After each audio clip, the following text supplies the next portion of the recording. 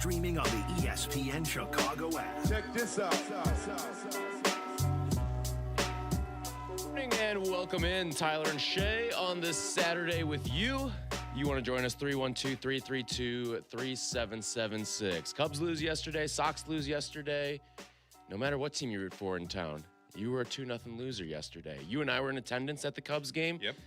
Froze our asses off and saw no runs. A lot of base runners, but no runs yesterday. What did we finish with? They got a runner on in 8 out of 9 innings I with think it less ended up than being 2 outs. 7 out of 9. Less than 2 outs, runners on, couldn't score a Would run. have to go back and check my scorecard. Well, yeah. Well done keeping score yesterday. So I have to hijack the start of the show. Go ahead. Because we have a controversy.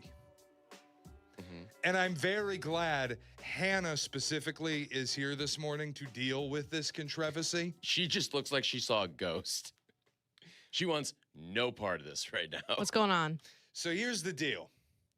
At the station this baseball season, we created a fantasy baseball league.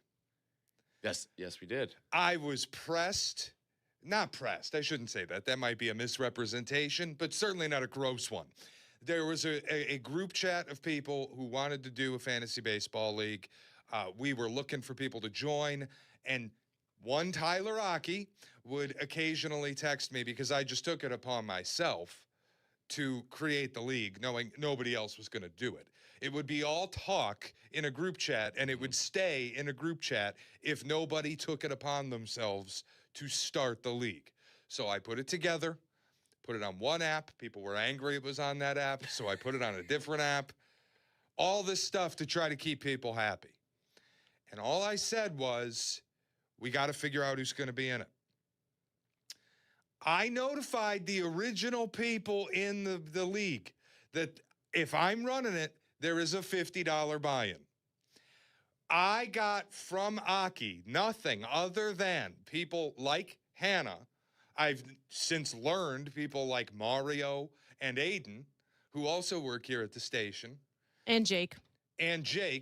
I got notifications in a group chat from Tyler saying things like, Hannah, in for fantasy baseball. Jake, in for fantasy baseball. Mario, so on and so forth. Come to find out, none of these people were made aware that there is a buy-in. Hannah Venmo'd me 50 cents. I go, is she pulling my chain? What is happening here? She had no clue there was a buy-in. Mario had no clue. Jake had no clue. Now, the critical question, who's the douche? Is it me or is it you? I don't think there is a douche. There's got to be a douche. Come on I've now. got egg on my face. Why do you have egg on your face? Because I thought I was. I go into this group chat. We create the league. We do the draft. I go into this group chat and I say, hey, Venmo me whenever you're ready. Like, no rush. I'm not pressed about it. Venmo me whenever. I get 50 cents from Hannah. Everybody else is a dial tone. I haven't heard from any of them. And then I get a text from Brendan Riley, one of our managers, who's working a White Sox game, and he goes, did anybody know there was a buy-in to your league? Hannah didn't know what a buy-in meant. Now, listen, I can accept I might have dropped the ball to an extent because as commissioner, I should have probably before, like, sending the invite been like, oh, hey, by the way, I don't know if Tyler told you, but $50 buy-in. But I kind of assumed when you said they're in that you would have told them. No, I think every time I asked people, I was just like, you want to play fantasy baseball? You in for fantasy baseball? I do think that when you're playing fantasy, there is an assumption that there is some sort of buy-in. Yeah, who wants to do it for free? We're just going for station supremacy. Yeah, no we're just chance. getting our jollies off playing fantasy Playing baseball fantasy for baseball. nothing. I'm not gonna lie. I think I'd be okay with that if it were to come down to it. But I think there should be an assumption that if we're playing a fantasy sport, there is some sort of buy-in. Hannah, do you play fantasy football? I've never played any fantasy before. Okay. This is your first. Before okay. this. Then you're in the clear. So I was just like, That's the And the she- reason- there's no way she would have known. Yeah. the reason I Venmoed you 50 cents is because I thought you were jokingly saying, See? I thought you were See? jokingly saying, oh, I'll take donations or whatever. So I was like, okay, I'll give you 50 cents. But I didn't know it was actually add another 2 zeros at the end of that, and it was $50. If I knew it was money, She wouldn't have absolutely done it. not. No shot. You No would have shot. played. See? I don't have money for a What fantasy. if it was like $10? Yes. If it You was would've played? if it was 25 is probably the highest I'd go. 25. Yeah. I don't get out of bed for less than 50. Shea doesn't open his laptop That's for right. the draft. Are you kidding me? Yeah, there's no. I'm not drafting a fantasy baseball team for less than $50. All right, so who's the douche? 312-332-3776. Supplemental question, if Mm-hmm. you'd like to weigh in on this, is the league just free now? We had 4 people in a 12-person league that were completely unaware, for whatever reason, that there was a buy-in. And look, Tyler and I do okay. We're full-time workers here. That's not true for all of the people in this league. Yeah. So there was a part of me at the start that was like, damn, I didn't really think they'd get into a $50 buy-in league. But not that I'm calling you broke. It's just No, you can. No, it's true. You just did. You It's just true did. though, because I No, just but it's said also- I would never pay. I would Right. never be able to afford that. I got to pay my student loans, not fantasy baseball. and I've been. But if you win fantasy baseball, think about how much that would chunk off of See? student loans. Not a lot. I've been Hannah though. You know what I mean? Like Yeah, we've all been. Yeah, we've all been that. that in that role. $50 might have been a little bit of a like, I don't know if I would feel like doing that for fantasy baseball. But now where I'm at, so there was a part of me that's like, wow, that's cool. I can't believe they're doing it. Because I just assumed that when you would invite them to the league, you would have said, oh, by the way. And they go, yeah, cool. When I invited, I guess I am at fault to a degree because I didn't mention a buy-in to anyone. I just kind of assumed you're joining a league. You know that there's some sort of buy-in. It's usually a question you ask, too. I think you're fully at fault. Literally, I'm the fully text at fault. the text that I got was, "Do you want to join a fantasy baseball league?" I said yes, and you sent me the link. That was the only conversation that was had. As somebody who's never done it before, how was I supposed to know that a fun little game would cost $50? So should we change it up? Well, it's too late now. Why It's is not it too late? It's not too late now. Nobody has paid me. This is the thing: is no one has paid. Can I do it in increments? I'll give you like $5 a month. Yeah, I'll get you on layaway. That's fine. Klarna, your fantasy baseball. I mean, really. Is that how you're buying Chipotle burritos too on layaway? Mind your business. No, I think now the question becomes, one, is Tyler a douche? Or am I a douche because a commissioner and I didn't handle the business? And two, is the league free now? Have we like Just straight grandfathered up. ourselves in, or like the amnesty is triggered? I mean- I'm telling you right now, if it's free, I'm not doing the keeper thing and starting this again next year. We will do a new league with it. Next year, we'll We're do a starting new fresh. league with people who I want to wonder- pay to be in it. I wonder how many people even know it's a keeper league. Yeah, that's the thing. It's like this was put together kind of haphazardly. Now we're going to have this for a year. We'll weed out the people who don't want to pay. Yeah, we're working with like glue and macaroni here for the league. It's a disastrous start for the station fantasy baseball. I league. think no. You know what this Disastrous. is? You know what this is? Absolute disaster. You're mad and you want out because I'm whipping your ass right now. Are you? Yeah, I'm up 8-2. I haven't even looked. Like Yeah, I said, you've completely. I don't get out of bed for That's $50. not true. That's not true because you were making ads while we were at the Cubs game yesterday. I was? Or no, it was during the morning show. It was during the morning show. You were making ads and That drops. might be true. Oh, yeah, Tatsuya Ime. I think Yeah. I added to Yeah. have a starter. Yeah, listen, you talk now. Somebody in this league was up 9-1 on Sunday and ended up in a 5-5 duel. So it's nice. It's easy while you're on top to take all the laughs. But it's total disaster. And I'm starting to feel like the result will be we just say it's free. All right, so 312-332-3776. Who's at fault? Is it myself for not telling people about a buy-in? Or is it Shea as the commissioner where he has to just take all the arrows for any issue that takes place in the league. And then what should be the result? Should this be a free league as a result of this? 312-332-3776. I mean, all right, so how many people from the station are in this league? What do we have? 12 people total. And then we've got a couple of outsiders who are not working with us, right? Yep. So what, 10 people? 10 people from the station? Might be 11. I think it might. Well, I just can be already one think of 2 outsider. people that are Oh, not. you're right. Yeah. Kev Bode Okay, no so longer 10 works people, here, 10 people. despite the call that he made the other day. He no longer works. He here. called in. He called the other day, yeah. Oh, I He missed called into the Waddle and Sylvie YouTube show. Kevin Z-Pack, for those that remember. He was asking for advice on a London trip. Oh, my God. Who cares? Yeah. And he was asking 2 people who had never been to London. Yeah, what a terrible call. All right, 312-332-3776. Let's hit the phones. Jim's on the south side. Morning, Jim.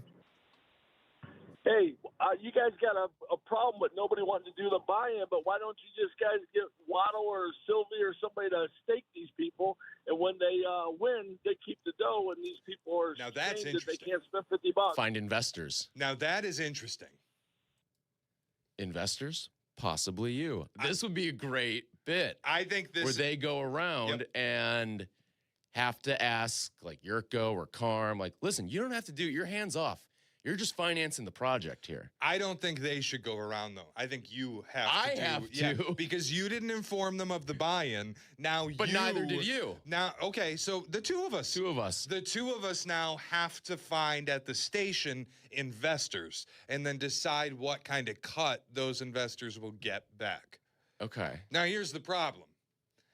Because if it were me, and somebody, like, say Hannah came to me and she's like, hey, will you stake me in a fantasy baseball league? Mm-hmm.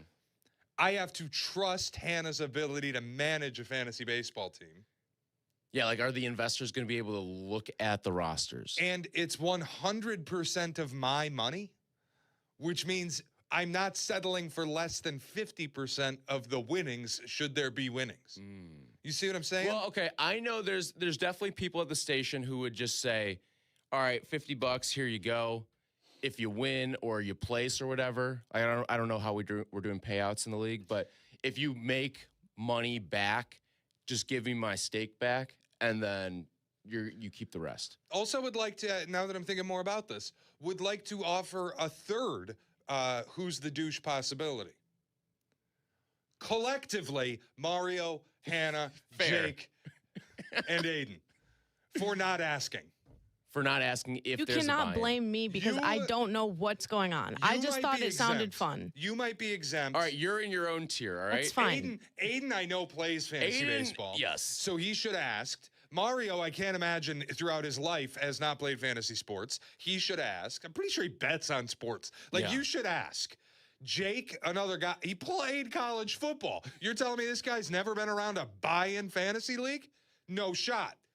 So I will hold the 3 of them up, too, as potential who's the douche.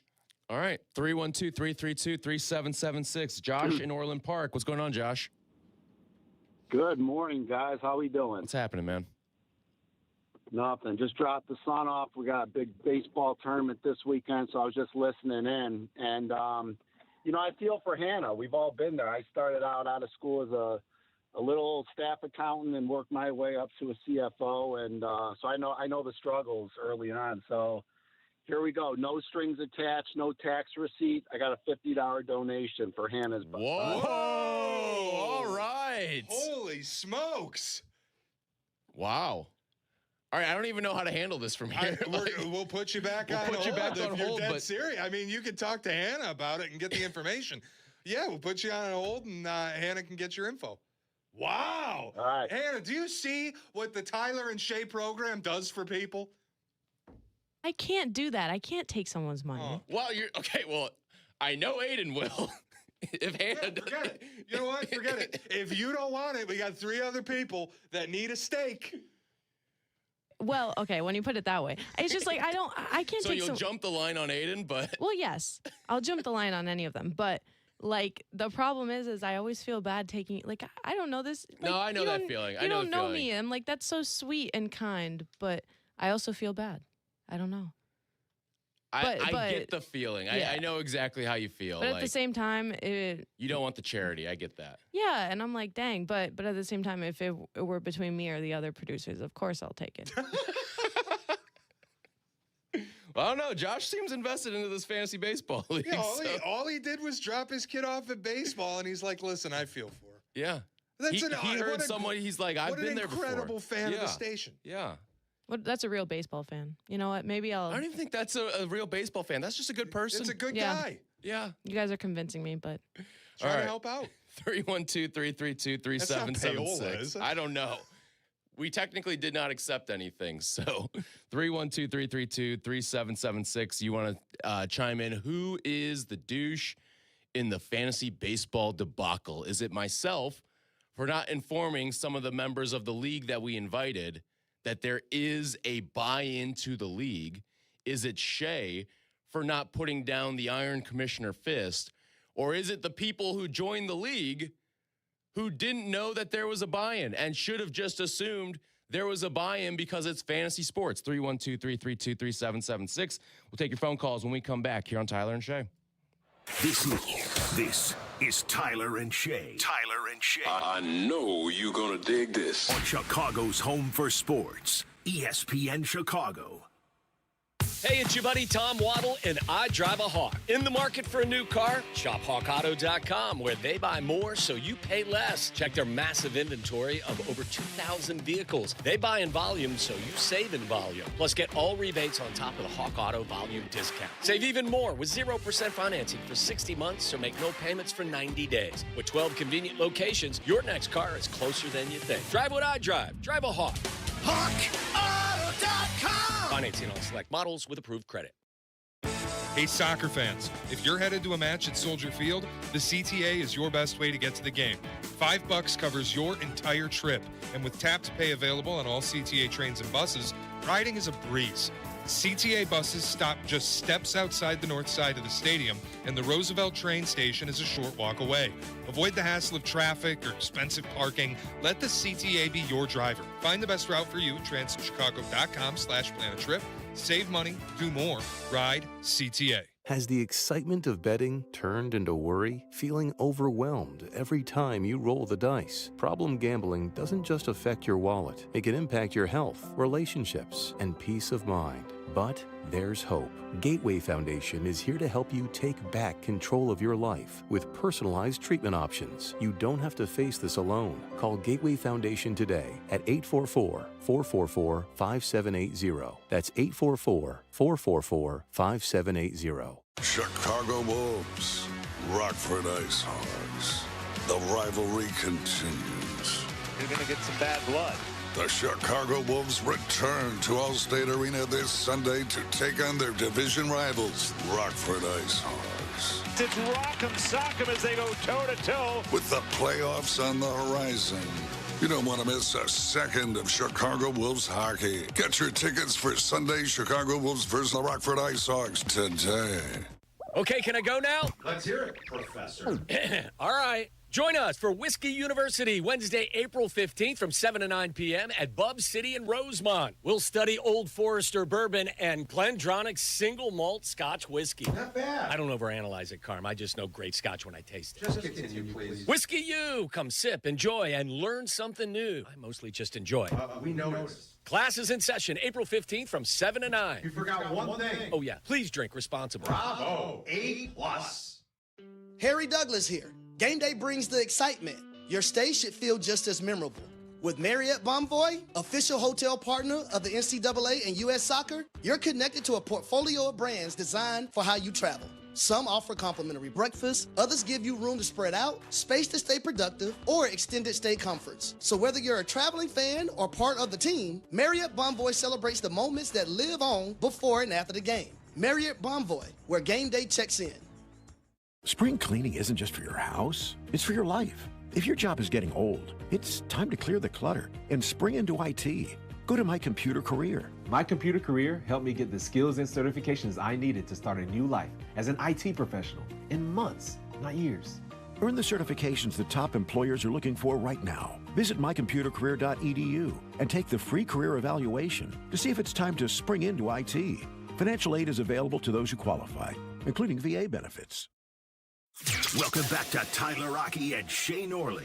We're back on ESPN Chicago.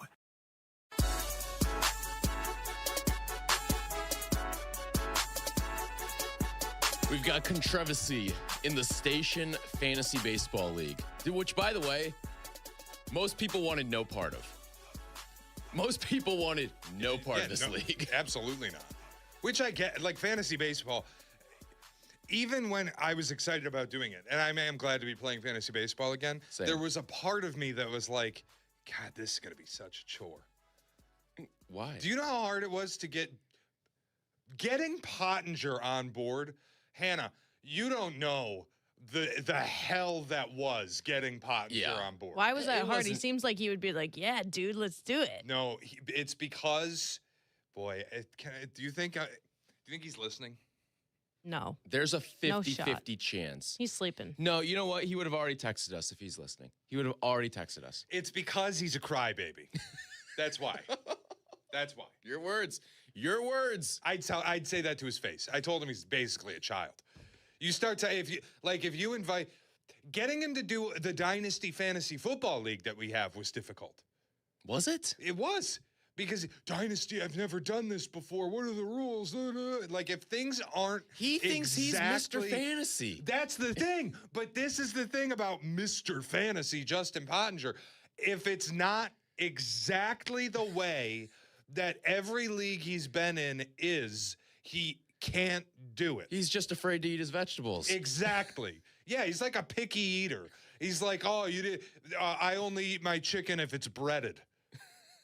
That's how he is with fantasy sports. Okay. It was hell getting him in. And then I didn't realize it was that difficult. No, dude, you might not have been paying attention to the group chat the day of the draft. Oh, my goodness. This guy, you would have thought I was asking him to cut his arm off. He goes in, looks at it. He goes, these rules are stupid. Oh, I remember this part, yeah. And he's like yelling at, and he's like, have you ever even played this before? He's talking about like rules I've never seen used in an actual fantasy baseball league, freaking out about how he can't do it. And then I just was like, you know what? I don't want to listen to you bitch anymore. So I kicked him out, and he called me on the phone, and words tail between his legs. Yeah, well, he's like, so just explain it to me, man. Like, well, just explain it to me, man. And he was baffled by the category aspect of it. When I said you can have a co-manager, everything about his enthusiasm changed. I said, you could have a co-manager. I said Kevin as a co-manager. And he goes, we could have co-managers? And then he was in. It was like a Step But he doesn't Brothers. have one. I know. That's the thing. We have him on the line. Oh, here we go. Boy.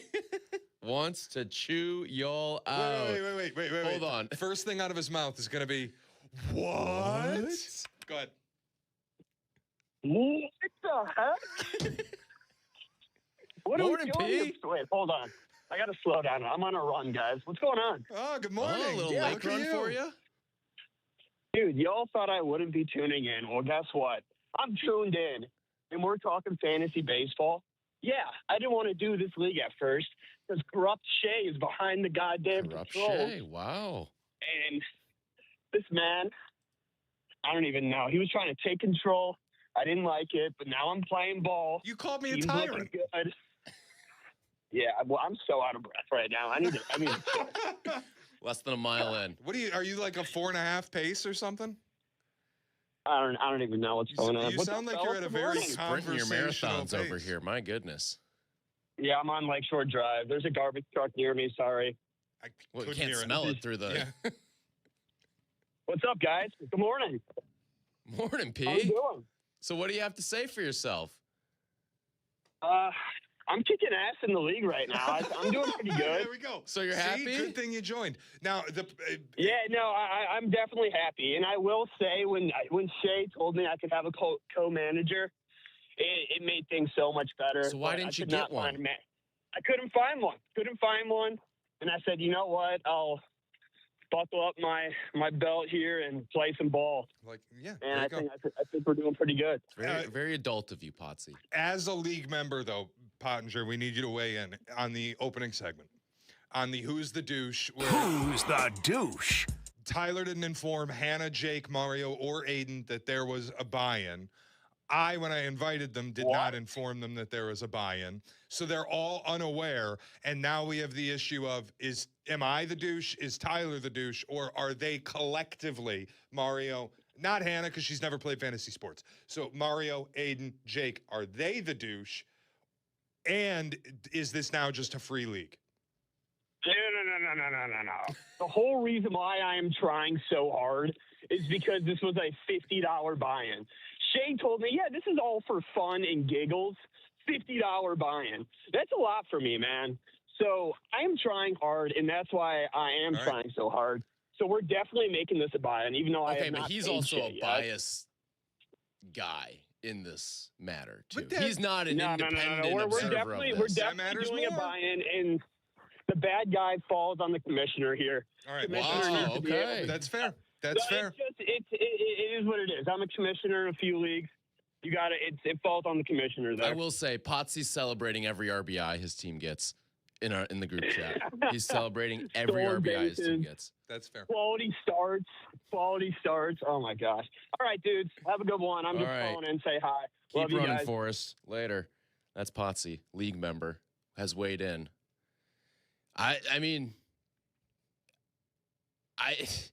He was aware of a buy-in, right? Yeah, clearly of course was. he was. Yeah, of course he was. All right.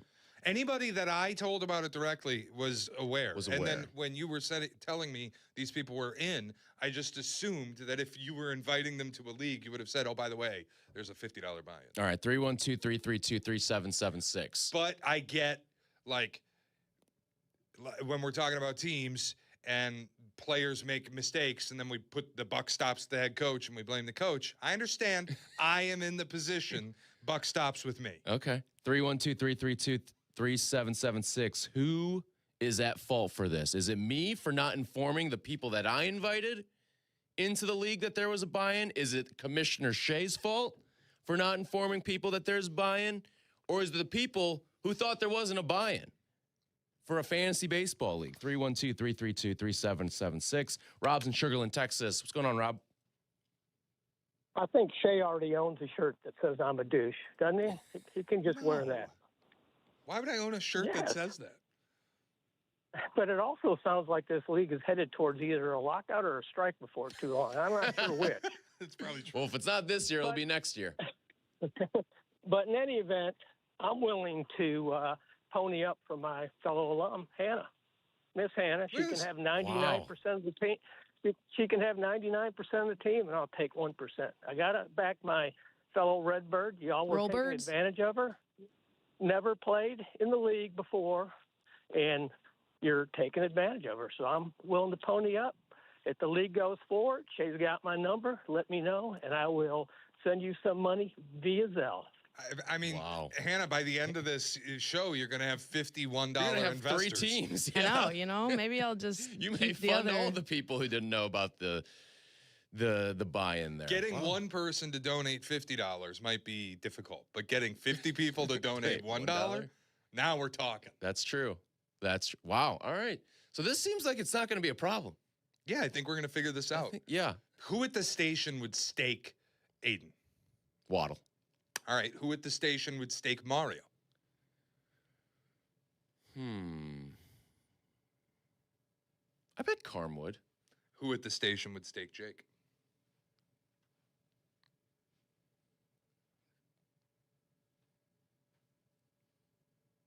There's probably. I'm trying to think through who. Cap probably would. All right. Now we have to present them. I'm going to make a binder. I'm going to come in. Binder. I think you need a PowerPoint. I'm going to come in with a PowerPoint deck, and we're going to do. We're going to put it on one of those those TVs out there. I'll get on their team's calendars on Monday. We'll be in the conference room, and I'll put a deck together and convince them to invest. Prestige Worldwide. Yep. That's what you're going to do. Yeah. Okay. Investors, possibly you. All right. 312-332-3776. You want to weigh in on the fantasy baseball controversy? We have more controversy at the station, believe it or not, too, that we have to address. So we will get into a lot going on this There's week. a lot. 312-332-3776. Tyler and Shea. This is Tyler and Shea on Chicago's Home for Sports, ESPN Chicago. Ring, ring. Hello. Who is it? Guests on ESPN Chicago join us on the Yingling Hotline. Chicago office is calling. I've been expecting your call. The Yingling Hotline, brought to you by Yingling, the oldest brewery in America. Feel the roar. Feel the shore. The X Insurance Great Lakes Grand Prix, July 27th through August 2nd in Michigan City, Indiana. Come out for high-speed offshore racing at Washington Park on the shores of Lake Michigan. Free entertainment for the whole family. Celebrate at the opening ceremony, boat parade, block party, kids' day, and free race viewing on the beach Saturday and Sunday. Take your stay up a notch. Tee off at the golf outing. Enjoy exclusive VIP experiences and raise a glass at the Brewfest. Tickets are on sale now. Race over to GreatLakesGrandPrix.com. Apt, your #1 destination for the home for 90 years, has everything you need to furnish your home. Explore their newly expanded furniture department with stylish, comfortable pieces for every space in your home. With beds, sectionals, dining tables, and more, their showroom offers high-quality furniture from a wide range of brands. You can also get assistance from Apt's design experts, whether you're furnishing a single room or your whole home. For free and home delivery, professional installation, and complete satisfaction, shop where I shop at Apt. Pleasing people since 1936. Hey golfers, it's Sylvie. I've been telling you about the Sanctuary Golf Course in New Lenox for years. And this summer, they're celebrating their 30th season. I'm proud to endorse one of the best golf experiences in Chicagoland. The Sanctuary features 18 holes of great golf with outstanding course conditions, plus a covered heated range with top tracer technology, so you can practice and play year-round. Check out golfsanctuary.com for the best rates and book your tee time today. That's golfsanctuary.com. Do not, and I mean you, do not miss the Cap and J Hood Show, now morning 6 to 9 on ESPN Chicago. But you're busy. Things happen. We get it. If you have to miss it, you can always listen to the podcast on your time. Find it on the ESPN Chicago app or wherever you go to pod. It's brought to you by Republic Bank. Big refund, big project, big savings at Menards. Turn your tax refund into a new deck. Shop the largest in-stock selection of AC2 pressure-treated lumber and thick decking. All easy to load in our drive-through lumber yard. Plus, get free estimates fast using our easy-to-use deck design program. Save big on AC2 pressure-treated lumber and thick decking at Menards. Also, check out our weekly flyer on Menards.com for all the great deals happening now. Save big money at Menards.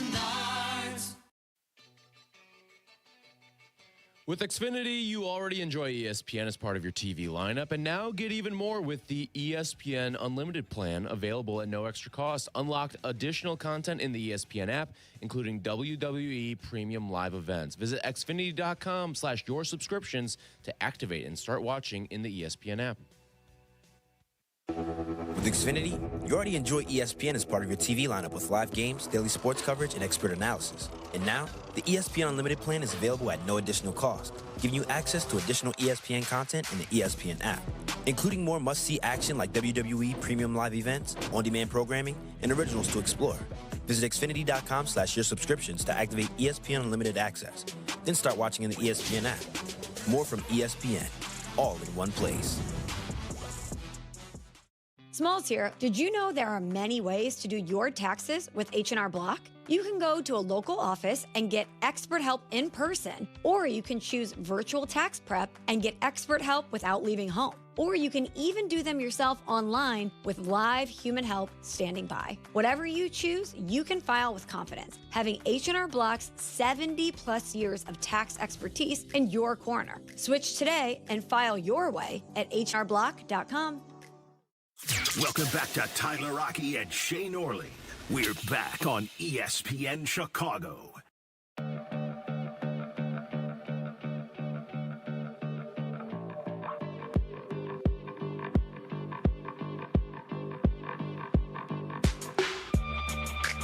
Tyler and Shea with you on this Saturday morning. We've had some office fantasy baseball controversy that we're dealing with.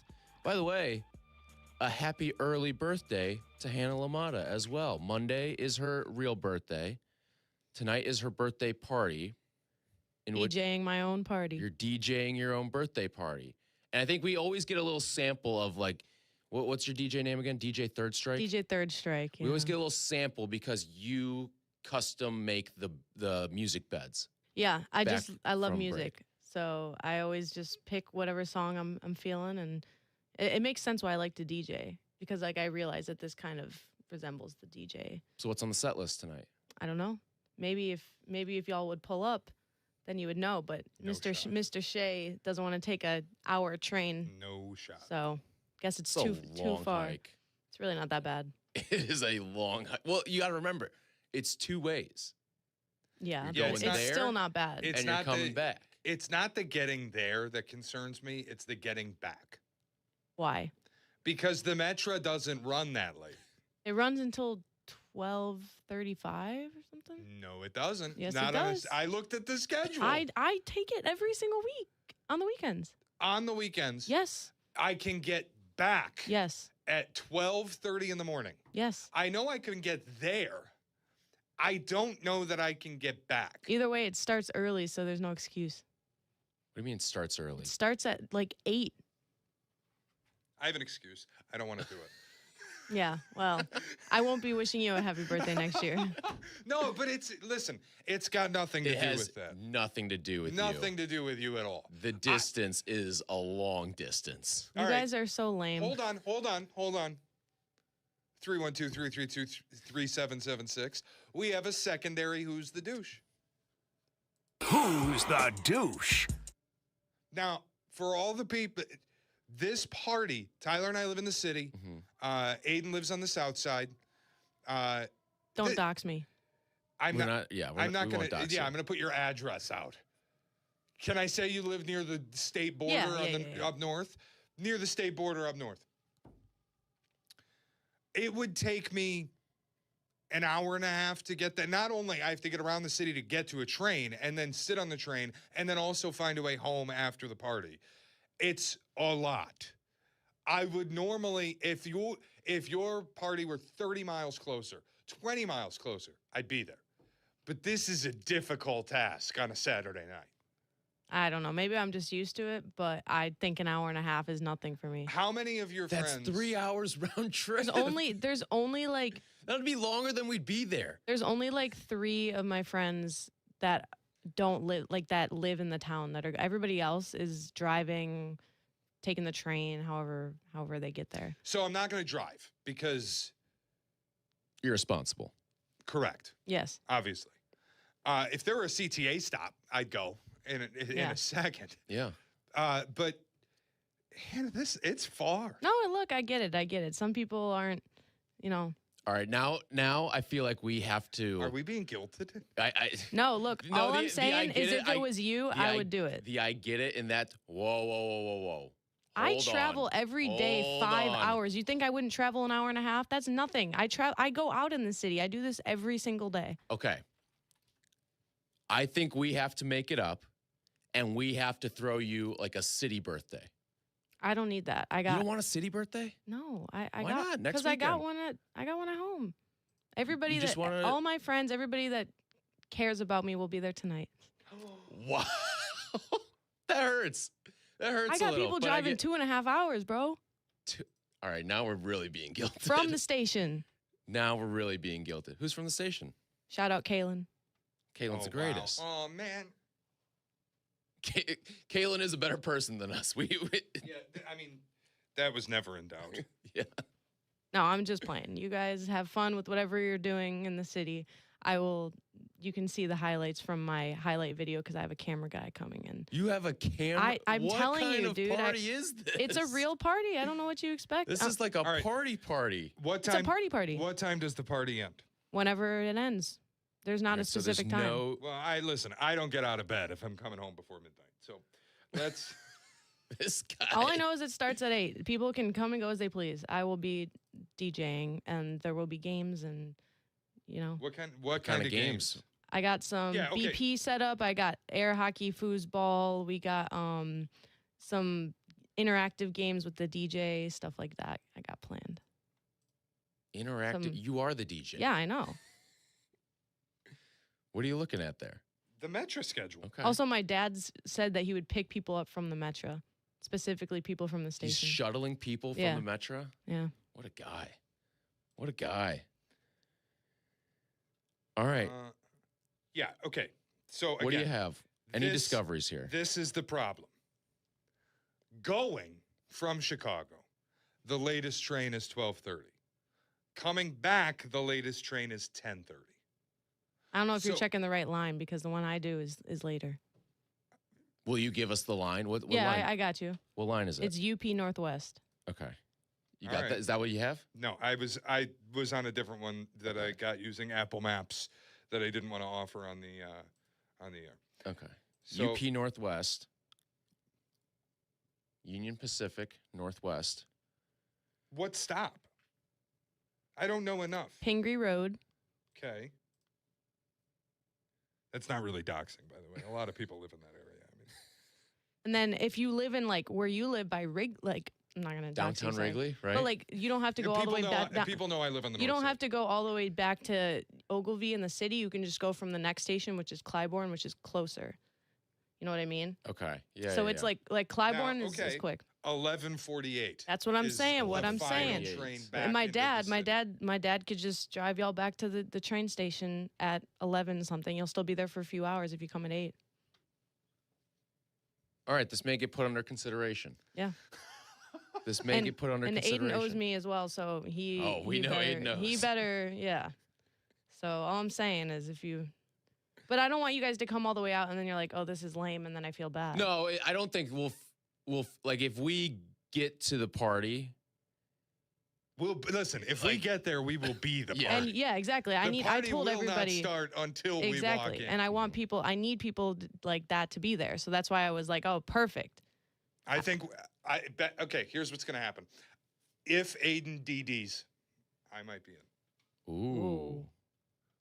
All right, let's throw a feeler out to Aiden, see how he feels about that. Because he might do that. There's no chance. He might. But why do you need that if you have the Aiden is a demon. There's no chance. if you have the Metro and then you got to ride from the Metro to my place How many both people? ways? How many people are gonna be at this party? 30 to 40. Wow. Holy smokes! Rager. That's what I'm Project saying. X. How many of them will I know? Well, if you guys bring however many It'll you be the bring, people I bring and, and like then two like other people. and then like 2 or 3 or 4. Pat the designer said he might pull up, so we'll see. Wow. Pat. What I about don't know Jack? yet. I didn't ask Jack, or I should have asked Jack. No, you guys should. I was thinking. I'm not going. No. I Hold was on, just I'm thinking. not going. I'm out. I was just thinking you guys gotta ask Potsy That- because he would. No, that's egregious. Yes. That's egregious. What? You cannot be mad at us. That's forget who's the douche. You. You guys should be thankful that. Who's the douche? Oh, you should be No, thankful I'm no. close enough to you guys to send you an invite. No. That's not how that works. I also. That is not how that It was works. also just last minute to people. I'm just telling Hold the people. fu- So hold so up. just Whoa. Tyler said last week he would gather the troops. I thought that meant you would ask the people because you said To your birthday? Yes, What, are you insane? I already have enough going on. No. Listen, I had a 30th birthday party. Tyler, were all of the producers invited to my 30th birthday party? I don't remember your 30. The answer is yes. Okay, yes. They're all When I had a invited. keg in my house. Oh, okay. Yeah. All of them were invited. No, because we have the Uno reverse card. Don't you worry. No, I'm saying everybody's invited. Invite everybody. I know what you're about to pull up because I didn't like. There's some people that I was like, oh, they're not gonna want to come. Yesterday. See, yesterday. Are you going to Jack? Are you going to Hannah's party tomorrow, McGrath? Response. This is the first I'm hearing of this. Yeah. What the heck? A lot of people are just first Most hearing Jack of it. reply, by the way. What the heck? It doesn't matter if you feel like they won't come. You have to offer the invite. Okay, well, I'm offering the invite.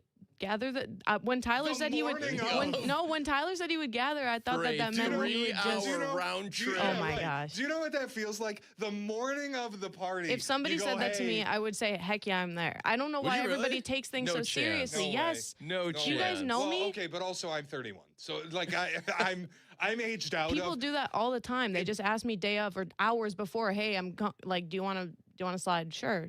Oh yeah, dude. When I was your age, trust that happened all the time. Jack is my age. Now that I'm 31, It's different for me because, well, Jack is also. That's why I Jack. asked you in advance because you're But older. Wait, let's unpack that. What does that mean?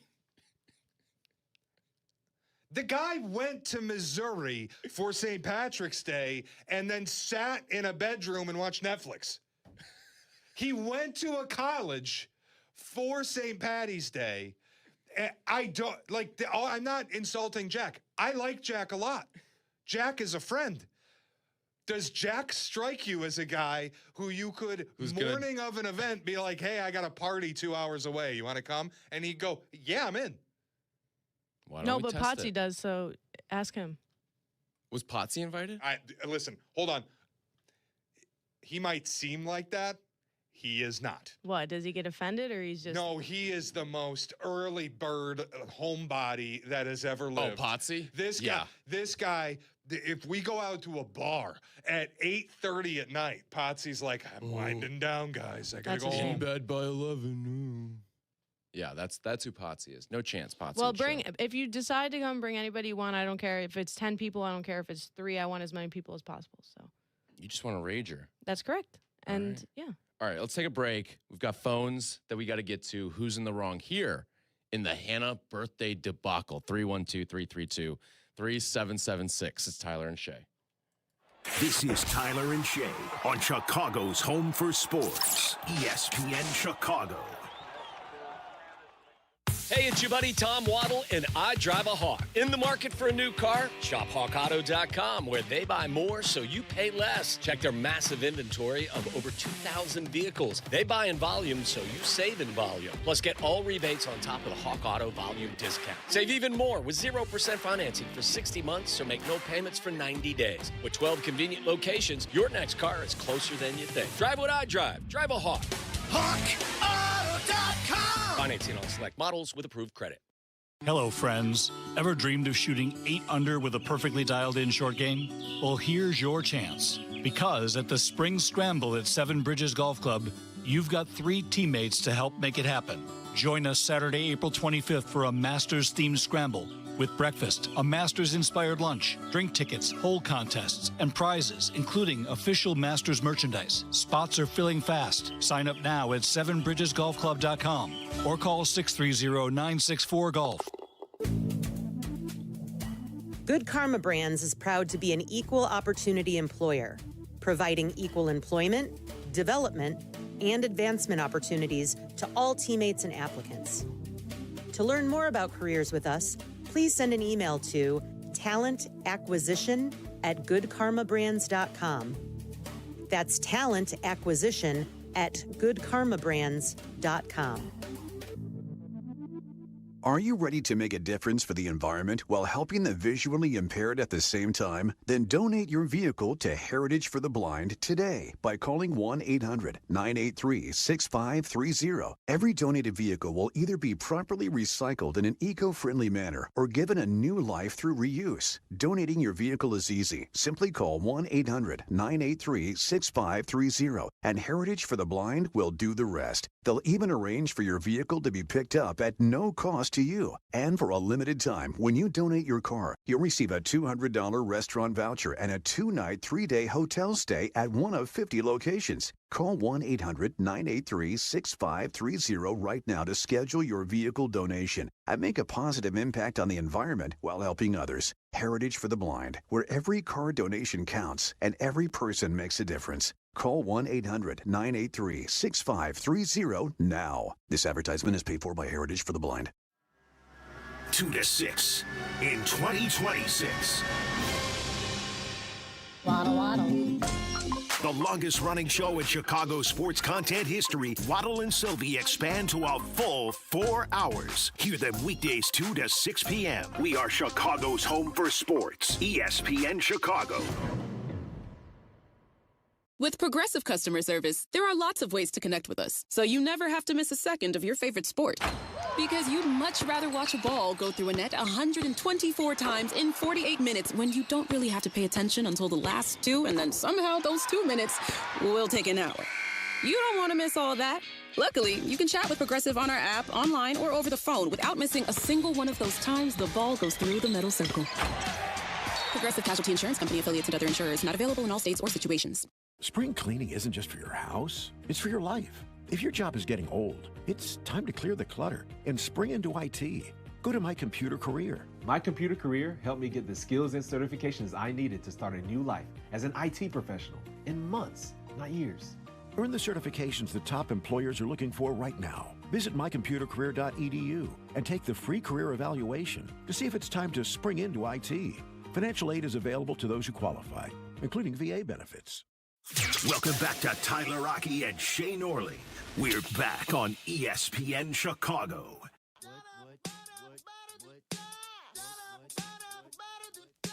Macklemore's playing. I'm not showing up. Yeah, I'm out. On this song alone. He's not. That's why I'm playing it now. On this song alone. Oh, wow. Thanks for flowering up the program here, Hannah.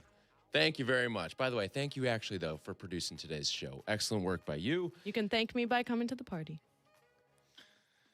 See, we're just getting... We should have never brought this up because you knew this was going to turn to us getting guilted the entire time. And now... This was a mistake. Now, like, last night, I was texting with Hannah, and she's like, all good, I get it. And now I feel like it's not all good. I feel bad over text, but when someone's in person, I can, Do you have a list? A list of how many people are going, or who? No. Like, a list of, like, people make your blank list. You know what I mean? No. You don't? No. You're not spiteful as a human? No. It's kind of jokes, but I will, like, jokingly bring it up then for, like, 6 months if... Oh, that's going to get annoying. Oh, 6 months isn't bad at all. I was thinking she was going to say 6 years. I mean, it could be now. It might be now. It might be. Let's hit the phone, 312-332-3776. Hannah's having a birthday party tonight. She's DJing her own birthday party, which, for those who don't know, Hannah DJs as... It's not like would you call it a side hustle? Or just no, like because I've fun, never actually, it's literally just for fun and because I enjoy it and it's a fun hobby. And I've never actually done it. I think this is how we make it up. Cut a deal. We will find a bar in the city that will have Hannah DJ. No, I don't want to do that. I want to do it in the comfort of my own home for people where I can mess up and it's not... Once it starts becoming serious, that's when it becomes less fun. And for me, I've only ever done it for Kaylin's party. I've done it for my other friend's party and then my own. Now, when did Kaylin have a party? Her birthday party. There's a lot going on. Listen, there's a lot going on that we don't know about. Let's get to the phones. They're all defending me. Let's get to the phones. They're all defending me. Paul's in Schaumburg. What's going on, Paul? Oh, this is unbelievable. You guys are not only douchebags, you're taking Uber back home. Just take an Uber. Okay. I live out there. I Uber downtown all the time. Dude, are you calling from Schaumburg, Paul? Yeah. All right. I know where the train goes. Hey, if you need a ride, I'll leave my number. You call me, and I'll pick up your sad asses and bring them back. Thanks for the call and appreciate the offer. Respectfully, Hannah, this is not Schaumburg that we're going to tonight. No, but it's like 30 minutes from there. That's far. That's far. Are you guys? I don't know. I travel 5 hours a day, so I don't know. Does Uber even pick up out there? Yes, it does. Does it take a week? No. Is this something we would have to book now? No, I don't live in the middle of nowhere. And you have said many times. I kind of do, but I live in the middle of nowhere. An Uber from the party to my house right now would be $90. Good thing the train is 7. The problem isn't I have no problem like paying for the Uber, but it's can we track one down? Right. Just take Lewis. He has a good point as well. The other problem with the train, it's not just like you go to a party and then you have a heart out, which is sometimes nice and sometimes not. If we're having a good time and then we're like, gotta wrap it up, fellas. Train's leaving in 15. To be fair, I also did say in my invite that there are couches, extra rooms. I'm 31. Well, that's on you married. because I have a bunch of people. I have a bunch of random people. Your wife's having a sleepover tonight, isn't she? Yeah, her friend got a new apartment. Girlfriend got a new apartment. Yeah. Because I know what the demon little wretches on the YouTube and Twitch are going to do with that. So they're having like some of the girls from work. By the way, we have a suitor. Someone wants you to DJ a party. Okay. You in? Probably. It's Carm. No way. Carm said, I want Hannah to DJ my next party. Heck yeah. I'll do it. You're Look in? what we just did for you. See? That's our birthday gift to you. Hey, Carmen, ask him if he wants to come with you guys tonight. Make the trip out to the birds. Hey, I'm... Listen, you laugh, though. Carm's 2 for 2 with hanging out with me the last 2 weekends. Because, all right? yeah, that's what I'm saying. Like, he might pull up. No, I think I'm banned from hanging out with Carmen. I think he views me as like the station Bill Raftery at this point. I think it would be fun. If Carm showed up? Oh, yeah. 100%. Oh, I know it would be fun. I know it would be fun if Carm showed up. It would also make my jaw hit the floor if Carm showed up. I'd be stunned. That you could literally knock me Y'all over can with a coordinate feather. it. Y'all can coordinate it and show up together. And David, you said take Lewis? yeah, he had All right. well, he had a point about the staying over thing. By But the way, did you catch that right there? He said he has a good, and then she caught herself. He has a point. Lewis, the floor is yours, my friend. Hey, you know what? She says that she caught herself when she said, was going to say good point, but you know what? It's the point that she made. She offered to let you guys crash, and you know what? Shea, you have a car. I understand, I don't understand the Metro thing. You have a car. She offered to let you crash there. Look, you're never too old to be responsible and to just crash at someone's apartment or crash at someone's house if you're too drunk to drive and you really wanted to go somewhere. Come on. Go have a good time. Enjoy her party. Your wife's out with her friends. There's no judgment for crashing at someone's house if you're too drunk to drive. Come on. It's not a judgment thing.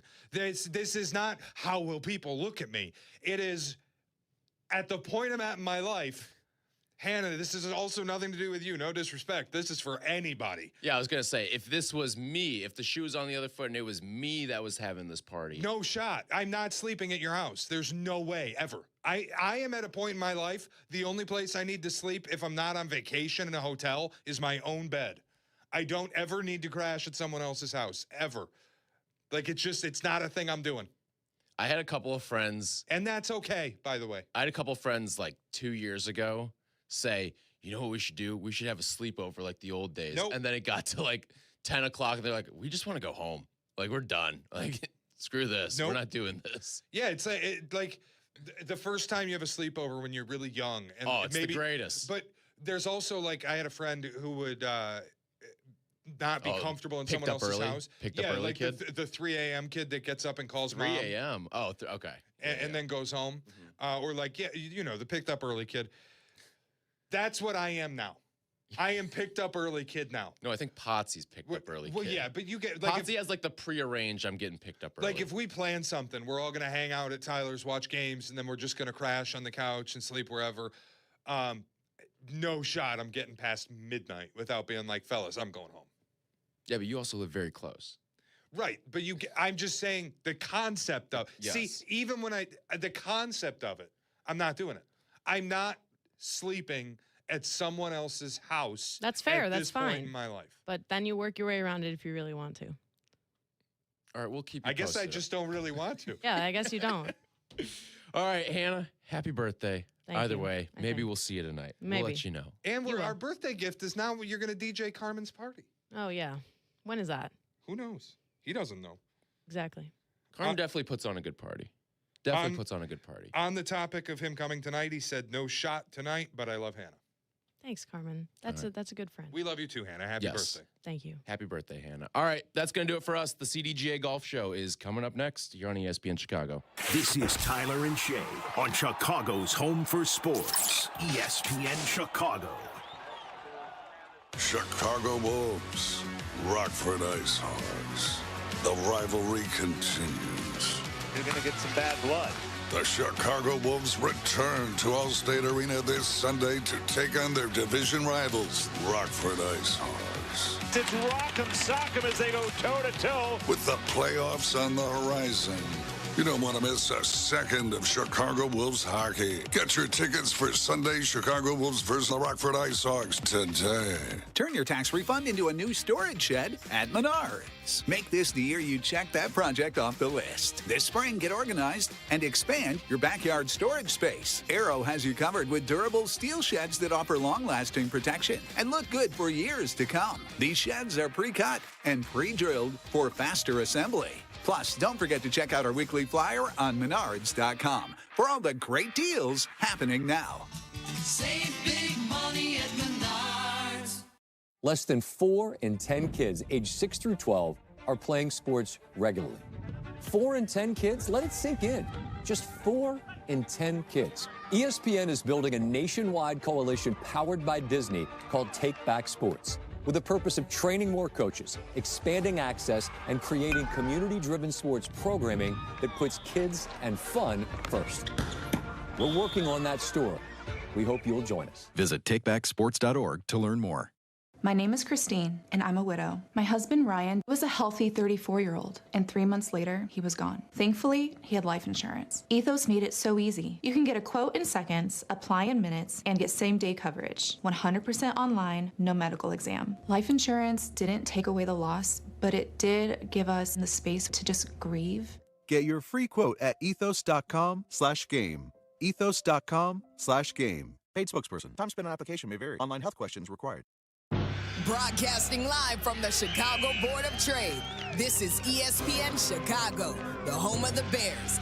WMVP, WTBC, HD2, Chicago, a Good Karma Brands radio station. Drive, chip, and putt. Golf is so easy. 4? Okay, maybe the occasional wedge. Let's talk golf. It's the CDGA Golf Show on ESPN Chicago. Presented by the Glenview Park Golf Club. Now here are your hosts, Mike Gilligan and Tyler Rocky.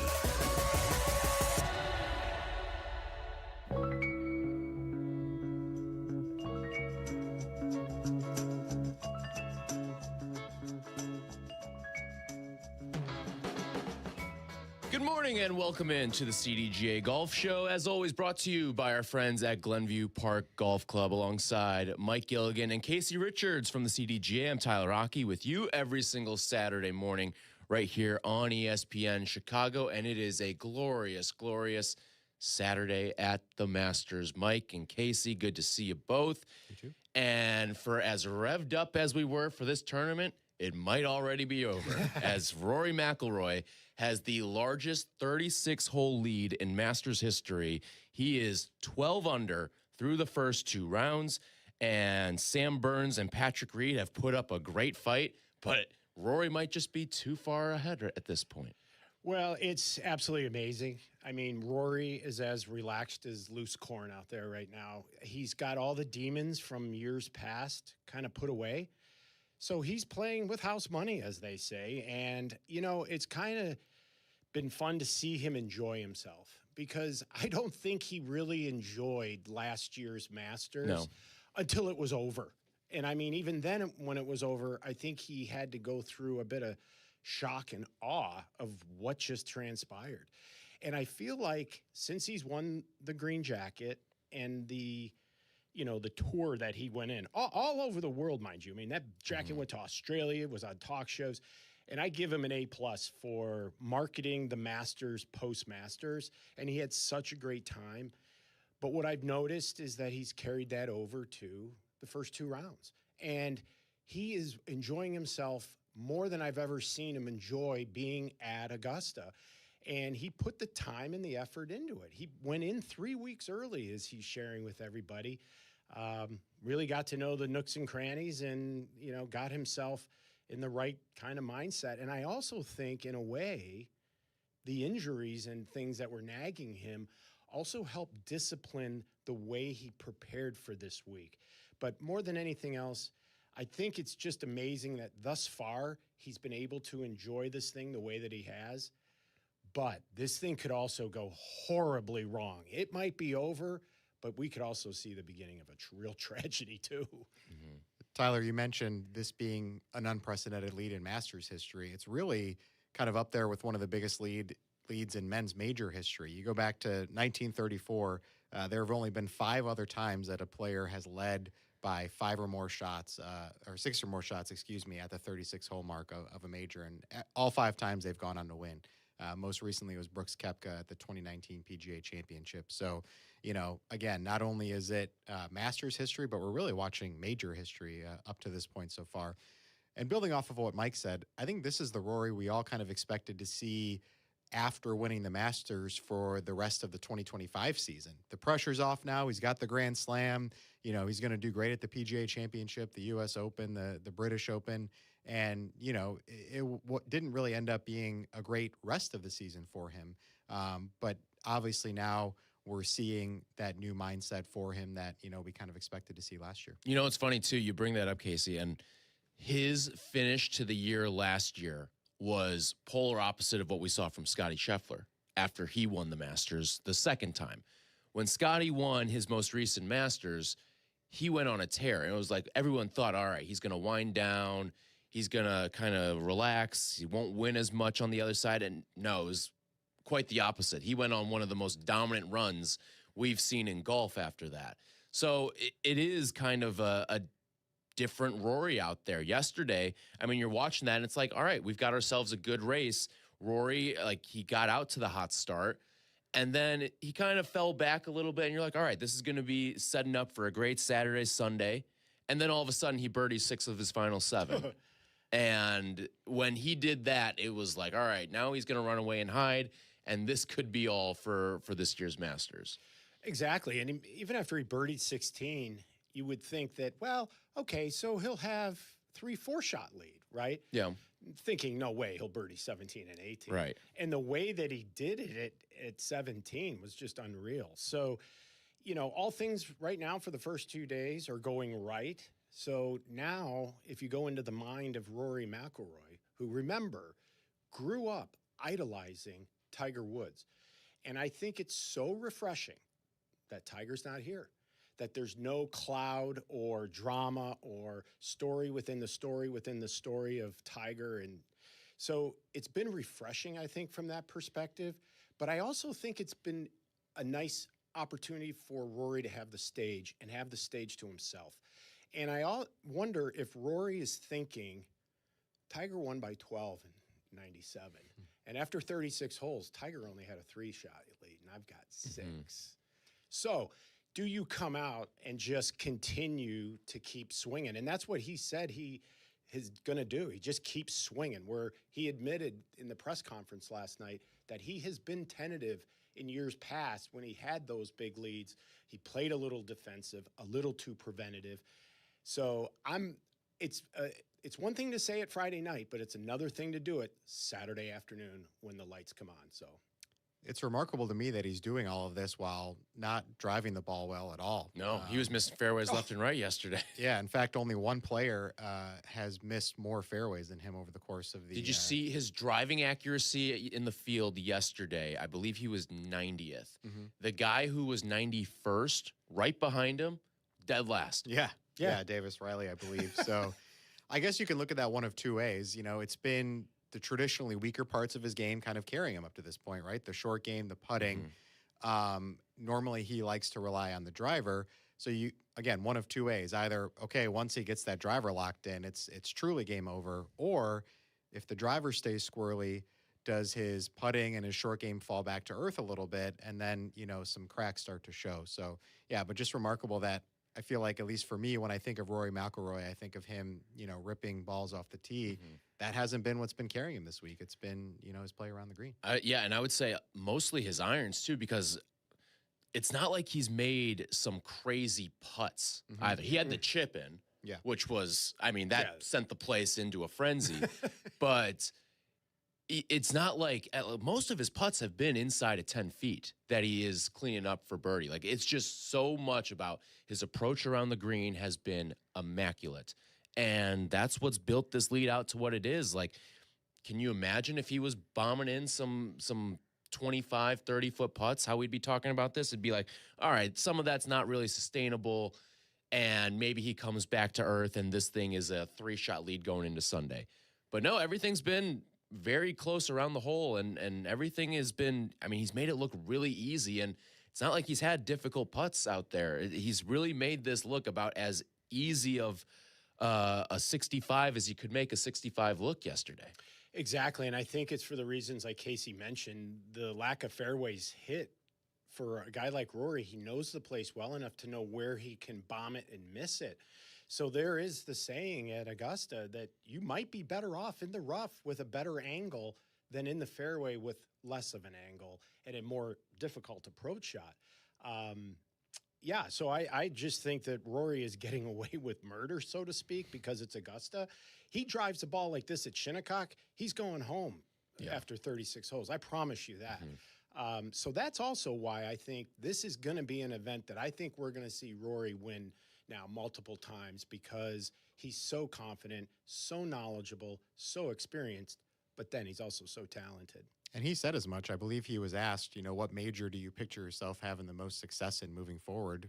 And he said this one, the Masters. So, yeah, obviously it goes without saying that winning last year just has him in a whole different mindset. And, he's probably the player on the planet that's played the most golf at Augusta National the last month or so, given the trips he's been taking over and the extra preparation he's been putting into it. So, yeah, he's obviously came in primed for success, and that's borne out so far. Now, you look back to his play last year. He finished 11 under, and obviously he goes to the playoff last year, but he finishes 11 under. He's already at 12 under for the tournament.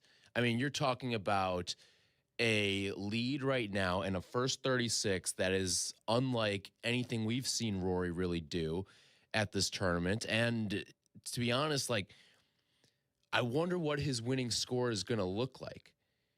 Could it balloon all the way out to 18 under? What do you guys think the winning score for Rory is? Because I think we're all in agreement Rory's going to win this thing. I think history is just too much on his side at this point. Obviously, we've seen Rory choke some tournaments away, but I think that Rory is not a person that exists anymore. I think we're seeing a relaxed Rory McIlroy who knows, I've got a 6-stroke lead. I know how to manage this. I would agree with you. And I think that if he has that one squirrely shot, he's got enough knowledge, enough experience how to right the ship now. Because we've watched him do it a little bit over the first 2 days when he's hit it in some weird spots and yet comes up, roses at the end. It's absolutely amazing. Now, can he continue to do that? And will Lady Luck continue to be on his side? And he gets all the bounces, and what happens when that first bounce doesn't go his way? But to your point, I think he is groomed to take this. But where my mind goes about what the final winning score will be is I wonder what Augusta National is thinking right now as they go to bed Friday night, waking up Saturday, because they had a plan as to how to set this golf course up, how much water was going to be, and where they wanted it on Sunday. The problem that they have is the guy's 6 shots ahead. And if they make this golf course harder and harder, well, they're basically handing it to Rory. Right. So do they go on out and soften things up so that people have a legitimate shot to chase? Or do they stick to their guns and continue to really ramp this place up, keeping it fast, firm, and, the way that it is? It's an interesting dilemma because this thing could be over by the back nine today if he starts playing like he has been and continues to increase the lead. If he's 8 shots up at the turn, I mean, how do you lose that? Right. Some added context to that, this has been sort of a historically dry Masters. There really hasn't been any rain in the vicinity at all the last few weeks. So the course already, I think, is playing a little bit differently than we've seen in years past where there's traditionally rain involved at some point, right? So that's definitely a factor to Mike's point in terms of how much they can even push the course, really, or how much they can soften it up. And then another thing to add, you mentioned Rory's finishing score last year. Remember, he had 4 double bogeys over the course of the tournament as well, and still finished. He's the first ever to win with 4 doubles. Right. There were multiple times, kind of in that first round, and then even in the final round on Sunday, where you're like, oh, that's it, no coming back from that. So, yeah, I mean, if he can avoid those big numbers this year, I don't see why there's any reason he couldn't, really put the throttle down. Yeah, I wonder what type of approach he's going to have to this. And to your point too, Mike, if they make this golf course a little bit easier, yeah, you're giving guys a chance to chase, but you're also giving Rory a chance to just really pile onto this score, and maybe even you're looking at some sort of historic winning score for Rory McIlroy. Right, but going back to your original questions, all things considered, originally going into this week, I thought 11 under was going to be kind of 10, 11-ish because I knew it was going to be dry, firm, and bouncy, but I didn't see this coming. So I could see Rory going even 2, So I could see the final score being 15 under. I was thinking like 15, 16 in that neighborhood. I'd imagine he'll probably he'd average around 2 under the next 2 days. Yeah. Or today and tomorrow. Yeah, because reality is going to set in, and golf is golf. I can't explain it, but it just is. So he's going to have those moments, and, somebody's going to get on a heater, one of these guys, and that's really the real question. And it's going to be interesting to see, because if I'm not mistaken, Patrick Reed and Rory are paired together? You are correct, yes. So we have a little Ryder Cup stuff happening. Sam Burns and Rory. There's the Ryder Cup deal.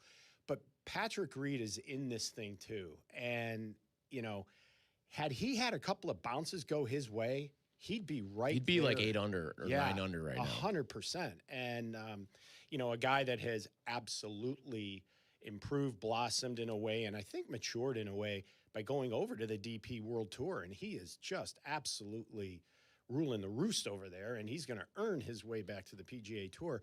And so I see a guy like him in a great mental space. And speaking of live, you look at Brooks Koepka. He's playing well. And you want to have a fun group to watch is Brooks and Goddard.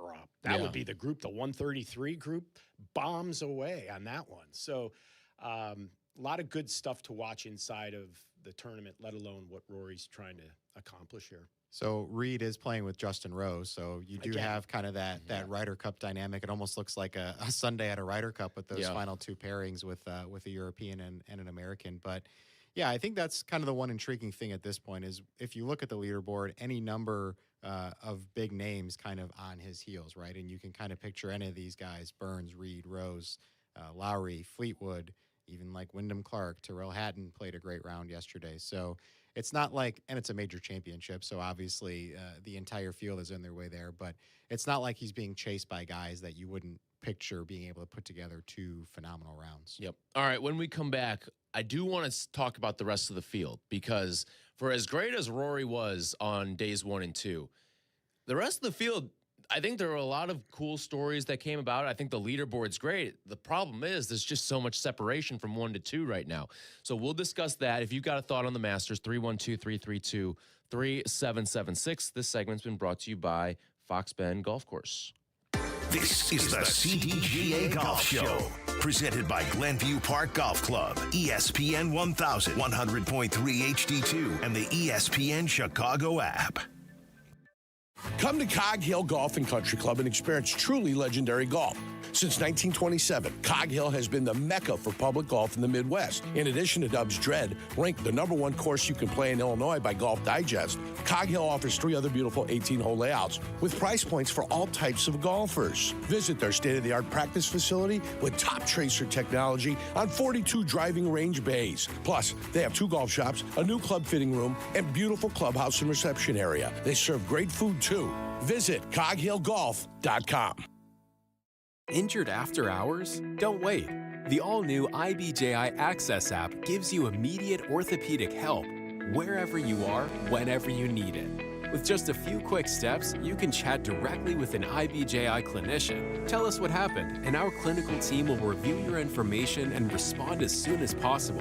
It's fast, it's easy, and it's for new and existing patients. Download the IBJI Access app today. Just search IBJI in the App Store. Hey, Chicagoland, want to experience the best golf on the North Shore? Head over to Glenview Park Golf Club to enjoy superior golf course conditions, a challenging layout, and superior service. Conveniently located and easy to get to, Glenview Park is in the heart of Glenview. Book your tee time 24/7 at golfglenview.com or call 847-724-0250. Golfglenview.com or 847-724-0250. Experience the best. Golf with the legends at Destination Geneva National in Lake Geneva, Wisconsin. Enjoy 54 holes designed by Arnold Palmer, Gary Player, and Lee Trevino. Stay right on the course in luxurious suites, group cottages, or the newly renovated and reimagined Lakeview rooms at the Lodge. Between rounds, savor on-site dining at the Hunt Club Steakhouse, Craft at Italia, and Turf Kitchen and Tap. Or unwind at Paloma Cantina, overlooking the dance floor, the entertainment-style putting course. Visit DestinationGN.com for details on Wisconsin's closest multi-course golf resort to the greater Chicagoland area.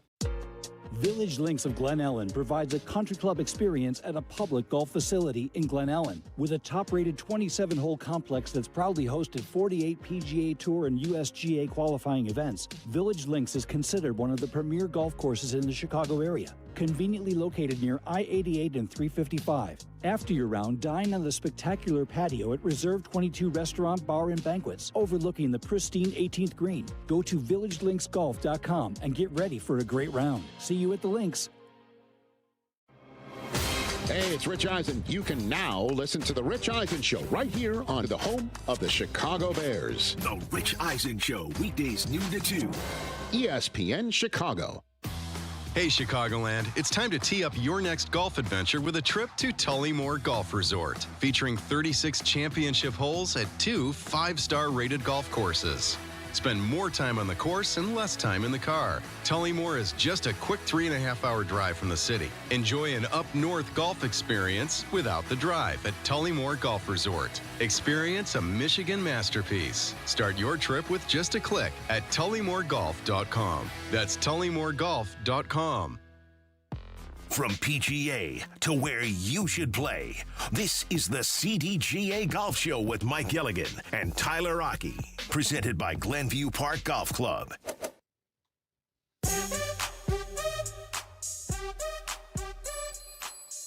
This segment brought to you by Golf Elgin, home of Bowes Creek Country Club and the Highlands of Elgin. Alongside Mike Gilligan and Casey Richards, Tyler Rocky with you on the CDGA Golf Show. With you every single Saturday morning, talking Masters with you at 312-332-3776. You want to join the show here. Now, we spent the first segment talking about Rory, the dominance, and obviously you look at the leaderboard, you can see it plain as day. The rest of the field, though, I still think in most other years, like take away some of the Tiger years, but most other years, we're looking at a really tight race and what would be a very, very interesting Saturday at Augusta. I mean, you've got Sam Burns and Patrick Reed each at 6 under. You've got Rosie and Shane Lowry and Tommy Fleetwood all at 5 under. You've got a bunch of guys, including Cam Young and Wyndham Clark and Terrell Hatton, all at 4 under. And boy, the round that Terrell Hatton put together yesterday put him back into this thing. And then even guys like Brooks Koepka, Chris Gotterup, Max Homa, Ben Griffin, like Xander Schauffele, Hideki Matsuyama, all those guys, most years would be in the thick of things. This is just unfortunately not one of those years. Like it right now, all of those guys, like pretty much if you're at 4 under or worse, you've got no shot this year. It feels like you're chasing 8 strokes unless there's some Rory disaster. Like I heard all the Sports Center buzz last night. It was like the only thing Rory has to do at this point is make sure he doesn't eat like something bad. Which some players have had some issues with. Right. I don't know if you saw how Tong Lee's quotes, but That's right. I guess that's not out of the realm of possibility. But. Yeah, I mean, if I'm Rory, I'm just not eating anything that's like, I'll eat a granola bar or something like that. But you want to talk about anything like raw meat or anything like that? I'm not messing with that today. No, not at all. You're staying down the middle with all your food choices and anything. You're not picking up anything sharp. You're not cutting a hand. You're bubble wrapping yourself really for the next 36 hours so that you can protect the investment, right? So, but to your point, we would have one heck of a leaderboard, and it would be very international. It would be also very American, and it would be a lot of fun to watch, except we have this one person called Superman, and that's Rory. He's an anomaly. And the mere mortals are all having a great race for second place is really what it amounts to here. So I want to ask you guys this. Let's live in a hypothetical world where Rory finishes the tournament where he's at right now. 12 under, just goes even the next 2 days. Who do you think would have the best chance at catching him and either winning the tournament outright or forcing a playoff? Patrick Reed. I would join you on that. I'm going to go Cam Young. Okay. I mean, he started the event 4 over par through his first 9 holes. And the next 27, he's played him at 8 under. So he's shown the ability to post a lot of birdies. He had 4 straight, on the back 9 yesterday. Really fun watching him and Rory kind of duel over that stretch. So, and he's a guy who I think came into this event with high expectations after winning the Players and, would have been easy for him to maybe crumble a little bit after a shaky start. But really got it back on the rails and then performed well yesterday. So that would be my kind of sleeper, I guess, at this point. I would like to give an honorary mention as well to Tommy Fleetwood, because That was my other one. This is a tournament that I would love to see him win one day. And the way he's positioned himself after 2 days, he's in a great spot. Unfortunately, he's chasing 7 strokes instead of 1 or even 3. If he was inside of like 4 right now, I think we would be talking about it differently and saying, all right, Tommy's got himself a good chance. He's a guy who historically we've seen play a little uneven. Usually he's an every other day type of guy. And especially if he gets out there on Sunday with a chance, he'll put himself in position, but sometimes he's just dug himself too much of a hole on moving days. But I look at what he's done, and I've been very impressed. And he's a guy that I root for, and I think a lot of golf fans root for, to finally knock down a major. And I think he would have been in a great spot if he was chasing only a handful of strokes as opposed to 7 right now, to no fault of his own. Absolutely agree with you. And in fact, when I look at that 5-under gaggle of players between Rose, Lowry, and Fleetwood, you're talking about 3 major Ryder Cuppers there.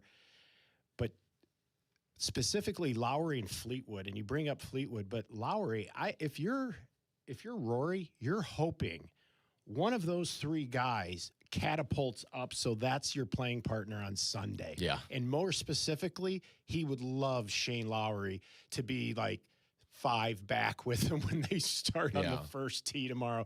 Hey, buddy, let's just go out and play for a little side bet on the side here, straight up. You know, if you put him into a world of comfort these next 2 days, it's so far over, and then it's just a question, will he win by 12 or more? Yeah. Like, what it would be interesting if, let's say, Brooks got to 2nd right by the end of today, and he's playing with Brooks Koepka on Sunday, because then you have the mental warfare. Yep. And in the past, we've seen Rory not deal with the mental warfare very well. Now, we may just be looking at a new Rory, and it may not matter at this point, but I'd be interested to see what that would look like.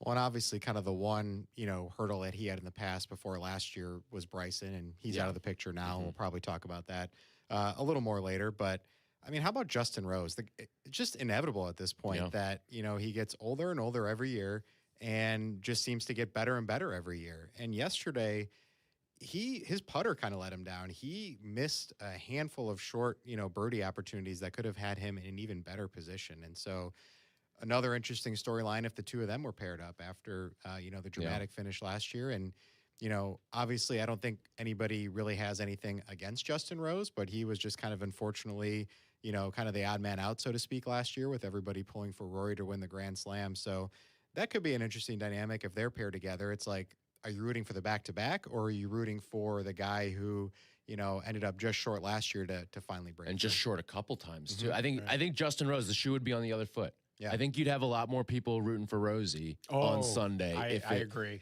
And I like looking at the way that his first round finished, too, where he bogeys the final 2 holes. Like, he was in contention to maybe lead or be tied for the lead after round 1 and ends up falling. I think he fell all the way down to like 7 or 8 as a result of the finish there. But he was looking strong. He was kind of just cleaning up where you're supposed to clean up. Take care of the par 5s.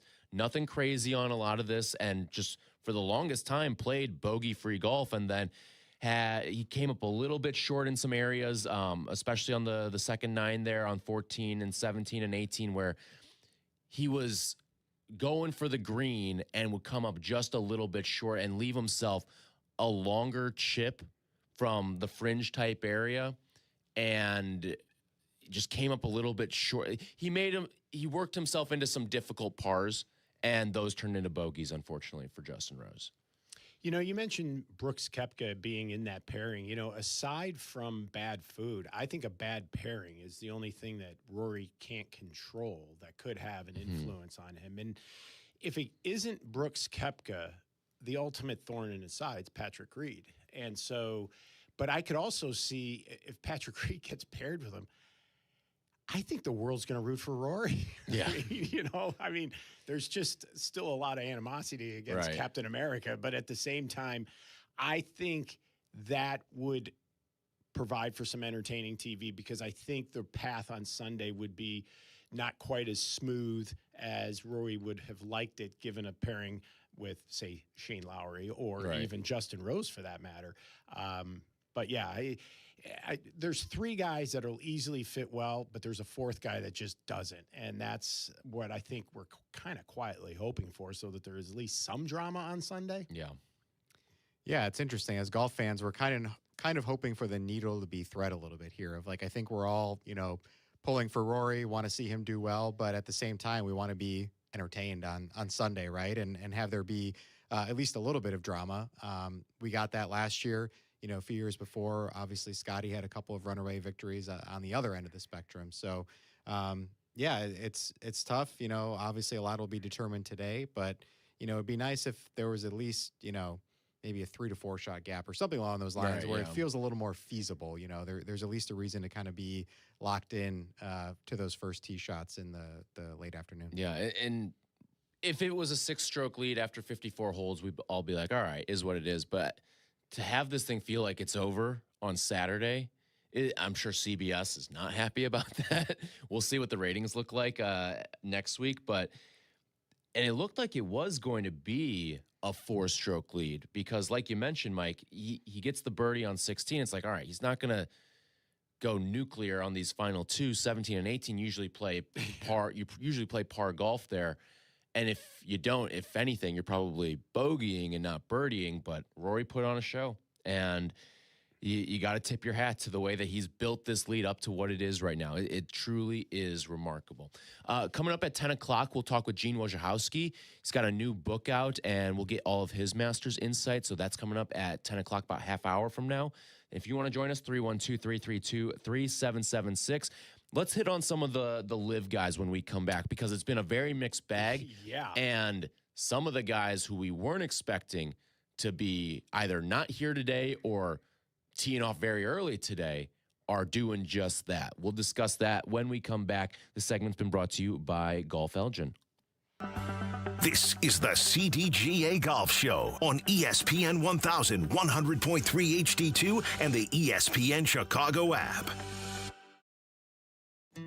Break away to Kohler, just 2 hours north of Chicago, host of 6 majors and the Ryder Cup. Play 72 holes of championship golf at Whistling Straits and Black Wolf Run and the Baths, a 10-hole par 3. Experience the Kohler Waters Spa and explore hundreds of acres of outdoors. 2026 golf packages with 2 to 5 night accommodations are available to book now. Book early for best rates and availability. Call 855-718-3588 and reserve your custom stay today.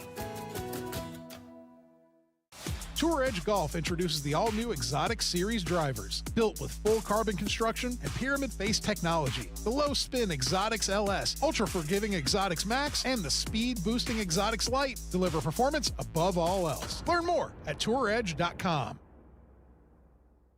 With Republic Bank of Chicago, you don't have to scramble to keep your business growing. Our commercial lending options will move your business from tee to green every time. Republic Bank of Chicago. Banking beyond expectations.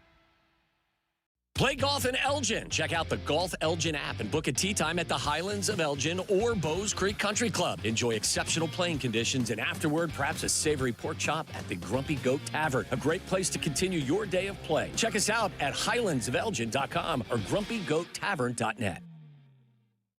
Experience the best golf on the North Shore. Head over to Glenview Park Golf Club. Book your tee time 24/7 at golfglenview.com or call 847-724-0250. golfglenview.com or 847-724-0250. Experience the best.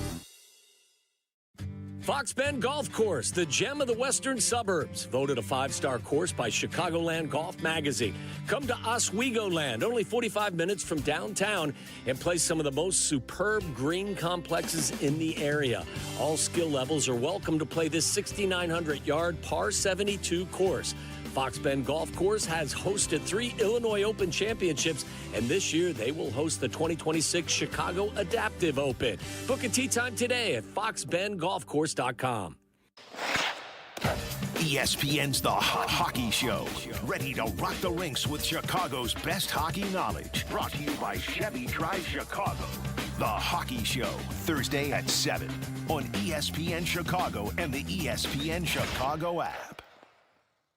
Experience top courses managed by Kemper Sports. From North Shore classics like the Glen Club, Deer Path, and Winnetka, west suburban favorites like Bolingbrook, Cantini, and Village Greens of Woodridge, and Southside gems like Harborside International. Kemper Sports offers something for everyone with impeccable course conditions and top-notch hospitality for over 45 years. Kemper Sports creates lasting memories. Did you know Kemper Sports was also recently awarded as a top places to work by Crain's Chicago? Visit KemperSports.com or follow Kemper Sports on social media. Turn your tax refund into a new garage door at Menards. Make this the year you check that project off the list. Increase your home's value with a new ideal garage door. From traditional to modern, Menards has a garage door to enhance your home's appearance. Choose from our large in-stock selection or design your own using our free garage door design program.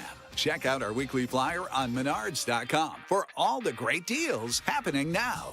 Save big money at Menards. Your mind and on the air. Right now, this is the CDGA Golf Show on ESPN 1000, 100.3 HD2, and the ESPN Chicago app. Presented by Glenview Park Golf Club.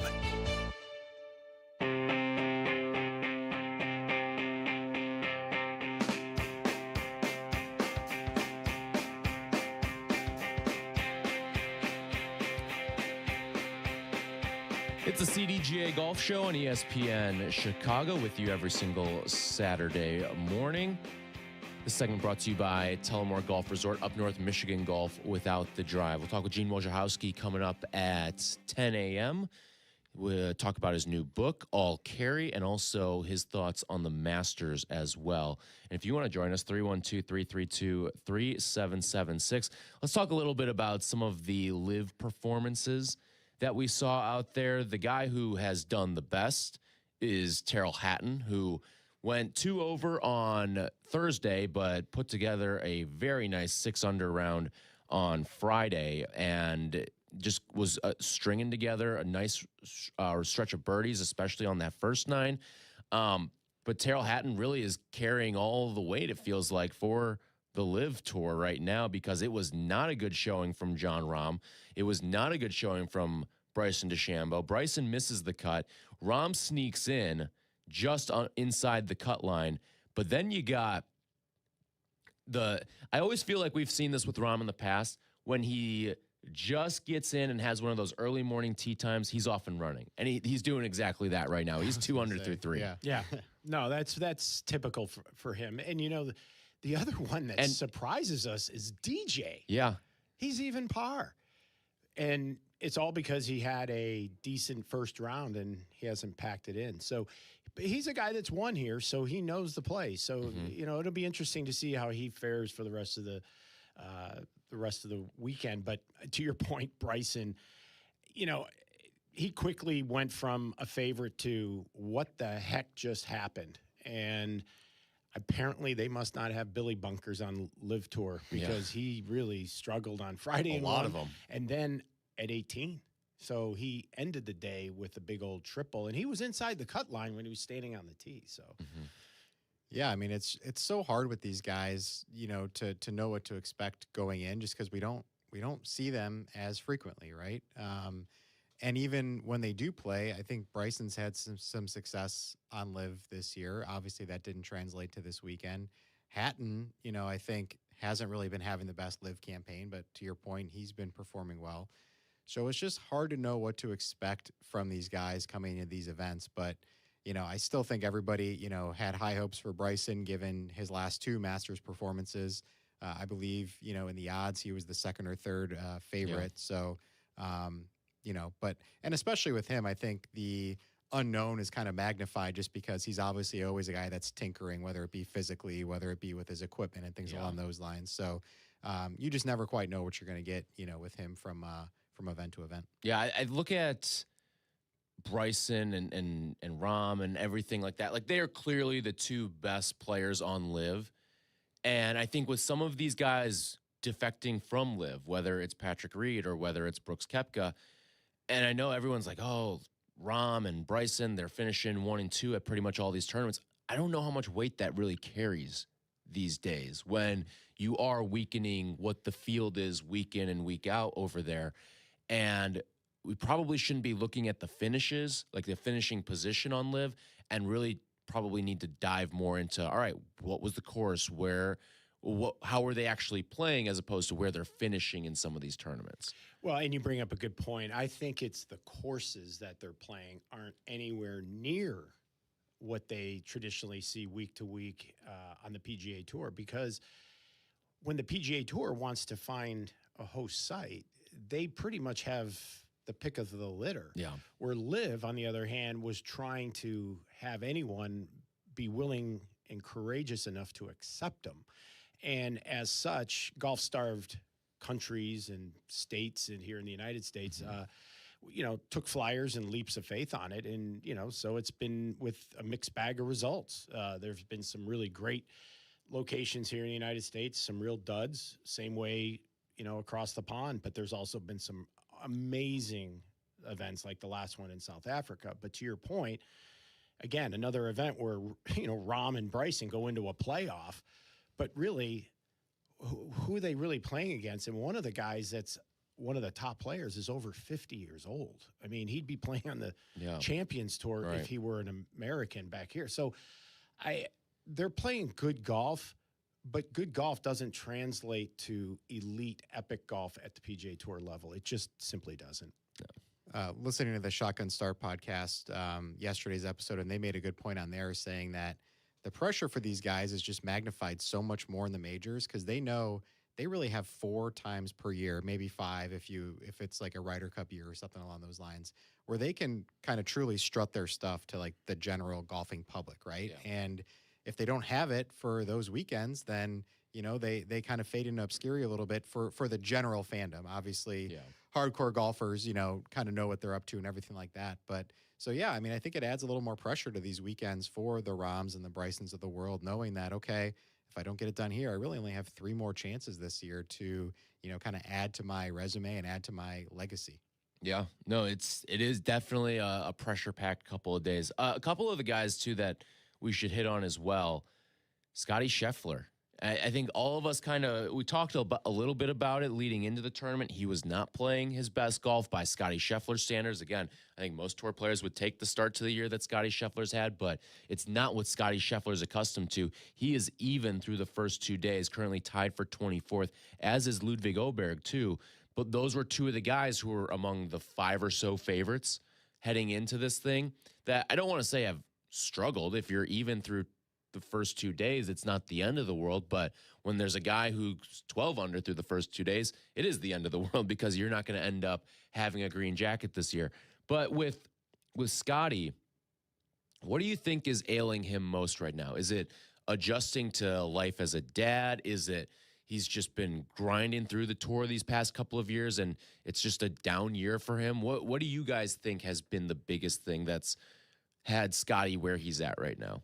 I think you hit the nail on the head a little bit earlier when you said, is it being the dad? I think Scottie's trying to be everything to everybody, and he's trying to be a great dad and a great husband. And I think it's starting to, the second child, it's a different ball game. It's one thing to have one, but when you go to 2, you got to go to man-to-man defense now. Mm-hmm. It's not like, oh, I'll take this one and you're free to go. It's now we have 2. And it was interesting when I watched him walk into the Masters, he, child in hand, and now she's got the little one. And, they've got what I call infrastructure, stroller and all this other stuff. So Scottie's worrying about this stuff now. He's not necessarily worrying about, what the putter lie is looking like and what I got, so I just think that he's slightly dulled down from being absolute razor sharp. And I think it's just the lack of prep time. And I think it's Scottie just trying to begin to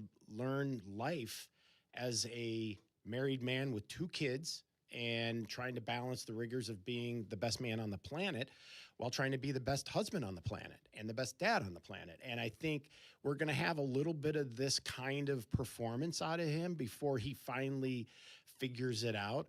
And I bet Jack Nicklaus went through somewhat of the same thing, and Arnie to a degree when they started having kids and that kind of thing. But I have full confidence that he is going to figure out life as a father as well as life as a PGA Touring pro and the best player in the world. It's easy to forget, just given that he's been so consistent and he's been so mature, that he's still only 29 years old. So, I mean, I think, yeah, he's going through major life changes, figuring things out.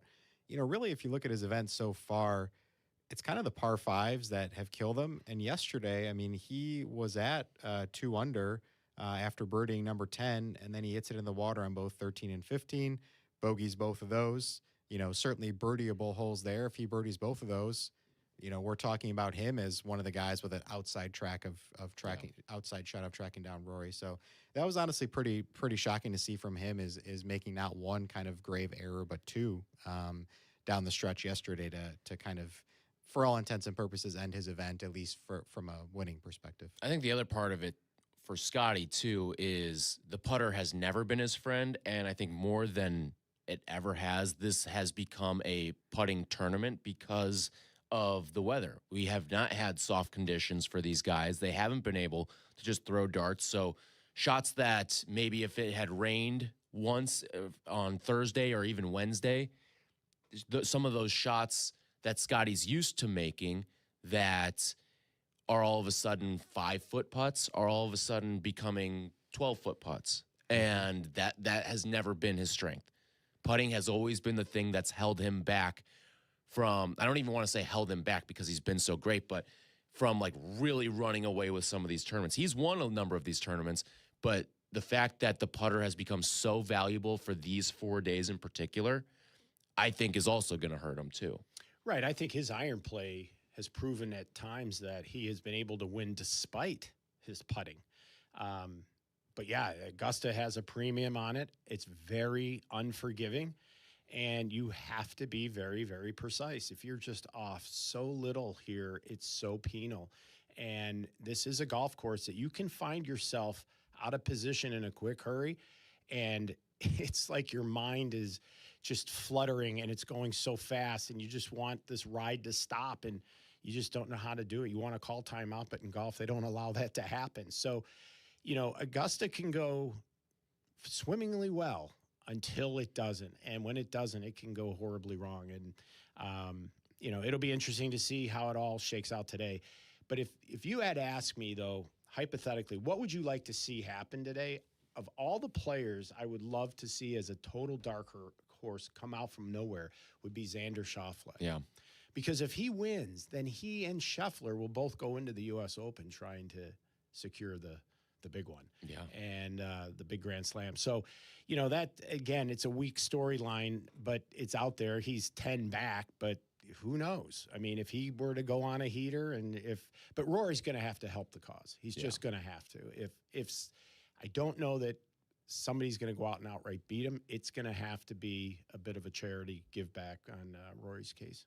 We touched on him earlier, but, you know, I think Brooks Koepka continues to impress, and it's been kind of a gradual return to the PGA Tour, right? Like those first couple events that he played in, you know, not super strong results, finds himself in relative contention here. And I'm sure you guys saw the story where he claims that he had a setting completely wrong on his driver and figure that out before yesterday's round. And just as a side note, that seems to kind of pop up, you know, relatively frequently on PGA Tour. Oh, this setting was wrong. Oh, I had a weight on here that I didn't know I had.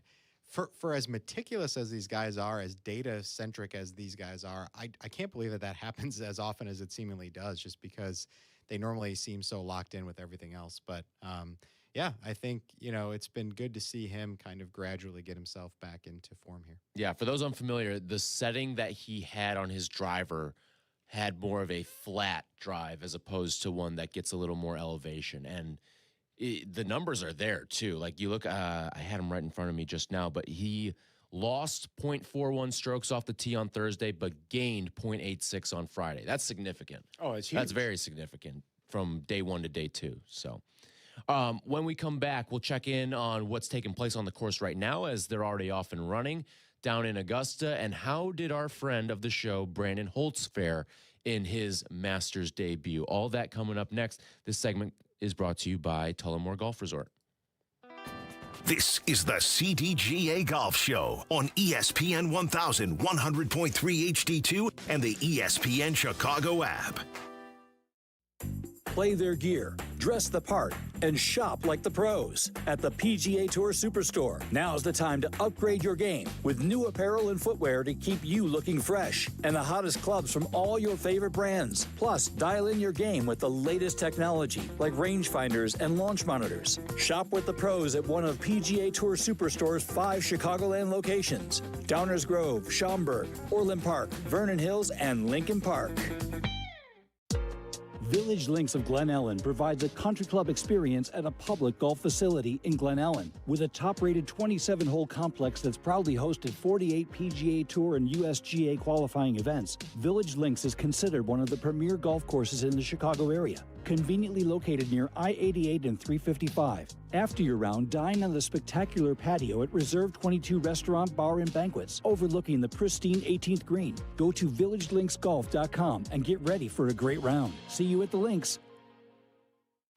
As a proud CDGA member club with a diverse collection of holes built around a stone quarry, the Highlands of Elgin is a premier destination with awesome vistas. The Highlands of Elgin will be host of the CDGA Scramble Qualifier Monday, August 10th. Visit highlandsofelgin.com. Like a good caddy, the Treasury Management team at Republic Bank of Chicago is ready to carry the load and provide the advice and solutions your business needs to succeed. Republic Bank of Chicago, banking beyond expectations. Elevate your game and help open the game to others. With a CDGA membership, you become better through golf. As a member, you'll receive an official USGA handicap index to validate your game, plus exclusive member perks, special competitions, unforgettable excursions, and insider communications. Your membership can quickly pay for itself. Memberships fuel CDGA's Sunshine programs, expanding access to the game and ensuring it thrives for generations to come. Learn more about membership at cdga.org. Peggy and Dionne on ESPN Chicago. This morning at 11. Brought to you by Advantage Acura of Naperville. Hey, Chicagoland, want to experience the best golf on the North Shore? Head over to Glenview Park Golf Club to enjoy superior golf course conditions, a challenging layout, and superior service. Conveniently located and easy to get to, Glenview Park is in the heart of Glenview. Book your tee time 24/7 at golfglenview.com or call 847-724-0250. Golfglenview.com or 847-724-0250. Experience the best. Golfers, go north to Wisconsin and experience the Club at Lac La Belle, voted a top 10 most fun golf course in the country by Golf Digest. The Club at Lac La Belle is now accepting tee times. Take advantage of same-day replay rates. The Club at Lac La Belle is at the heart of the Wisconsin Golf Trail, featuring a majestic, redesigned course and beautiful clubhouse. Schedule your tee time now at theclubatlaclabelle.com. A historic past meets a vibrant future. Go to theclubatlaclabelle.com to start your journey.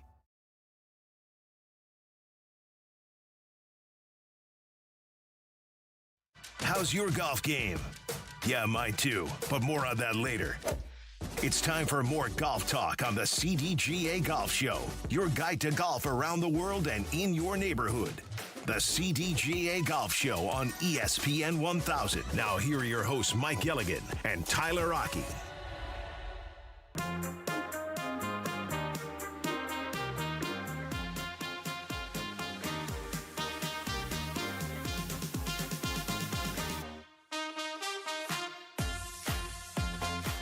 This segment brought to you by Tour Edge, CDGA Golf Show here on ESPN Chicago. Tyler Rocky alongside Mike Gilligan and Casey Richards.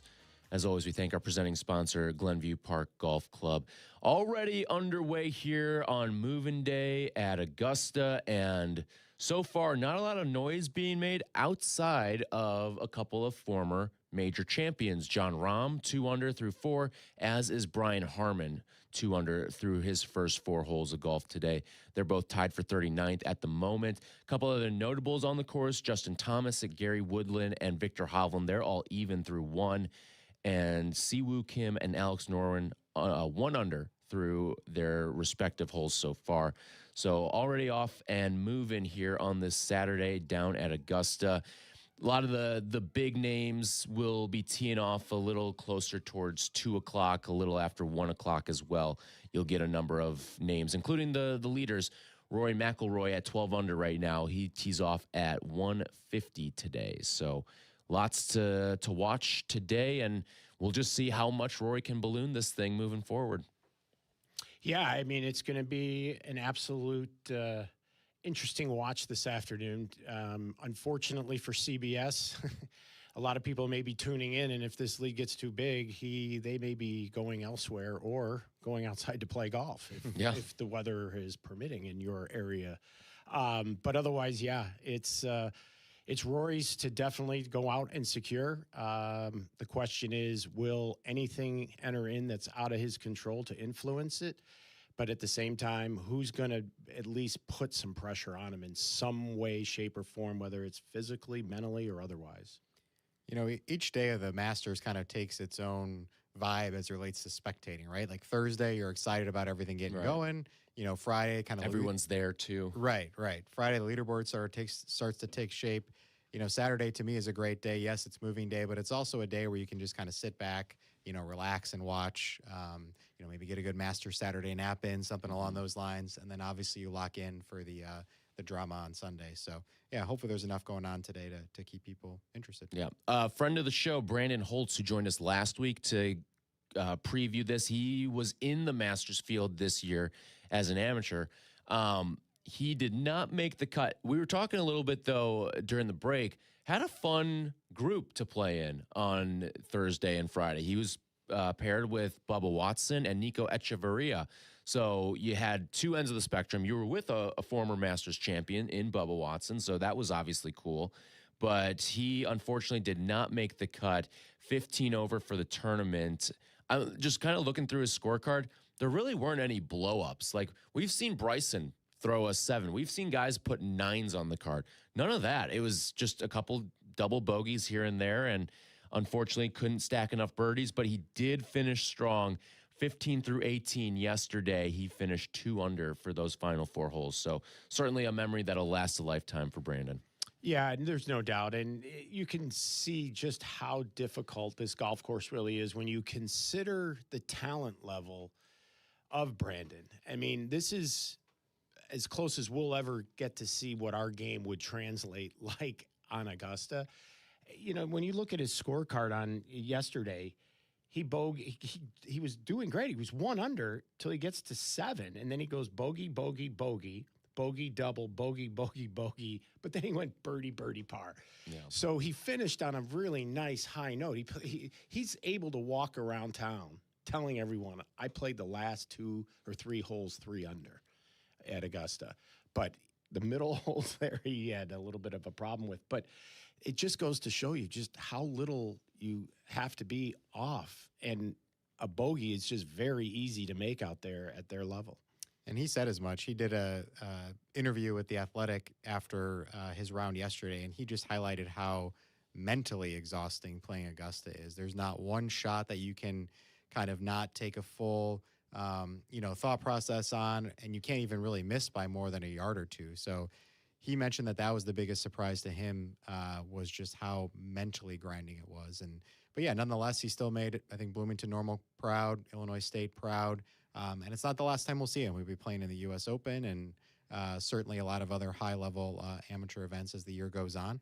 And he wasn't the only one. All 8 amateurs missed the cut this year. The second year in a row that's happened. So, normally I feel like in most majors you see an amateur or 2, put together a couple of solid rounds. And even at the Masters, we've seen it before with the likes of Sam Bennett a few years ago. But it's just, asking so much of any first-timer, let alone someone who's not a professional. All right, when we come back, Gene Wojciechowski will join us to break down the Masters and also talk about the new book that he has out right now. So we will do that when we come back in 2 minutes. The segment's been brought to you by Tour Edge. This is the CDGA Golf Show on ESPN 1100.3 HD2 and the ESPN Chicago app. Hey, Chicago golfers, experience pure golfing enjoyment at Fox Bend Golf Course. Fox Bend Golf Course offers playing conditions and the amenities of a traditional private club, but is open to the public and just 45 minutes from downtown. Visit foxbendgolfcourse.com. Need a mulligan in your current banking relationship? Tee it high and let it fly with Republic Bank of Chicago's business banking solutions. Driving Chicago business for more than 60 years. Republic Bank of Chicago, banking beyond expectations.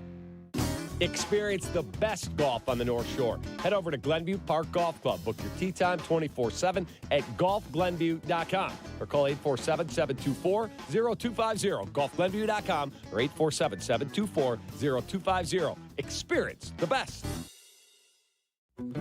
Play golf in Elgin. Check out the Golf Elgin app and book a tee time at Bowes Creek Country Club or the Highlands of Elgin. Check out the Players Club passes for weekday discounted play. Full memberships are still available for the committed player as well. Experience Bowes Creek. BowesCreekCC.com. Chicagoland's own Tour Edge Golf has launched their all-new Exotic Series drivers. They offer explosive distance driven by industry-leading MOI, guaranteeing more accuracy and confidence off the tee. Designed with full carbon construction and pyramid face technology to achieve maximum distance, power, and forgiveness. The low-spin Exotics LS, the ultra-forgiving Exotics Max, and the speed-inducing Exotics Light drivers deliver performance above all else. 3 distinct designs, 1 uncompromising Exotic standard. Learn more about the Exotic Series at touredge.com. As parents, we have a million things running through our minds. Playdates, checkups, groceries, laundry, diapers, work, carpool schedules, picture day, swim team, did we mention diapers, birthday parties, meal prep, lost permission slips, dentist appointments, and the dog that still needs to be walked. So it's easy to make a mistake. Oh, I forgot birthday candles. Sit tight, hon, I'll be right back. We say we'd never put our kids in danger by leaving them in the car alone. Oh, wait, since when are candles not on the baking aisle? But never happens.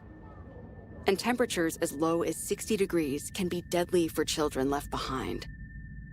So always bring them with you, and every time you park the car, stop, look, lock. Brought to you by NHTSA and the Ad Council. Look around. From the beginning, America was shaped by the wild. Throughout history, we have recognized the importance of protecting it. This is our shared heritage. But today we're divided and don't always see eye to eye, except for our love of wildlife and wild places they and we call home. But our wildlife is disappearing, and when they're gone, we all pay the price. Out here, there's no left or right. There's only right and wrong. Join Defenders of Wildlife and stand for what's right. For nearly 80 years, we've been the leading voice for wildlife, showing up in your communities, on Capitol Hill, defending America's lands and animals. Because in our love for what we share, we are closer than you think. Be a wildlife defender.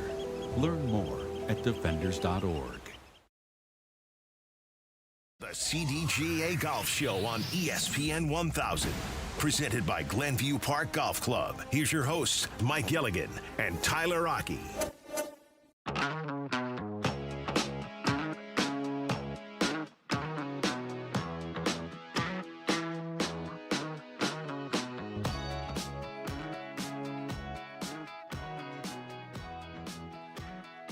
It's the CDGA Golf Show here on ESPN Chicago with you every single Saturday morning on ESPN 1000. You're listening to WMVP Chicago. Tyler Rocky alongside Mike Gilligan and Casey Richards. Let's head on out now to the Jersey Mike's hotline. Jersey Mike's a sub above when we're joined by Gene Wojciechowski, who has seen a ton of golf over the years. He joins us right now here on the CDGA Golf Show. Good morning, Gene, and thanks so much for joining us today.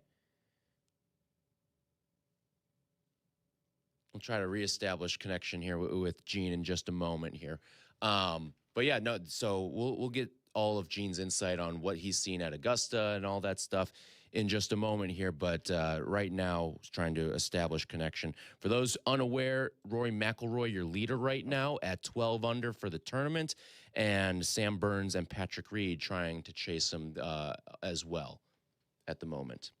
So, yeah, no, and I think that as the players get out there, we're going to get a good idea whether this golf course is running hard and fast and whether or not we're going to see, get a preview of what these guys are going to do later this afternoon. But, so far it's not looking like it's yielding a whole lot to the players. So I have a sneaking suspicion Rory's waking up feeling pretty good about things this morning. Yeah, I'm interested to get Gene's perspective. We talked on it earlier about how different the course was playing this week. He wrote the final word column in our April edition of Chicago District Golfer magazine, touched on it in there about how he's covered 20-plus Masters, doesn't miss it. So I'll be curious to hear from him how this year's setup and how this year's course playability really differs from kind of tradition, so to speak. All right, let's try to reestablish here. Gene, you got us now here on the CDGA Golf Show. I can hear you perfectly. Can you hear me okay? Oh, we got you now. Good morning, and thanks so much for joining us here today. Yeah, I'm impressed by who's ever wearing the Masters caddies onesie today. That's pure class. Well, Gene, Mike Gilligan here. Good to see you again. Hey, Mike. We crossed paths many moons ago with your first book, and we're going to get to your book here in a bit, but give us a rundown of what your week's been like. I see you obviously hit the merchandise store with that lovely little Augusta sweater you're sporting there for us. But what was your week like? What was the vibe like? Because this is the first time since 1994, no Tiger, no Phil. Yeah, well, this is actually an old, I don't even know if they sell these kind of things anymore at the Merge Center. This is an old one, but brought it out for the show. I was down there Tuesday and Wednesday, and, you guys have been there, I'm sure. It's, you're on Washington Road, and it's, sort of strip mall, fast food heaven. And then you make a right or left-hand turn into the property, and you're just transported to a different era, to a different place. It almost doesn't seem real. It's so perfect. So it was good to be back there.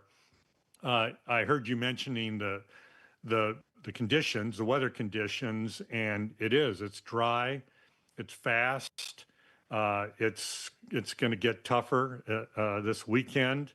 One of the reasons I was picking Rory was because the way he flights the ball, and he flights it high, and it lands relatively soft. He knows how to shape shots as well as anyone out there. I thought his game would really fit what that course was going to be this week. And from a psychological standpoint, if you believe in those sort of things, and I do, especially when it comes to majors, is that he was free. He was free of the pressures. He won it last year. He has his career Grand Slam. He has played there a million times leading into this tournament. He talked about how he would fly up during the day, play around, and be home by dinner time.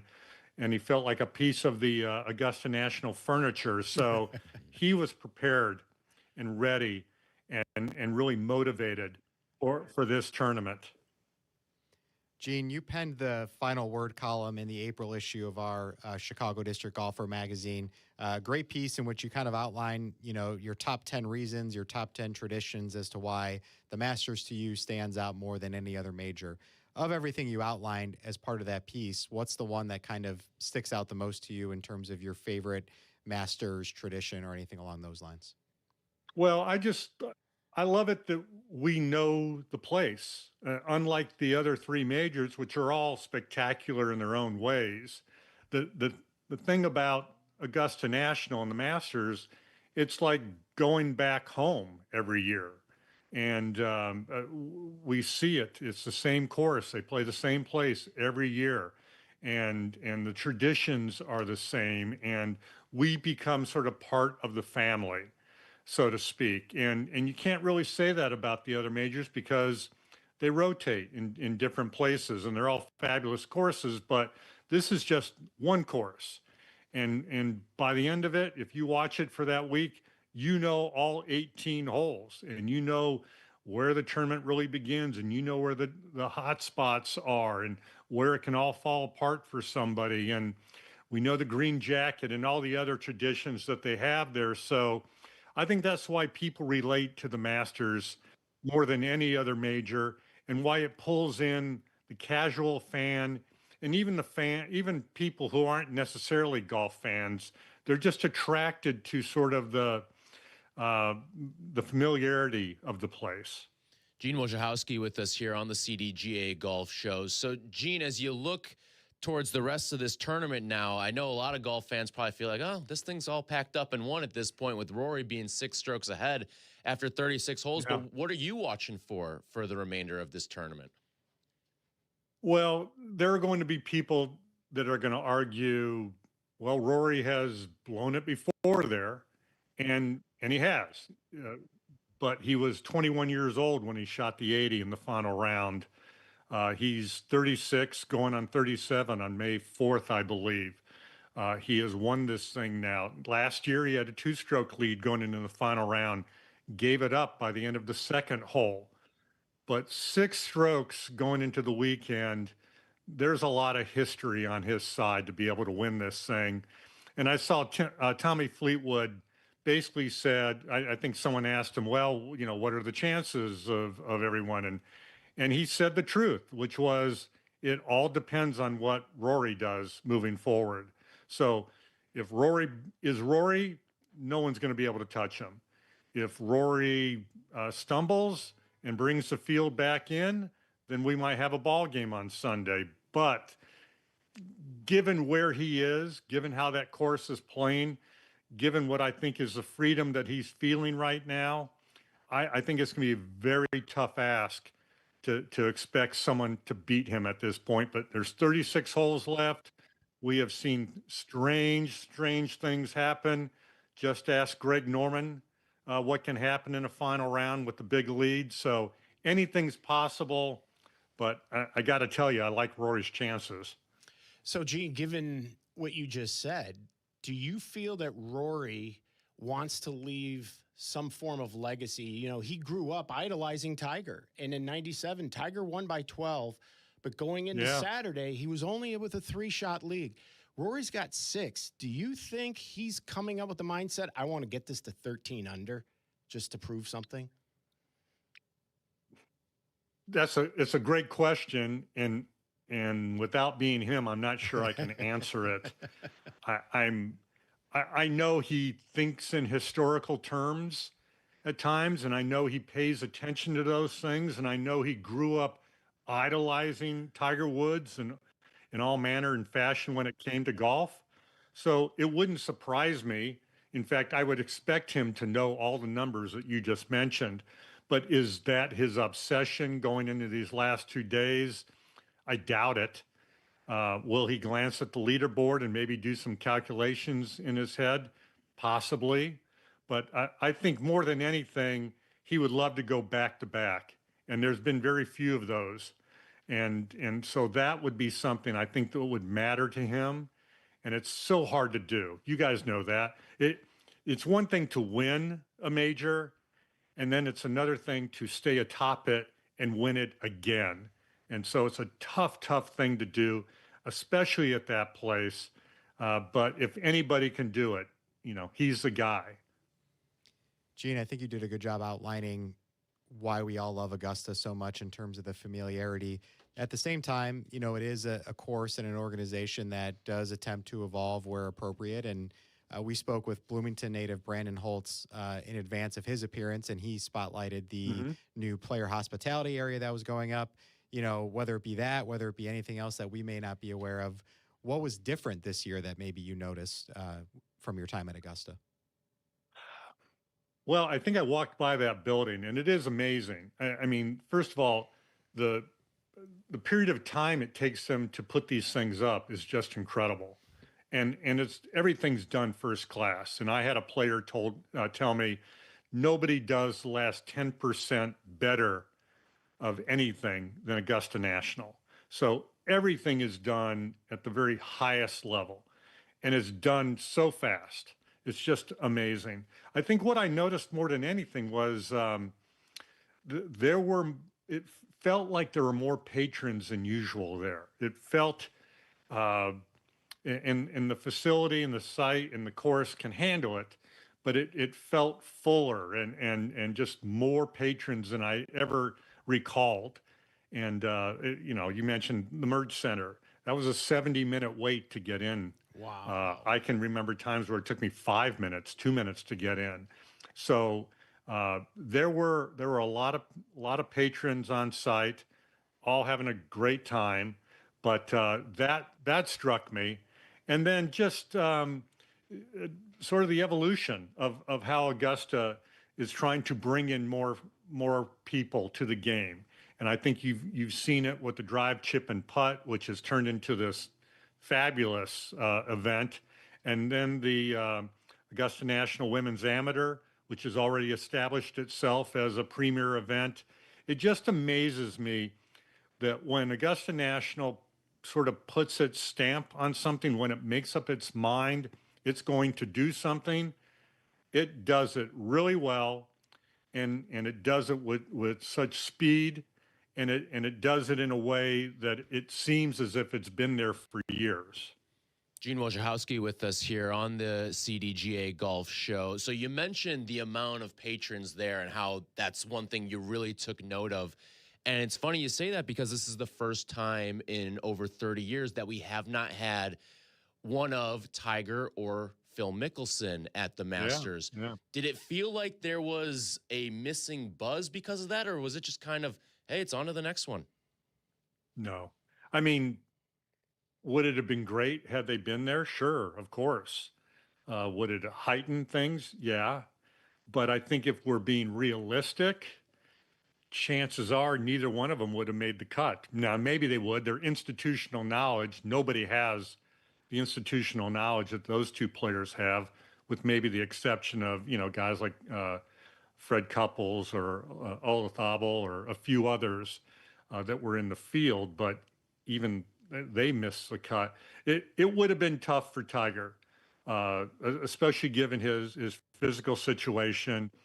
And Phil hasn't played very well during this past season on LIV, so that would have been a tough one. It would have been great to have them there. But I think golf has reached a point now where, I don't know, it's not that I've forgotten about Tiger. He certainly would have been the story or one of these stories this week, and especially on Thursday and Friday when he played. But golf has sort of moved on.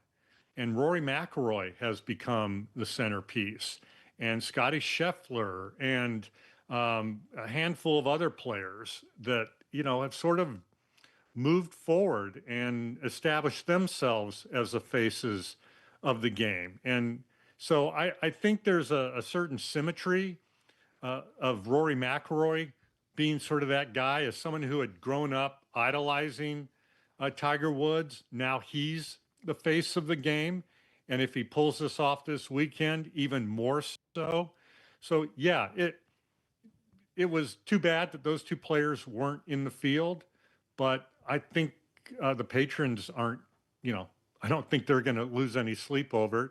I think they're going to have a great time watching these last 2 days unfold. And I think the game has moved past those two guys in a way.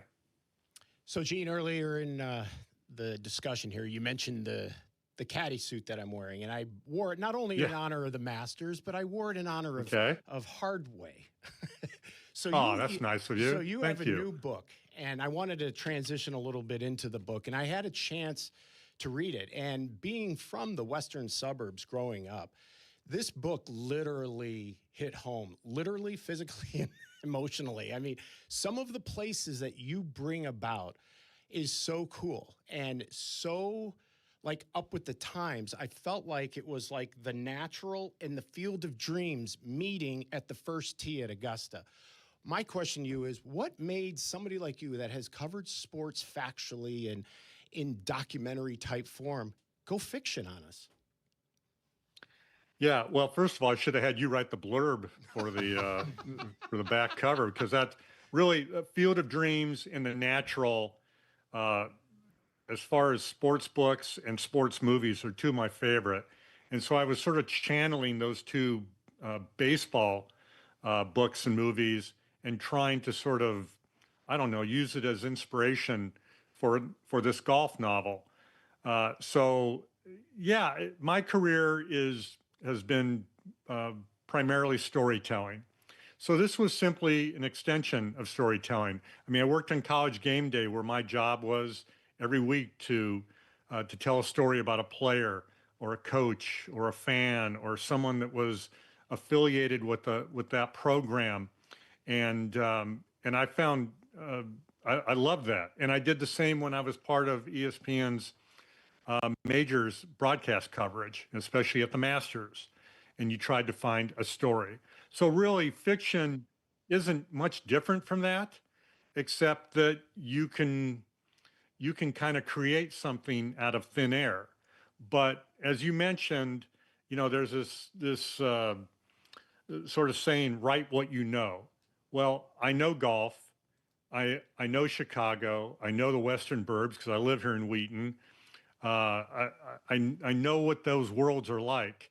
And so I wanted to sort of have this Field of Dreams, a natural premise, and then surround it, envelop it in the facts and the institutional knowledge that I have from covering golf and getting to know some of these players and a lot of the caddies and agents and club makers and everybody that's part of that ecosystem, and then just sort of integrate it into the fiction of the story. Gene, one of our Chicago District golfer writers, Ed Sherman, spoke with you as part of that April edition as well to give a little bit of a preview of the book. And I know you said that, beyond the human characters, there's one local golf course that kind of is a character in and of itself. Can you expand upon that a little bit and how the venerable Chicago Golf Club plays a role throughout the book? Yeah. Chicago Golf Club is 5 minutes from my house. And I was determined to make it a character in the book. And just because I've had the good fortune of being invited to play there a number of times, and it's, I'm asked on occasion, what's your favorite course if you could play any course? And I say, well, in the States, it's Chicago Golf Club. I mean, with all due respect to all the others, Cypress, Pebble, Shinnecock, I mean, you name them, they're all Seminole, they're all unbelievable courses. But I just have a soft spot for Chicago Golf Club because of its history, because of its membership, because that it is determined to hold on to what matters to that course. It hasn't changed the layout. It is what it is, and it's proud of that. And I really respect that sort of thinking. And the other thing I really love about it is, you drive by some clubs and there's, this huge entrance and they love the publicity and they love being known as, the it club. Well, you can drive by Chicago Golf Club 100 times and not even notice that it's there. And there's a little evergreen bush out on the front road, and in the evergreen bush, kind of hidden, is a license plate size sign that just says Chicago Golf Club. So if you're not looking for the place, you're going to miss it. And so I love that. I love that place, that membership isn't concerned about what other people think. It's just concerned about keeping the golf pure, keeping history alive there, and just, a course that has withstood the test of time. And the other course that I love is North Berwick in Scotland. And it reminds me in certain ways of Chicago Golf Club. So yeah, I was determined to make Chicago Golf Club a character in this book.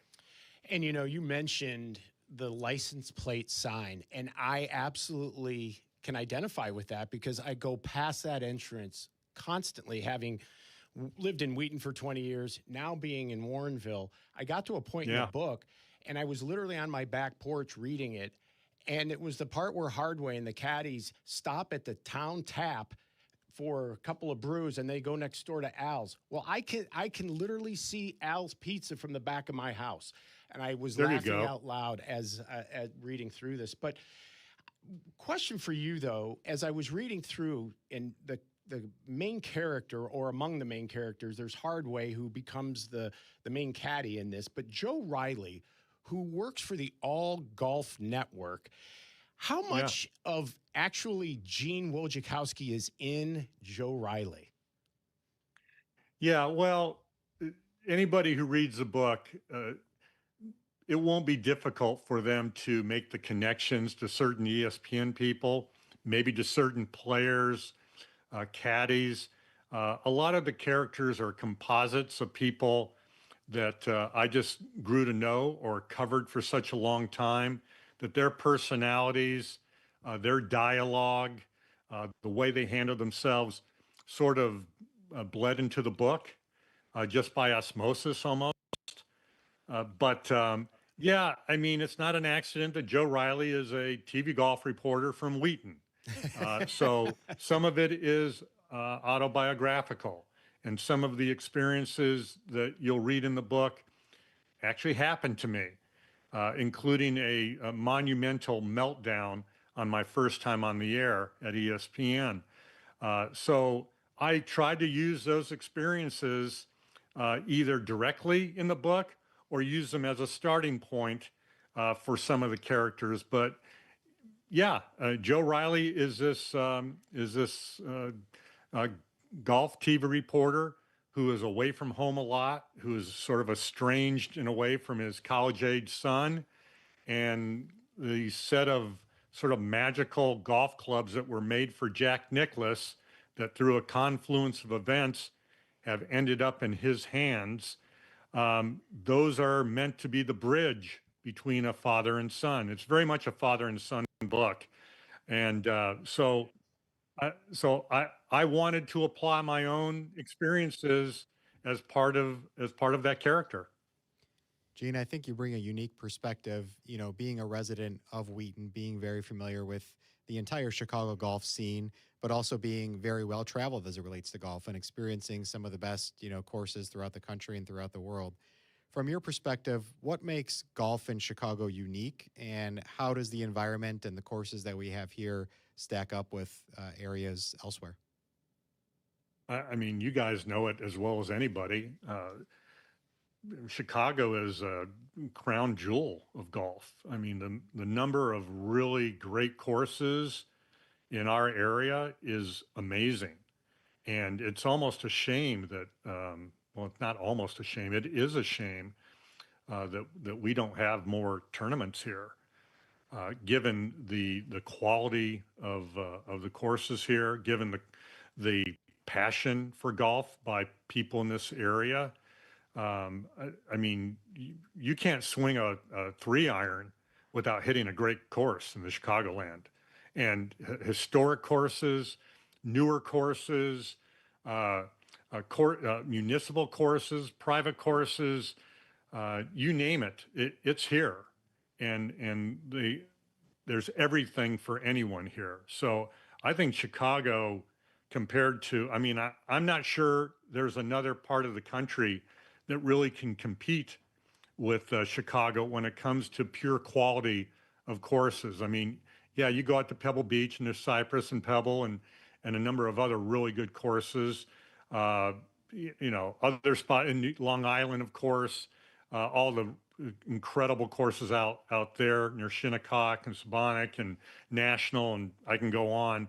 But the Chicagoland area has a lot to be proud of when it comes to golf, quality golf, and golf that's accessible on all levels for players.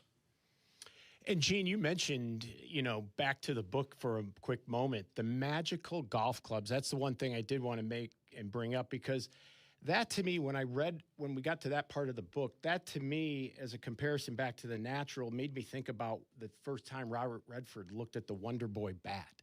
Yeah. And it almost had that same sort of feel. And I won't go into the book so people who can buy it and read it. In fact, that's what I want to get to. Thanks to you, Gene, Penguin Publishing gave us the rights to put this book in our golf shop, and CDGA members, it's in there right now. We will get this thing sent to you. CDGA members get 15% off the published price, and so this thing will go out to you $25.50. It's an amazing read. Just if you're going on vacation anywhere, get this book. A fantastic book, Gene. Congratulations on it. Well, thank you. That's very nice. I mean, yeah, this was a labor of love. And you mentioned Wonder Boy, and the clubs that were sort of the inspiration for this book are in my basement, and I've had them forever, are a set of persimmon woods that were McGregor's, and blade irons that were McGregor's, and Jack Nicklaus played McGregor's, and he played their persimmon woods. And so I was down in my basement one day, and I'm looking at these things, and my dad gave me my first set of clubs, which were also McGregor's and Hogan irons. And I've kept both sets.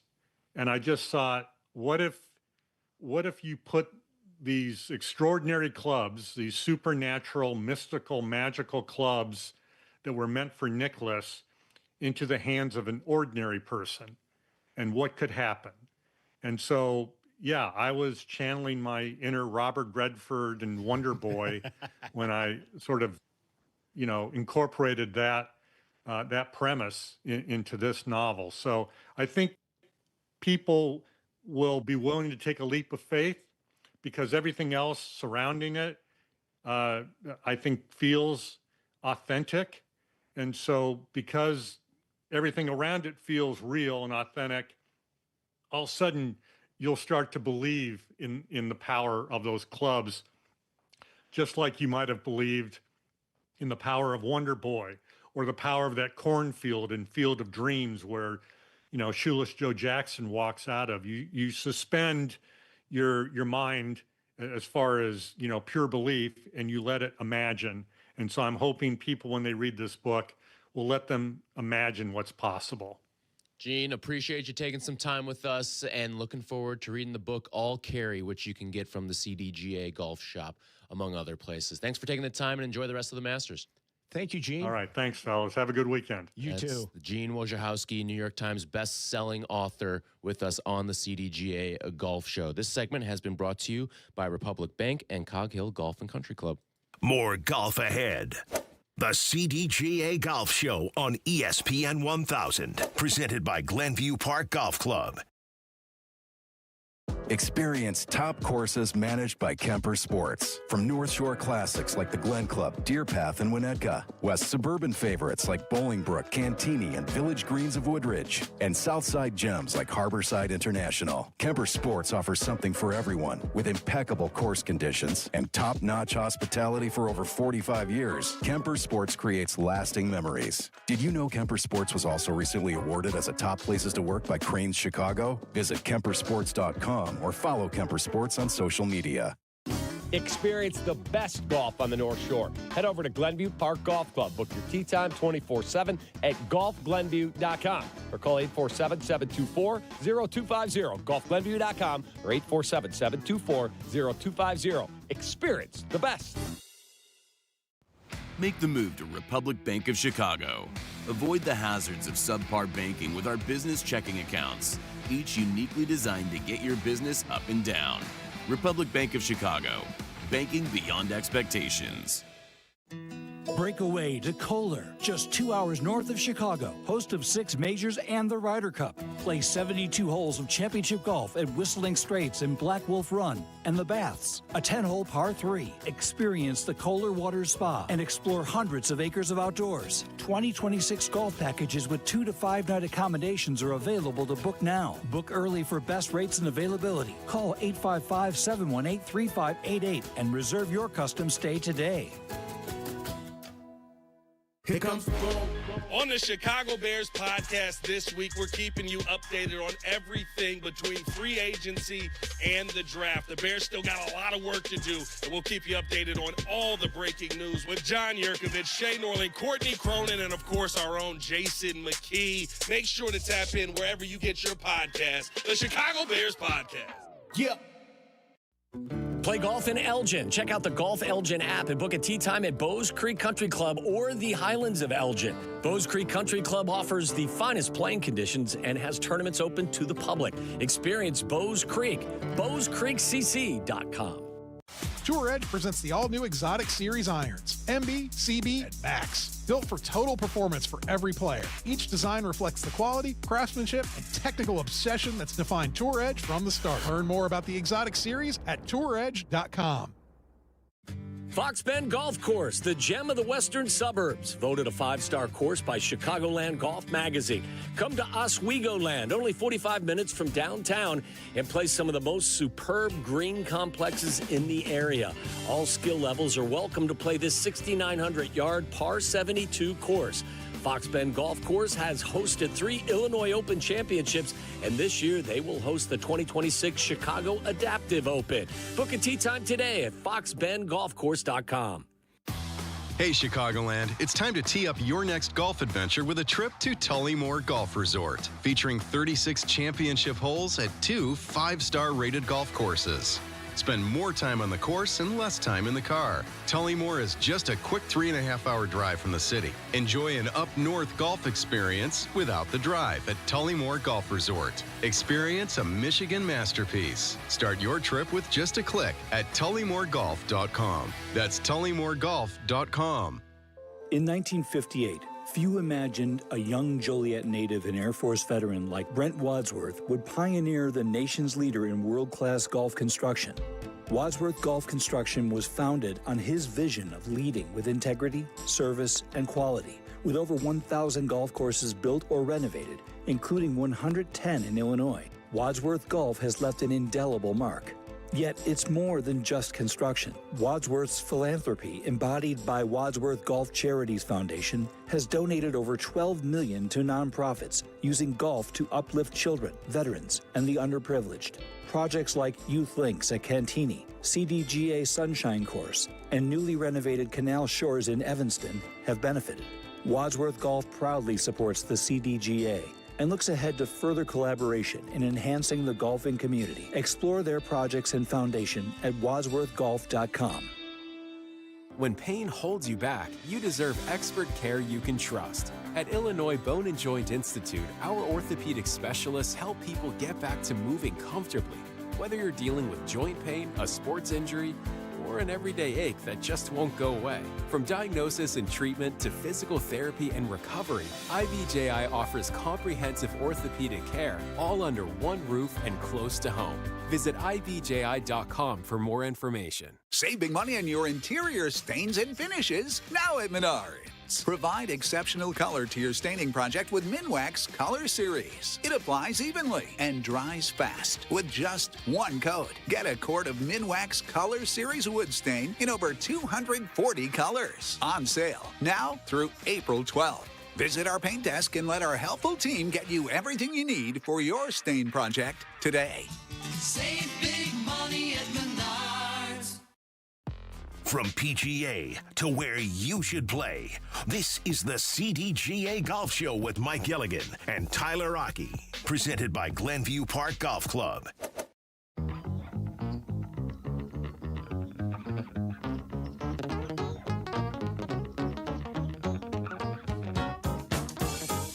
Segment brought to you by Geneva National. Good conversation there with Gene Wojciechowski. You can find his book on the CDGA Golf Shop, among many other items, which we can highlight too when we get to around the CDGA in just a little bit here.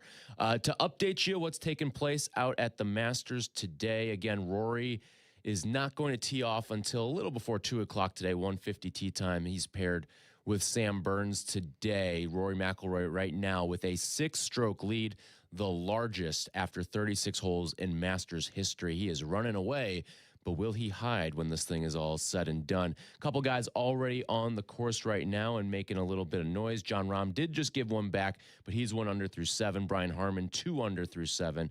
Harman currently tied for 38th. Justin Thomas is up and moving 2. He is even through 4. He's 2 over and tied for 38. A couple of guys who have struggled today. Victor Hovland, 2 over through 5. Gary Woodland, 2 over through 4. Gary Woodland was off to a really nice start to this Masters right out of the chute. Back on Thursday, he went 33-38 to finish 71 on Thursday. Gave a little bit back, though, yesterday, but not going the way he wanted. But a real tip of the cap to Gary Woodland for making the cut after everything that he's been through with the brain surgeries and everything like that. So cool to see him out there making the cut and getting things going here. On the flip side of this, Victor Hovland is a guy who I thought was actually starting to gear up and get ready. I didn't think he'd maybe win it this time, but I would have liked to see him finish inside the top 20. He's making life a little difficult on himself right now. He certainly is. And you mentioned Gary Woodland before that. He double bogeyed too, and it was just a par 5. Right, yeah. That is, slapping a 7 on the card, never good. That's almost like making a 9, which we can talk about that after the break. But no, you're right. Victor Hovland has been just a mixed bag. I mean, he looked like he could do no wrong at the Ryder Cup, Olympia Fields, BMW, and he has not found that same form ever since. And it's puzzling, and I don't know why. I feel like the guy's got a great demeanor about himself and the way that he looks at the game. You just wonder, is he as diligent about his preparation as he used to be? I don't know, but it's puzzling. Wanted to take the opportunity to touch on another Norwegian golfer, Christopher Reitan. He is 4 under par. I believe he's at the top of the leaderboard as it relates to debutants, if you will, at the Masters. And to give you some context as to how maybe unheralded he was coming in, I know you guys made your fantasy golf picks last week. We had a little over 3,800 people sign up. 3 teams picked him as part of their teams this week. So, good for him. And in total, 8 first-time Masters players made the cut. And kind of some names that we've come familiar with that we've become familiar with that were surprising, kind of first-time guys. Ben Griffin is playing in his first Masters. Jacob Bridgman, Chris Gotterup. So it just really goes to show that how, really one good season can kind of get you access to this. And, all those guys I just mentioned made the cut and have been performing well. But always just an interesting storyline to follow at the Masters because of how unique the event is and how unique the course is, how these guys handle it for the first time. Yeah, good call on that. Christopher Rattan currently 4 under for the tournament. And like Casey mentioned, leading all debutants. Chris Gotterup, though, right on his tail at 3 under. So I know that's a fun wager that people will like to make at the beginning of the tournament, too. So something to track there. It seemed like it was going to be Gotterup or Bridgman. And all of a sudden, Christopher Rattan has come out of nowhere and is currently leading among all debutants and is top 10 for the tournament as well. Okay, so out of the 2 people from Norway now in the field, who finishes first? The Oslo twins here between.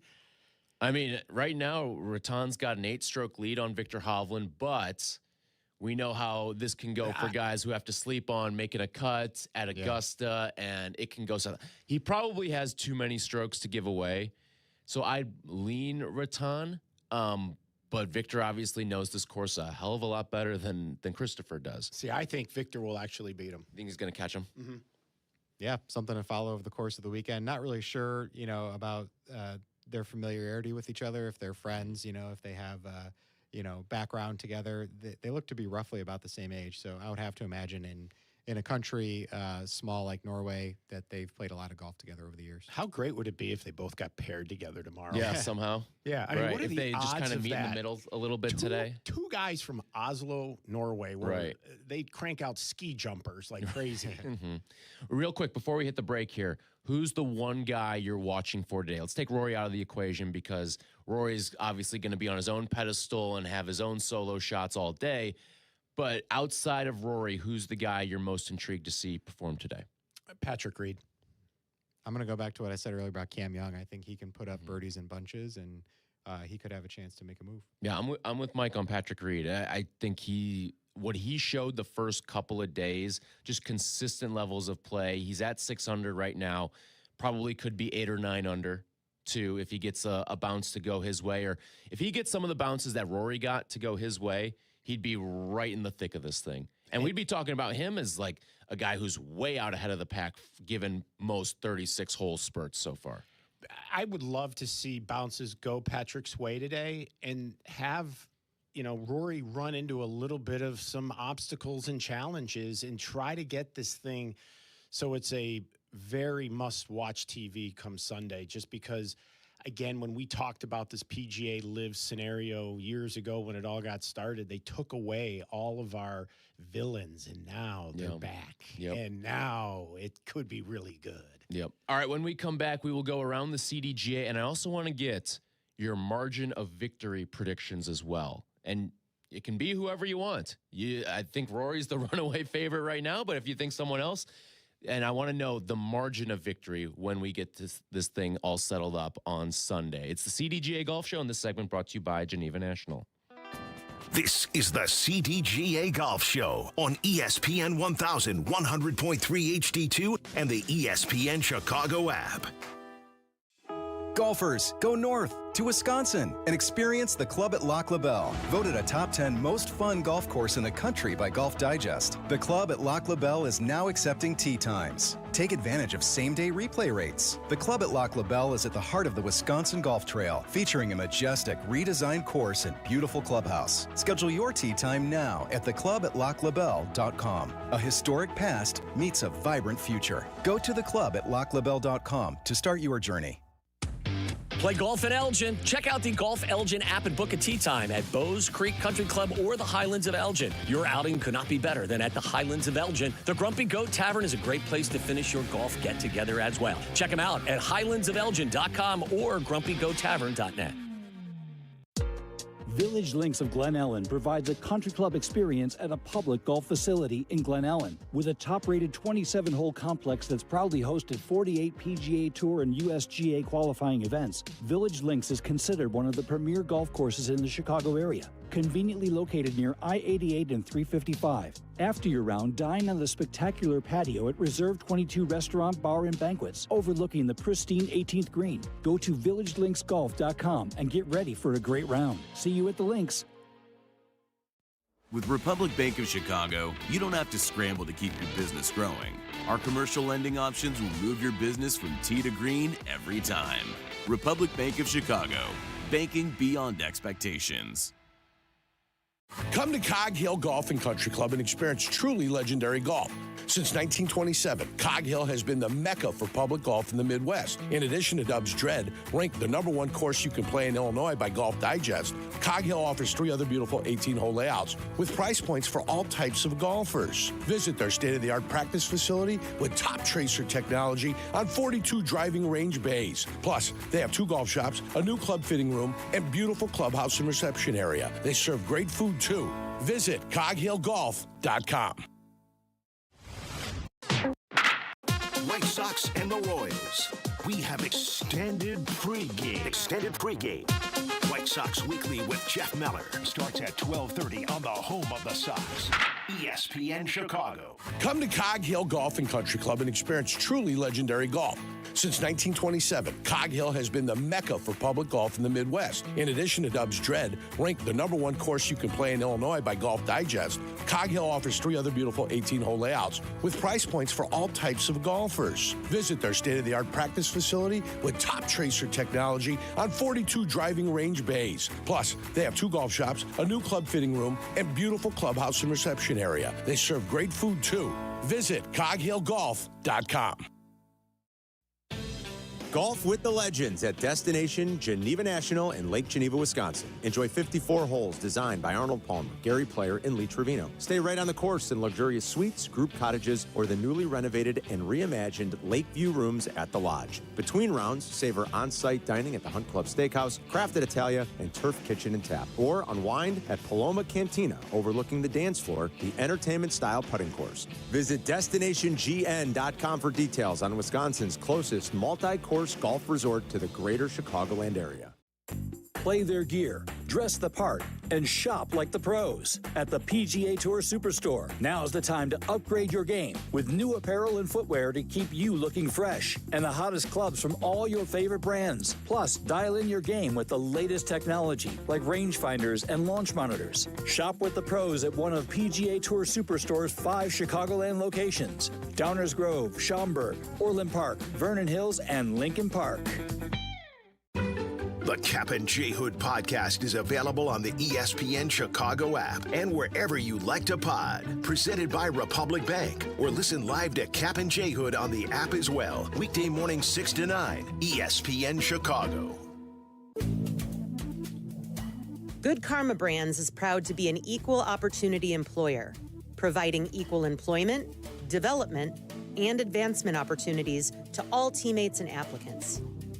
To learn more about careers with us, please send an email to talentacquisition@goodkarmabrands.com. That's talentacquisition@goodkarmabrands.com. Golf is on your mind and on the air. Right now, this is the CDGA Golf Show on ESPN 1000, 100.3 HD2, and the ESPN Chicago app. Presented by Glenview Park Golf Club.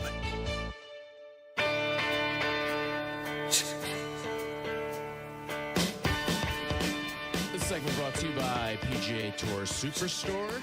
And a big thank you to our presenting sponsor, the Glenview Park Golf Club, Ron Cassidy and the crew up there. Thank you to Hannah LaManna for producing today's show. Tyler Rocky alongside Mike Gilligan and Casey Richards with you. Before we go around the CDGA, your winner and your margin of victory for the Green Jacket bearer this year. Oh, for me? Go ahead, yeah. So I would go, it's going to be Rory by 8. 8, wow, all right. I'll go Rory by 5. I think somebody keeps him honest, and I imagine maybe he plays it a little more conservative, knowing that he has a big lead coming up here. I'm going Rory by 4. I think for a lot of the same reasons that you have, that someone is just going to keep him honest in there. And I think the conservative nature of all right, let's just not blow this is going to kick in. And there's something to be said about playing not to lose, but there's a difference, I think, playing not to lose when you're up 6 strokes versus playing not to lose when you're up 2. Yeah, right? I just feel like he's playing with house money, and I wouldn't be surprised if he got it to double digits at some point. Now, whether it ends there, but I think he is just going to dominate because his mind is so freed. I think we're going to see a hot round, too, from whether it's Patrick Reed, Justin Rose, Lowry, Fleetwood. I think one of those guys catches a heater at some point and probably ends up being paired with him for tomorrow. Well, that's what we're hoping for, but as the great Carole King once said, it's too late, baby. It's just too late, because I think the lead's just too big. Yeah, it's the largest 36-hole lead in the Masters history, which is crazy to think. And even if it was just 5, before he birdied on 18 yesterday, all the talk was, well, even the 5-stroke leads, all these guys have gone on to win. You had to go all the way back to 1934 when Harry Cooper blew a 5-stroke lead after 36 holes. Old lighthouse. So, I mean, you want to talk about night and day equipment. I mean, 1934, the sticks they were using then, a little bit different than what Rory's putting out there today. And they were sticks. I guess when you think back to, Masters horror stories, you think kind of Greg Norman, right, blowing his lead in 1990, I believe. And then relatively recently, Jordan Spieth, I mean, he was standing on the 12th tee with, I don't remember what the exact number was, but I think we would have been having these same conversations at that point, being how much does he win by? And then obviously it all fell apart for him. So there is precedent, I guess we'll say, for things getting away. Yeah. But I think with Rory, he's been through that. Yeah. So now he's been through this. He's seen this happen before. He's not shooting 80 today. Yeah, he is. Or tomorrow. I think anytime you in life can take what you've learned or experienced from a situation and now apply it and have it mean something, there's nothing better, and he's going to get that chance. Yep, absolutely. All right, let's go around the CDGA. What do we have this week? A few things. Firstly, I just kind of want to take a quick poll here. I know we had the Taste of the Masters spread in our CDGA office, and talking with you guys, you had it here as well. Real quick, what was the favorite item that each of you sampled from that package? I always like the barbecue and the pimento. Sometimes you mix them together too. I like the barbecue pork and then the pimento cheese, and those cookies are fantastic too. Yeah, every single year. The cookie, but I'll tell you what, I had the egg salad. It hit like no better. That was the best egg salad sandwich of 2026. It's the only one, but it's the best one. For me, it's the caramel corn. That stuff is addicting. I love Garrett, don't get me wrong, but that stuff is kind of on another level. I can only imagine what it tastes like, fresh out of the popper on site there at Augusta. So absolutely. Few other things here. So we've spent a lot of time talking about our April issue of Chicago District Golfer magazine. Brandon Holtz was on the cover. Some really interesting stories aside from the Masters-centric topics that were on the cover. There's a piece about junior golfers and how to introduce them to the game and do it in a way that doesn't elicit a lot of pressure on the youngsters, make sure that they get set up for success. Interviews with local professionals in there. Nick Hardy's father is interviewed in terms of how he kind of helped Nick get to the PGA Tour. Also a piece on a company called Golftini, which specializes in golf apparel, mainly for women, but they also have some men's apparel as well. They're based out of the north suburbs in Chicago. And a travel piece down to Mississippi, not necessarily a place that necessarily might scream as a golf hotbed, but a real interesting story there from our correspondent, Matt Harness. So if you have the print copy, I'd encourage you to flip through those pages and find that. It's also on our website at cdga.org where you can find it as well. Something else that went out earlier this week to CDGA members. Have you guys done the Upper Deck Golf experience at Wrigley before? I have not done it yet, but I have a number of friends that have, and they love it. Okay. Well, they're coming back to Wrigley again, May 14th through 16th. There was an exclusive pre-sale for CDGA members that went out in the middle of the week, but I believe the public on sale begins next Wednesday, April 15th. So I've had the opportunity to do it as well, and it is cool. You hit balls from about 9 different spots throughout the upper decks and the bleachers of Wrigley and everything along those lines, and you get to go into the 1914 Club area as part of your kind of welcome into the event and stuff like that. So definitely something to check out here in about a month or so. And also coming up in a month, our Better Through Birdies Par 3 Challenge. And I know that Mike and Tyler have teamed up again to fundraise for that. Quick overview. It's an event where teams spend the weeks leading up fundraising from their friends, family, loyal listeners. And then we'll play a number of par 3 holes at Ziegfeld Troy. And then I know Mike and Tyler, because they're going to be doing the show during it, will do it at our Bob Berry Sunshine Course at our office in Lamont. So the QR code on your screen right now will actually take you to their fundraising page if you're interested in donating to them. But I'll turn it over to you guys. And, I think this is your 3rd year doing it. So why do you enjoy doing it? What's unique about the event? Everything like that. I mean, it's 100 holes of golf. Who says no to that? But for me, it's just a great time to be with Tyler for a handful of hours as we go through this. And honestly, I look forward to this because it really helps dial up the short game, the wedges, because it's such a premium on putting that thing as close to the hole. And it teaches you real quick to really start looking more exact instead of just throwing it into the middle of the green. But why we do it, it's really for the fact of all of the programs we do for our veterans, first responders, individuals with disabilities, and youth. And, when you know that 95 cents of every dollar goes towards these programs, it makes the ask of people helping, support us, fund us, whatnot, because their money goes truly to the person in need or, receiving the benefits. So it's just an ultimate way for us to give back, and I'm proud to do it. No, it's a great cause, and it's one that I look forward to every single year. And then on top of it, for me, doubles as a lesson from Mike too when I'm out there. And I usually see Casey pops his head out for a little bit from time to time, and just seeing the entire CDGA crew out in Lamont. So it's always a good time being out there. And hopefully we get some good weather this year as well. All right, that is going to do it for us today on the CDGA Golf Show. Casey, thanks for hanging out. Mike, we'll talk to you next week as we recap the Masters. And will anyone hunt him down? We'll find out over the course of the next 2 days and 36 holes of golf. That's going to do it for us today. This segment has been brought to you by PGA Tour Superstore. Peggy and Dionne are coming up next. This is the CDGA Golf Show, presented by Glenview Park Golf Club, ESPN 1000, 100.3 HD2, and the ESPN Chicago app. Chicagoland's own Tour Edge Golf introduces the all-new Exotics Iron lineup. Precision built for every player type and every scoring situation. The Exotics MB is a true muscle back, delivering ultimate shot control and a pure forged feel preferred by elite ball strikers. The Exotic CB blends a classic forged feel with modern forgiveness and consistent distance control. The Exotics Max delivers explosive distance with high MOI stability and effortless launch. 3 distinct iron designs, delivering performance above all else. Learn more about the new Exotic series at touredge.com. Voted a 5-star course by Chicagoland Golf Magazine, Fox Bend Golf Course has hosted 3 Illinois Opens. This 6,900-yard par 72 gem appeals to all levels of play. Conveniently located just 45 minutes from downtown in the western suburbs. To book a tee time, visit foxbendgolfcourse.com. Like a good caddy, the Treasury Management team at Republic Bank of Chicago is ready to carry the load and provide the advice and solutions your business needs to succeed. Republic Bank of Chicago, banking beyond expectations.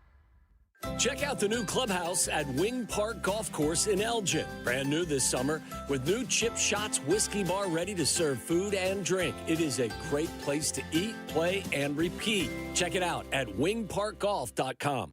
Experience the best golf on the North Shore. Head over to Glenview Park Golf Club. Book your tee time 24/7 at golfglenview.com or call 847-724-0250. golfglenview.com or 847-724-0250. Experience the best.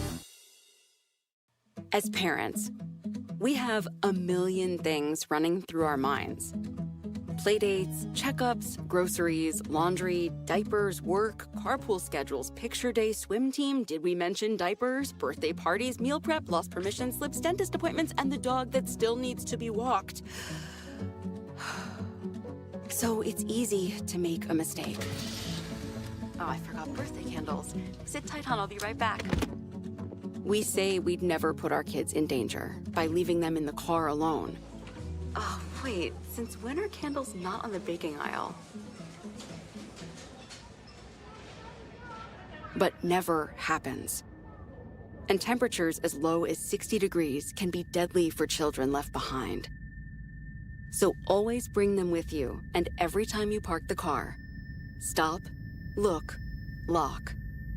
Brought to you by NHTSA and the Ad Council. This is ESPN Chicago. WMVP, WTBC, HD2, Chicago. A good Karma Brands radio station. You know, coming back from vacation here is not good. What? I swear to God. I was like, I have my hair pulled back. No, I think it looks really cute. Zazu.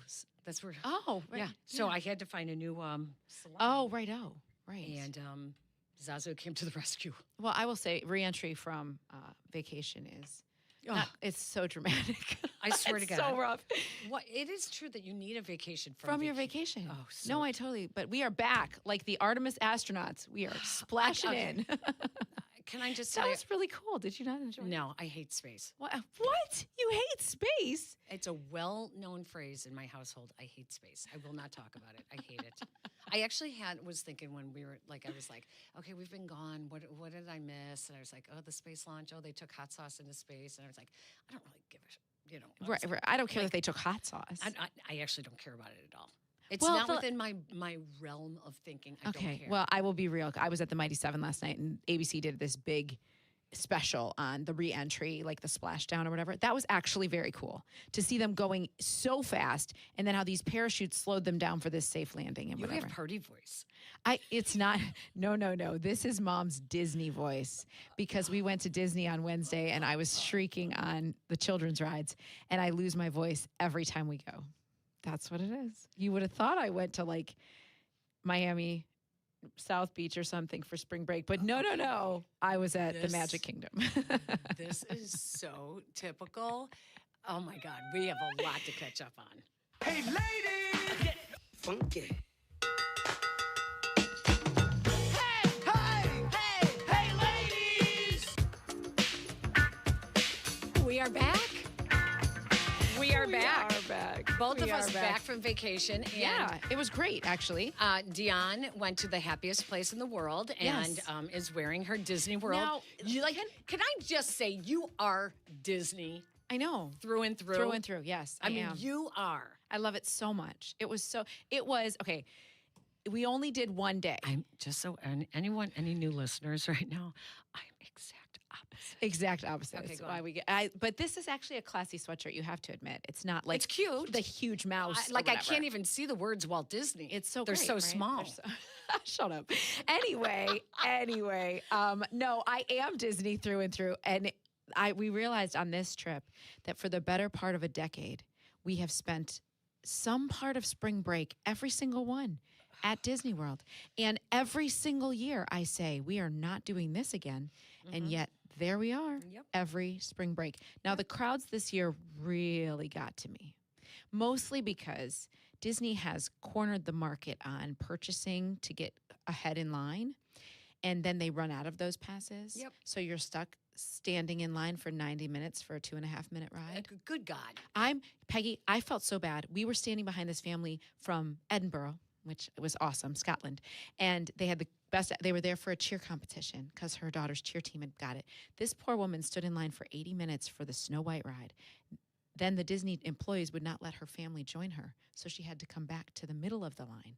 She didn't have to go all the way to the end, but she had to come back to if we would let her in. And of course we did. She lost like 3 hours of her life for a 2.5-minute ride. Immediately, no. We will not do that. So that's why when we ran out of those fast lightning lanes, we were like, and for those reasons, we're out.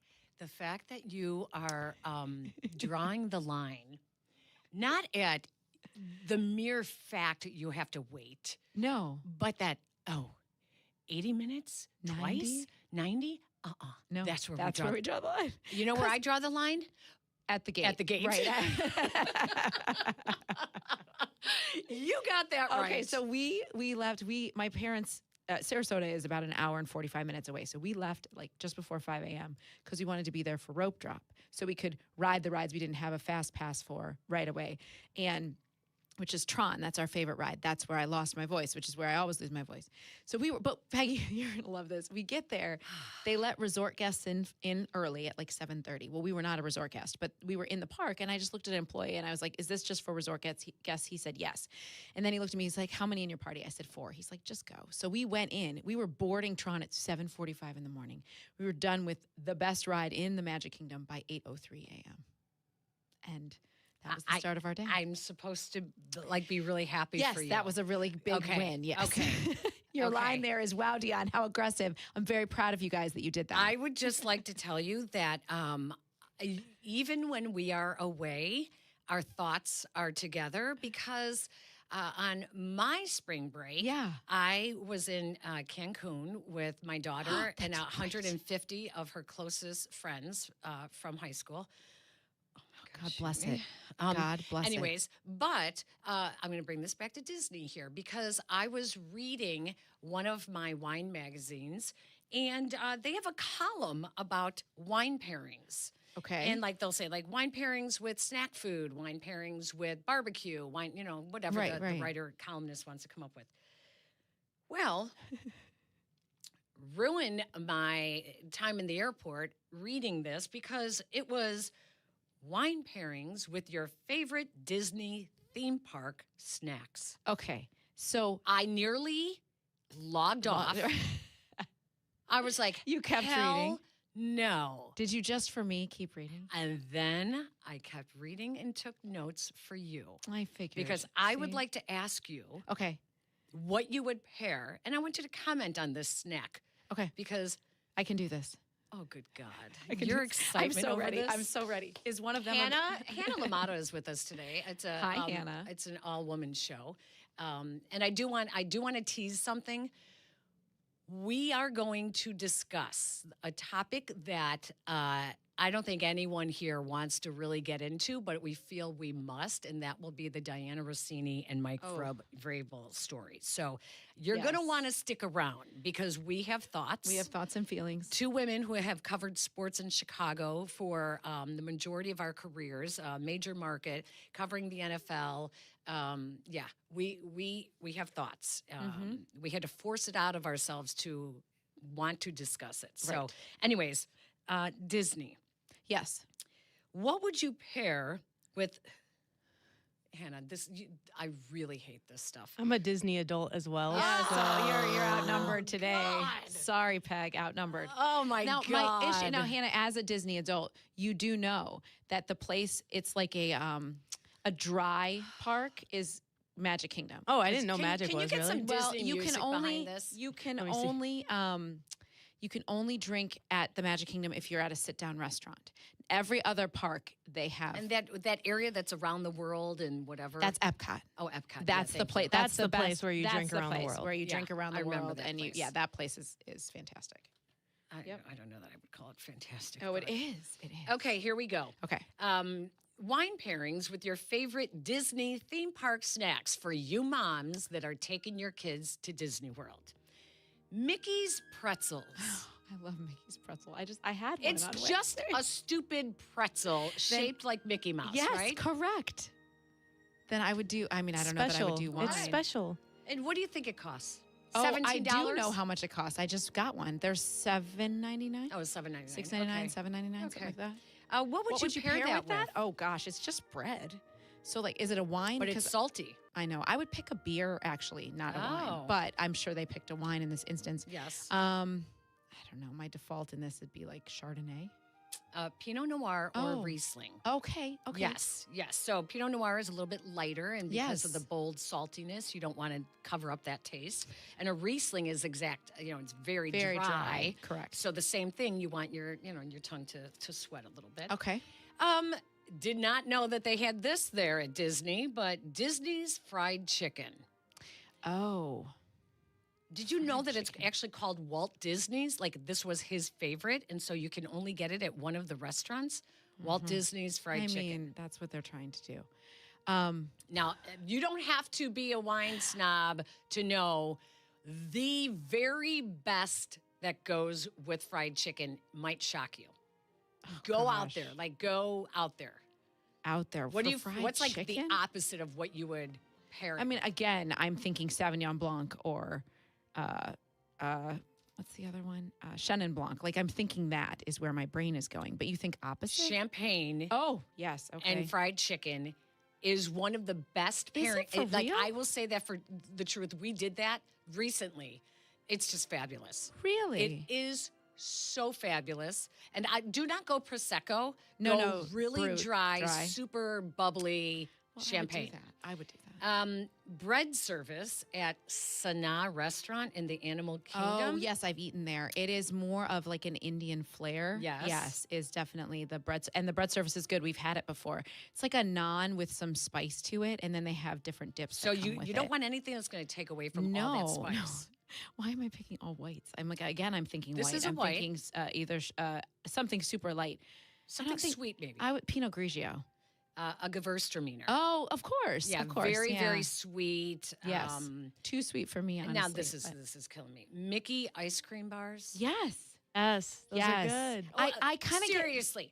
What's the difference? It's just an ice cream bar. One time I wanted Shaped that. like Mickey Yeah. Mouse, Peg. It's special. So Such do you, a do you hater. eat the ears first? Yes. I mean, there's an art to it. What would go best with Mickey's ice cream bars? Because remember, folks, when you are in the happiest place in the world, you want mom drunk. Not hardly. What would go best with Mickey's ice cream bar? Well, it's chocolate. So I would Yes. say red wine for sure. There you go. I guess I think Pinot Noir is too light for that. So Yes. I would say a cab. You're close, like a Grenache. Oh yes, Yeah, I love a Grenache. Grenache. I Yeah, do yeah, too. yeah. I do too. Cheese. This might be the most disgusting thing I've ever heard of in my life. Ever. That they have near Cinderella's castle. Yes. Cheeseburger spring rolls. Yes, they are very popular. Now I've never had them. Now this is not fair, Hannah. That you are on the controls and you don't have the throw up button after that. It's not gross. They're very, very popular. Cheeseburger spring rolls. I've never Yes. tried that, but There's a whole stand, Hannah, like when you go to the left They of the said castle. it's really, really like one of the hot foods. It's there. very hot. There's a stand specifically for it says spring rolls there, and I think they only serve that and maybe a couple drinks. That's it. But again, the cheeseburger. So you're thinking something a little bit heavier. Gosh, I would go Malbec Close. or like a what else? A Malbec. blend. Yeah, red blend. Super Tuscan, but that's not a real type of wine. But that's what I think of. Yeah, Zinfandel. Zinfandel, yes, of course. Yeah, go Red with the Zin, blend. yeah, something Yes. big, yeah. Dole Whips. All right. Oh, I mean, right? The best. Hands down my favorite snack at Disney World. Best is thing Dole ever. Whip. The best thing ever. Best thing Yep, ever. Agreed. Well, you Agreed. can get them in the grocery stores. Yeah, I Not the mean, same. Not the It's not the same. same. It's not from Because- Disney when you're like sweating and it's 100 degrees Yes, it and you need to tastes cool so off with good. one. It's so great. Right by the tiki room. Yes. Don't you want to go I right do, now? I Hannah? do. Me too. What would go with your Dole Whips when you are walking around, I standing mean- in line for 90 minutes under the blazing heat? What are you guzzling down? Water. Right.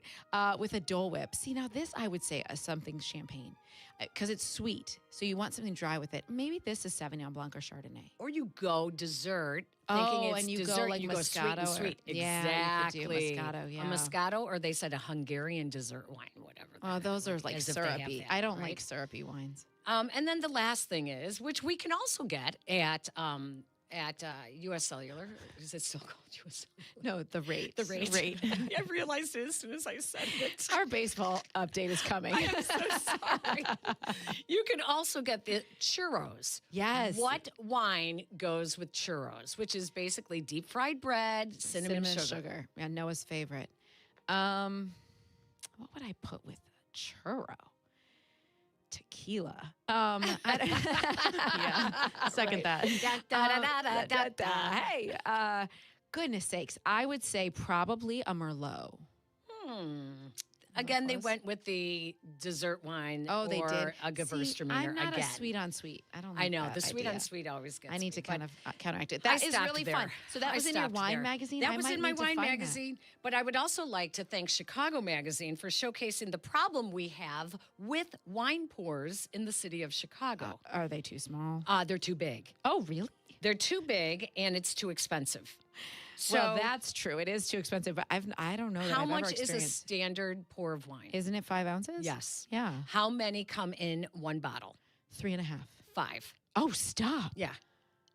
You're getting some big ass pours. No, I just really. Yeah, you should get 5. So when you order a bottle of wine for a table, plan on that's 5 glasses. See, I always thought it was 3.5, or between 3 and 4. I didn't know it was so then 5. you're getting your 6 ounce pours. So 5, I'm and then serving my self-serving over yeah, here. that's exactly right. That's a Dionne at home Correct. pour. Not measured. That pour. heavy pour where there's no air in the glass, it's just all wine. And I think you do know this as well, that how does a server know how much is 5 ounces for their pour? Wow, I'm trying to remember. It's like just at the top of the like bowl. the curve, the bowl. Like, cool. Depending on if it's Yeah. red, it's going to be lower. It's either right at the curve as it goes up. Like just past the up, or if there's a logo on the glass. Yes, it's at the logo. It correct. lines up with the logo. So I was trying to remember because there's some. Yeah, it's the logo. I remember when I did wine tastings in people's homes as one of my what are those called? Multi-level marketing, whatever. And they had like a line on the glass, Yes. so you knew when to stop. Yeah. So, see, I was thinking about you. As I was thinking about wine, in popped Dionne and her family at Disney.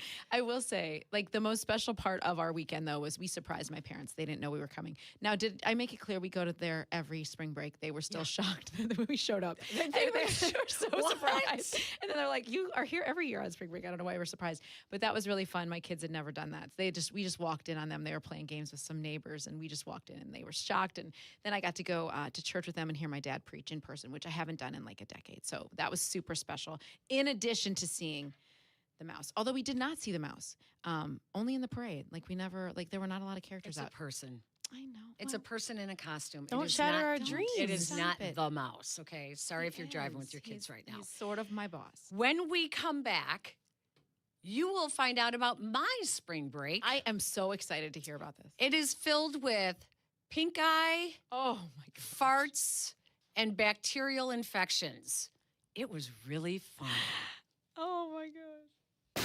Peggy and Dionne on Chicago's Home for Sports, ESPN Chicago. Hey, it's your buddy Tom Waddle, and I drive a Hawk. In the market for a new car? Shop HawkAuto.com, where they buy more so you pay less. Check their massive inventory of over 2,000 vehicles. They buy in volume so you save in volume. Plus, get all rebates on top of the Hawk Auto volume discount. Save even more with 0% financing for 60 months or make no payments for 90 days. With 12 convenient locations, your next car is closer than you think. Drive what I drive. Drive a Hawk. HawkAuto.com. Financing on select models with approved credit. Saving money on your next project with help from Menards. Be prepared for flooding and keep your basement dry with Barracuda pumps. Barracuda makes high-quality pumps that offer dependable performance for when you need it most. Save big money on all Barracuda pumps now at Menards. Plus, check out our weekly flyer on Menards.com for all the great deals happening now. Save big money at Menards.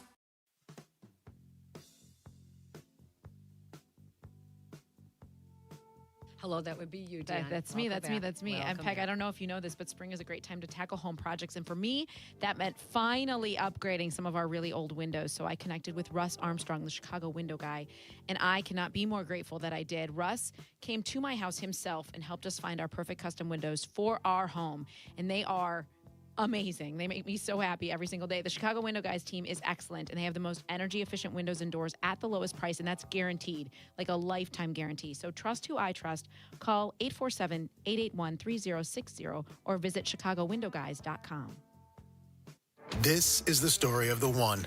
As a maintenance tech at a university, he knows ordering from multiple suppliers takes time away from keeping their arena up and running. That's why he counts on Grainger to get everything he needs, from lighting and HVAC parts to plumbing supplies, all in one place. And with fast, dependable delivery, he's stocked and ready for the next tip-off. Call 1-800-GRAINGER, click Grainger.com, or just stop by. Grainger, for the ones who get it done.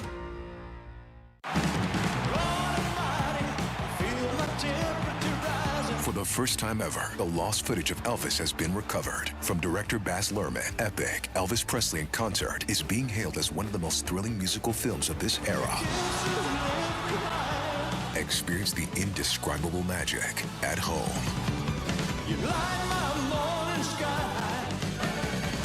Epic Elvis Presley in Concert. Available now on digital. That's the ease at which you get information. You want it, you get it. Like that. Ask your phone. Group chat. Smartphone. You're always connected and informed in real time. No waiting. So if you're diabetic and still using finger sticks to read your blood sugar, what are you waiting for? Knowing your blood sugar levels instantly is important for managing diabetes. Call US Med at 888-665-0696. To learn more about continuous glucose monitors, a real-time instant method to track your blood glucose, US Med is an approved provider for Medicare and over 1,000 private insurers. And the best part? Call 888-665-0696 and we'll give you a free insurance benefits check today. So call 888-665-0696 today. That's 888-665-0696 and manage your diabetes as easy as... Welcome back to Peggy and Dionne on 100.3 HD2, the ESPN Chicago app, and ESPN 1000.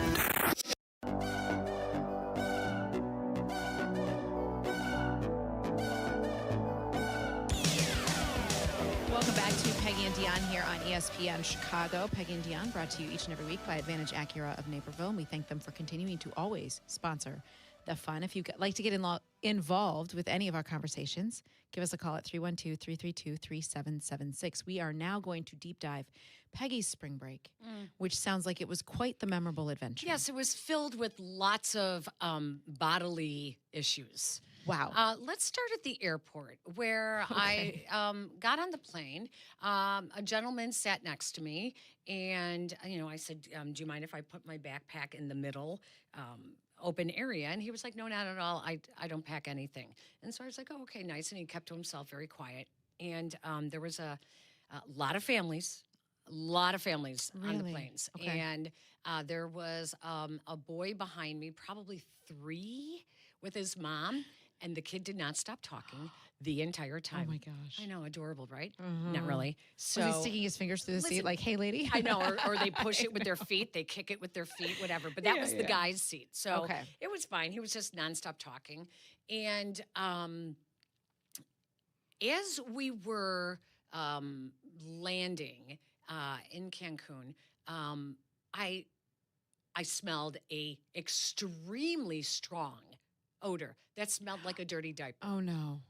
And I mean, like that really Yeah, that bad, really aggressive blowout. really. Kind of. And I was like, oh, did that little boy? But if he did it, he would have had to poop in his diaper while he was nonstop talking. Right. Which I don't know if 3-year-olds do that. They typically stop and make those funny faces. Right, they do. So I was like, but at the same time, because I looked and I literally put my hands, I had to put my sleeve over my face. The smell was so bad. Oh my gosh. But at the same time that I noticed this waft of air, the gentleman sitting next to me happened to lean forward and then leaned backward, which we all know is when you are sneaking one. Right. And so... Well, that wasn't very sneaky. I thought, I don't think it was the 3-year-old behind me. I think it was the guy next to me. Oh, my word. I think he snuck one right before we landed because He let it rip. Yes. Right there. When I looked to the aisle and my eyes are watering. Oh my God. And I have my mouth covered and I'm like, it was fainter. And when I turned back to my seat, it was like stronger, but like lifting. Oh my God. So that's how it started. Wow. Then the first day in Cancun, did I mention I was there with my daughter and 140 of her favorite So friends? where did you didn't stay in rooms with the tweens, did you? Yes, I did. With 2 of the girls. Okay, Yep. that's not bad. And they're 17. One's 18, one's 17. And my daughter comes home to the room the first night, not feeling well. We left the opening party early because she's like, I don't feel well. And she was white as a ghost. Oh, my word. I thought she was going to faint. I was like, uh-oh. We get back. She definitely had some kind of fever. And so I get an ice bag or a bag. I filled it up with ice and I put her to bed with the ice on her forehead. And she woke up feeling better. Good. But she had missed the first night with all of her friends. Oh. So I felt bad for that. Okay, so that was Thursday night. Friday. Okay, so Friday now, we're down at the pool. And at about 4 o'clock, they evacuate the pool because a woman threw up in the pool. Oh, my goodness. A middle-aged woman, not part of our party, threw up in the pool. Holy Lord. The pool where 100 people are, 17 and 18-year-old course. kids are, threw up. Oh, my gosh. So they evacuate the pool. And she happened, from what I heard, threw up all over one of the girls in our group and all of her stuff. Yeah. Wow. So, so that was on Friday. And then on Saturday, our last day before leaving Sunday morning, I thought, well, I'm gonna get in the pool. It was open again. Yeah. Not 24 hours later. It was maybe 12 hours later. And they had like 5 pools. I could have had my pick of any 5 pools. And I picked the pool that she barfed in. Yeah. And, but it was really hot there. So, I just dipped in for a little bit, maybe 45 minutes. And then that night, my daughter comes home on Saturday night with double pink eye. Double pink eye. Double pink eye. So I give her some cold compresses for her eyes, put her to bed, and in the morning it was worse. But the infirmary was not open, and we were getting picked up at 7:30 to go to the airport, and the infirmary didn't open until 8. I was traveling with a friend who's a nurse, one of the moms, and one of the other moms who is a pediatrician. You think they would have been able to help me? Yeah. They're like, yeah, my license is not good in Mexico. They were joking. Oh, gosh. But I said, what do I do? And they're like regular over-the-counter drops. Baby shampoo is good. I did not know that. Yeah, I would have guessed that too. And which I should have known because, like, if you do eye surgery, they tell you can use baby shampoo for antibacterial and to always wash. when you get a sty or something, they say to use I that didn't too. know that. Yeah. So I get her all the supplies, and told her to put her sunglasses on. We go to the Yeah. airport. We are flying now to Florida for the second half of spring break. And that was on Sunday, Monday, Tuesday, Wednesday. I wake up and my right eye is completely swollen shut. Oh my God. And I have a rash from my neck all the way down to my groin. Oh, yeah. Wow. Yeah. So I'm like, what? Do I have pink eye? Right. What is it? I must have gotten her pink eye. I've never seen it come in a rash, though. No. So was I go that? to immediate care. Yeah. They're like, it's not pink eye. You had some kind of reaction to something. Oh, I was in the bathroom for 2 days. So they said it was something you ate. I'm thinking, I'm taking it back to that Cancun. damn pool in And the- Cancun and the- with the bacteria puke. that was left and not enough chlorinated water. Oh my gosh. It was awful. That sounds terrible. Yeah. So I really had a great vacation. I was going to say, would you rather have been at Disney World? No. Nope. I'd rather had all that happen than just be at the most happiest wonderful place on place earth. on earth. Nope. Happiest place on Wow. Nope. But I will say we did have a good time. You did. Okay, Yeah. good. We Around really- all we- of that. yes. Bless her. That stinks Yeah. that she got so many things. That's. that, I felt so bad for her. It was like, of course this is going to Of happen course. to my I daughter. know. But we had a wonderful time. It was really Good. fun. The people who organized it, like it was amazing the kind of work that people put in for that. So it was good. And she is my youngest, so I will never have to do Never that have again. to do that again. It's so funny. We've planned many trips like that too, where I'm so excited about, I don't know, stuff we've got planned for the kids. And I mean, I have pictures of Cash. She had a fever the whole time. We were at some museum that I couldn't wait to take them to, sicker than a dog. Yeah. Like this had happened. Yeah. I mean, you change environments and your immune system goes down and you're around other people and you're in planes and you just never know what's going to happen. But I know. The pictures are all scarred by like his peaked face. Yes. And you're like, he was so sick. Yes. All right. So those were our vacations. When we come back, we're going to dive into this. The Yeah. Diana Rossini, Mike Vrabel controversy. Speaking of vacations, is it vacation or is it work?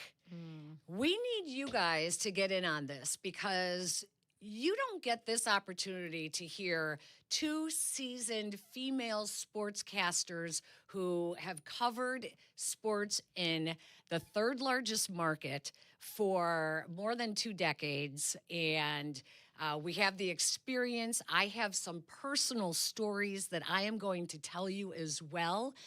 And why this should or should not matter. 312-332-3776. It's Peggy and Dionne, ESPN Chicago. You're listening to Peggy and Dionne on Chicago's home for sports. This is ESPN 1000. White Sox fans, don't miss out on all of our April promotions. Between the Miguel Vargas bobblehead presented by Fanatics on April 24th, the 90s City Connect jacket presented by Miller Lite on April 25th, and Dog Day presented by Tito's Homemade Vodka on April 27th, there's sure to be something for everyone. To purchase tickets and for the entire promotional schedule, visit whitesox.com/promos. 2 to 6 in 2026. Waddle, waddle. The longest running show in Chicago sports content history, Waddle and Sylvie expand to a full 4 hours. Hear them weekdays 2 to 6 p.m. We are Chicago's home for sports. ESPN Chicago. You know they call me the good kid, but I'm not here just to be good, and I'm definitely not here to be average. When it comes to performance, I want to feel confident, ready, and know I'm bringing it every single time. And that's exactly why Blue Chew just raised the bar with Blue Chew Gold. This is a 4-in-1 formula designed to work on both your body and your mind. You get 2 proven ingredients that support blood flow, plus apomorphine and oxytocin to enhance arousal, desire, and connection.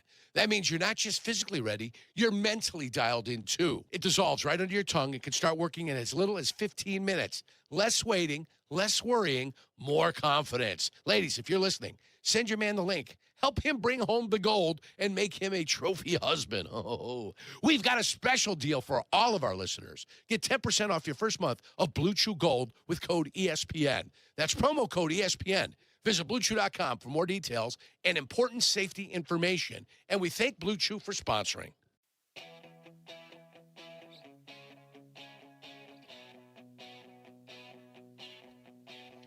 With Xfinity, you already enjoy ESPN as part of your TV lineup. Now get even more with the ESPN Unlimited plan, available at no extra cost. Unlock additional content in the ESPN app, including WWE Premium Live events. Visit xfinity.com/your subscriptions to activate and start watching in the ESPN app. Apt, your #1 destination for the home for 90 years, has everything you need to furnish your home. Explore their newly expanded furniture department with stylish, comfortable pieces for every space in your home. With beds, sectionals, dining tables, and more, their showroom offers high-quality furniture from a wide range of brands. You can also get assistance from Apt's design experts. Whether you're furnishing a single room or your whole home, for free and home delivery, professional installation, and complete satisfaction, shop where I shop, at Apt. Pleasing people since 1936. Prizes, flyaways, even cash money. You want it? We've got it. Find a list of all contests and official rules by visiting ESPNChicagoContests.com. That's ESPNChicagoContests.com. Evan Cohen here. Did you know the average employer sorts through about 250 resumes for one job opening? That's a lot of time reviewing applications. Well, if you're hiring, here's good news. You can now review resumes and applications faster thanks to ZipRecruiter. With ZipRecruiter's new feature, qualified candidates who are very interested in your job show up at the top of your list. No wonder ZipRecruiter is the #1 rated hiring site based on G2. Try it for free at ZipRecruiter.com/sports. That's ZipRecruiter.com/sports.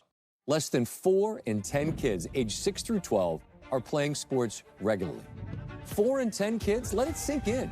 Just 4 in 10 kids. ESPN is building a nationwide coalition powered by Disney called Take Back Sports, with the purpose of training more coaches, expanding access, and creating community-driven sports programming that puts kids and fun first. We're working on that story. We hope you'll join us. Visit takebacksports.org to learn more. Follow ESPN 1000 Chicago on twitch.tv or the Twitch app. Welcome back to Peggy and Dionne. On Chicago's home for sports, ESPN Chicago.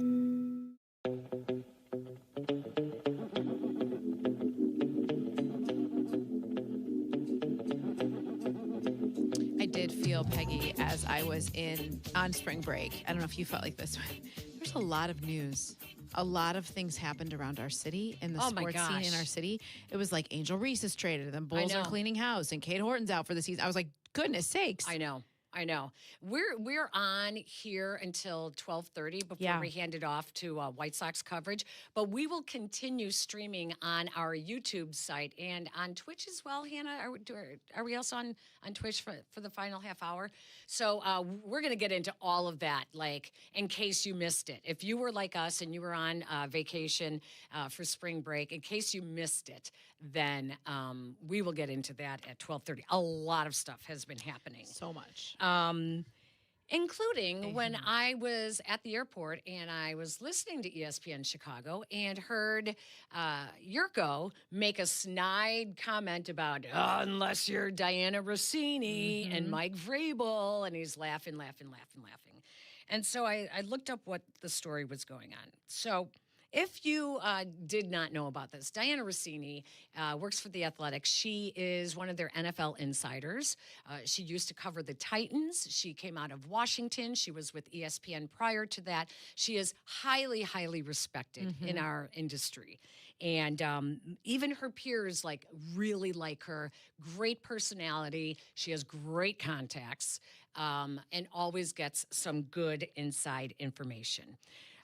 Prior to the NFL meetings a week ago, she was photographed at a different hotel in Sedona, Arizona, which is a hotel that is kind of known as a honeymooners retreat. It's a private hotel. She was photographed greeting Mike Vrabel, the head coach of the Patriots, former head coach of the Titans. And she was seen, first it was like a extended handshake, kind of like, I don't know, a two-handed, it's so good to see you, that kind of thing. And then there was a hug, which quickly online they were calling it an embrace. I'll be honest with you, it kind of looked like a brotherly hug. It did. It didn't look. It didn't look super romantic. No, it right. looked much more like a brotherly, hug kind of thing. But then there were photos of them in the pool, and it was just the two of them lounging in the pool next to each other. Then there was the rooftop sunset, where the Page 6 in New York reported that their hands were intertwined and they embraced and danced. Now, Diana Rossini's camp, or spokespeople from The Athletic, immediately sent out a denial and said that she is one of our most esteemed reporters, and everything is on the up and up, and that they were there with other people. Unfortunately, there's no one else in any of these pictures. So whoever took the pictures, right? Like, you can also make it look like there's no one else around. Correct. You can. So, but I have my feelings. Mike Vrabel on the other side also issued a denial immediately, saying that there is nothing salacious here. People are really looking into this the wrong way. Unfortunately, now Page 6 has also reported that people at the resort said, and these are. No one's identifying these sources, but claim that they were guests of the resort, said that they never saw anybody else with them and that it was the two of them together. With the latest report by Page 6, The Athletic has taken Diana Rossini off reporting while they do their own investigation. And we should note that The Athletic is owned by the New York Times. Correct. So they will get to the bottom of it. Your thoughts, Dionne, when this came about? I have lots of them, but your thoughts. I do too. Okay, so initially, of course, I'm on vacation when I see these photos come up, and it was like late at night when I saw it, and I was like, "Is this real? I'm tired. What is happening?" That was my initial thought, and then I started like seeing it grow the next day, and just feeling like the stories aren't adding up. We are married. You and I are both married. I would be uncomfortable. And we should say both of them are married. Both of them are married to other people, yes. And I would feel uncomfortable if my husband was doing that with another woman. It would make me uncomfortable, innocent or not. And then as it just like started to unfold, and they said, "Oh, we were hanging out with all these different people." Okay, so my immediate question is, okay, well, where are they to say, "You guys, it was innocent. We were there. It was not a big deal." Like, where are they? Where are all these people that they were hanging out with? I have not heard from them. Have you? And so that seemed weird. And then I know there's a lot of gossip and hearsay and stuff that goes on around, but our industry, as you get a higher up in our industry, it gets smaller and smaller and smaller. Yes. So people do know her. And I've heard by more than one person that the reputation has been out there, that perhaps she is getting her information in perhaps not the most professional ways. And so now I'm questioning it a little bit more. And wondering what their true relationship is. When you say the reputation is out there, who has any kind of evidence? Well, that's because what I'm saying. I will say, if a woman in our business, I mean, this goes back to Barbara Walters in the 60s and 70s. Correct. She was accused of having affairs with heads of state. Right. And I mean, Barbara Walters wasn't, this great looker. It wasn't like, oh my gosh, beauty queen. Right. But in our business, if a woman is attractive, she will immediately be labeled. Be labeled. If she gets any breaking news, breaking stories, immediately people are going to roll their eyes. Correct. And it's an unfair label. Complete double standard. Now, I will also say, double standard. If a guy is at a hotel bar meeting a male reporter, meeting with Mike Vrabel at the bar, and no one else is around, you think anyone is No, reporting nobody that? cares. No, because there's nothing salacious about it. Right. And so the woman is not held to that same standard. The woman has to really be aware of the optics. Correct. What are people going to think, right? I mean, think about the scoreboard incident that happened last year. Yes, the guy got fired, but the woman was the one The who got... Coldplay, is that what you're talking Yeah, about? the Yes, Coldplay. concert, yes. Mhm. She was the one that got all the public criticism. Of course. So, And to with be that being clear, said- the man is not innocent in this moment. Right. So I do feel like unless you're in the room with them and you can tell me that something was happening, that I do think it's unfair, because that's where the guys get the advantage of being able to go out to dinner and not Yeah. have people talking. If, listen, I had Lovie Smith's coaches. I would take them out. I would take them golfing. And I had a couple people rolling their eyes at me. I even had Lovey say that he didn't like the fact that I was doing it. And I was like, listen, it was up and up, you know. Right. I'll tell you another incident. Cedric Benson, the Bears' late running back, God rest his soul. He and I got along very well. And when he had the lake incident where he was arrested on, I forget the name, it's the lake in Austin, Texas. I should know, my son went to school there. When he got arrested, and I was able to call him and say, hey, what happened? And he gave me firsthand information, what happened. So I was able to give firsthand information. And I remember walking into the Bears media room, like that season, or maybe it was a season or two later. I don't remember exactly when. And one competing radio station reporter says out loud in the media room, oh yeah, Cedric Benson, he had a crush on Peggy. He had a crush on Peggy, and says that out loud in the media room. I was really angry. Yeah, that would make me mad too. That he called it a crush. Right. Because I got information. And I will tell you, I remember talking to him on my phone, and I was actually away for the weekend with my family camping in Wisconsin when I took the phone call, and my husband even asked me, who was that? And I said, it was Cedric Benson. Mm-hmm. And he said, what's going on? And I told him. Yeah, of course. And I'm aware of how difficult that can be to your spouses. Oh my goodness, yes, absolutely. When you do, like, I don't know if I listen, I ran into some of the ex-Bears coaches this past year, and I took pictures with them. And did I greet them with a hug? I greeted them with a hug. Yeah. I did. And I also remember Dan Bernstein saying that female reporters should never, ever greet someone that they are reporting on with a hug. Well, you know what? You're not a woman. Mm-hmm. And I'm sorry, but that's what I do. There is nothing sexual about a hug. No. You handshake.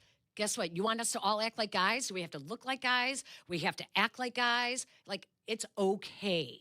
You use your male attributes to get stories. Of course. You buddy up to guys. Of course. You're like, hey, I'm just going to talk out of the side of my mouth and no one's going to know. It's just between you and me. Okay? Now, a woman has other attributes that she can use. I'm not saying you're going over the line and you're sleeping with someone to get stories. I am just saying that charm or whatever, it's part of your personality. Here's the thing. We have, and honestly, like, jealousy makes people do and say weird things, right? Because you can't just get the story because you did the work. That's what is sometimes assumed about women, right? They can't just have gotten the story because they built a relationship that is on the up and up and they are trustworthy. And that's always what I have tried to do in a locker room, is to dress appropriately, be professional, expecting the same return. And that has happened to me. Like, I've gotten that same respect back. I don't think that anyone has talked to me inappropriately or thought I was being inappropriate in those moments. But it's such a double standard, because women are held to, you have to do we have to work harder to get the story and all those things, but it's never just about that. And if I came in chest bumping the guys like the men do, good heavens, what would people say about me, right? Like it would be judged so differently, but I can't have I can't be that way with them. But they expect us to, I don't know. I don't know what the expectation is around women. Like we're not allowed to find sources and we're not allowed to ask questions and build relationships and friendships and get news. Like that's our job. We are reporters. We're supposed to be curious and ask questions. There is a line. There is obviously a line. Did they cross it in this moment? I'm not. It looks like it, yes. But there is so much more information that we have to find out. Optics are bad. They are. Let's all agree they don't look good. You just said it before. It's one of the first things. When I left ESPN in Bristol, I had a secretary say to me, and she had a reputation, and she said to me, how is it that you were able to like keep a good reputation working with all guys here? And I said, you are in control of how people perceive you. 1,000%. From how we dress, which is fine. Yeah, that's the medium we chose, Peggy. You truly can dress. You want to dress like you're going to the club? I don't really care. Right. You want to dress down? I don't really care. But know that everything you do will give them a perception of you. And how do you want them to walk away thinking of you? Correct. And now, is that unfair because women have to dress differently? Of course it is. But it's not, though, because there's guys that look like complete slobs. And if you ask someone their perception of them, they're like, oh, yeah. Well, the guy whose shirt is always untucked and is stuffing the extra sandwiches in his pocket. And I mean, there is. There is, of course. But at the same time, this is the industry that I chose. So I'm not going to be surprised that I'm being evaluated based on the way that I look. That's the room we walked into. We know that. So it's how we conduct ourselves in those moments that builds that respect and doesn't make me feel like I have to cross lines to get information. So where did this story go salacious? Like, why do you think people jumped on this? What went wrong here that it went from just a female reporter meeting with someone that she covers to something that everyone just jumped immediately on it being salacious? I'm going to tell you another personal story that just happened to me 2 weeks ago that really, I thought my husband was going to fly off the table. We're not done talking about this, and we want to hear your opinions as well, because we are women. We can tell you our part of it, our side of it, but listen, we get it. We are all human beings. Sex sells. People can't wait to be able to find a salacious angle to it. So 312-332-3776. I'm going to tell you another personal story when we come back. More Peggy and Dionne coming up on Chicago's Home for Sports, ESPN Chicago. At Elmhurst University, we give you the tools to soar. Whether you're undecided on your future, exploring a new path, or looking to level up your career, here you'll find support, skills, and opportunities as limitless as you are. Go beyond with a community of care and support. Do more with knowledge that's timeless. It all starts at Elmhurst. Go far, do well. Start today at elmhurst.edu. Turn your tax refund into new tile at Menards. Make this the year you check that project off the list. Some things never go out of style, like tile from Mohawk. You can count on the durability, easy maintenance, and timeless beauty of tile. We carry a great selection of over 350 ceramic, porcelain, mosaic, and glass tiles to choose from. Head into Menards and let our helpful team get you everything you need for your tile project today. Save big money at Menards.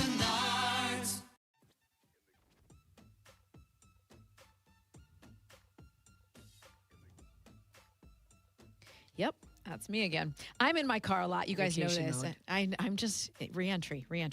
You guys know that I spend so much time in my car between work, kids, just basic life. I live in this thing. So I wanted something that felt safe and reliable, but was still super fun. And that's why I went with an Acura from Advantage Acura of Naperville.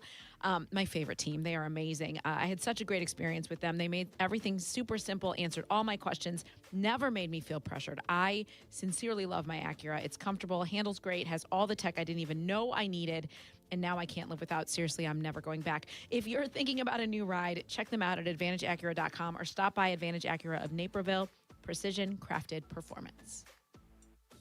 Individuals and businesses with tax problems, listen carefully. Do you feel like you're losing control of your finances? If you owe over $10,000 in back taxes or have unfiled tax returns, we can help you take back control. The IRS is the largest and most aggressive collection agency in the world, and they can seize your bank accounts, garnish your paycheck, close your business, and file criminal charges. Take control of your tax problem now by calling the experts at U.S. Tax Shield and take advantage of the Fresh Start program and new laws that may allow us to negotiate a settlement for the lowest amount possible. Our team of tax attorneys and enrolled agents can stop collections and get you protected so you can take control of your financial future. U.S. Tax Shield offers a price protection guaranteed quote to get you protected today. U.S. Tax Shield is A+ rated with the Better Business Bureau, so call now. 800-687-5192. That's 800-687-5192. U.S. Tax Shield. 800-687-5192.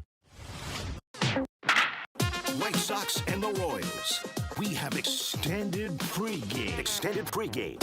White Sox Weekly with Jeff Meller starts at 12:30 on the home of the Sox, ESPN Chicago. Less than 4 in 10 kids aged 6 through 12 are playing sports regularly. 4 in 10 kids? Let it sink in. Just 4 in 10 kids. ESPN is building a nationwide coalition powered by Disney called Take Back Sports, with the purpose of training more coaches, expanding access, and creating community-driven sports programming that puts kids and fun first. We're working on that story. We hope you'll join us. Visit takebacksports.org to learn more. I'm Boomer Esiason. My mom died from cancer. She was only 37 years old. She didn't have life insurance, and that was devastating for my family. That's why having life insurance is so important to me. Ethos makes it fast and easy. Get a quote in seconds, apply in minutes, and get same-day coverage. You can get up to $3 million in coverage with no medical exam. Get your free quote at ethos.com/play. That's ethos.com/play. Paid spokesperson. Time spent on application may vary. Online health questions required.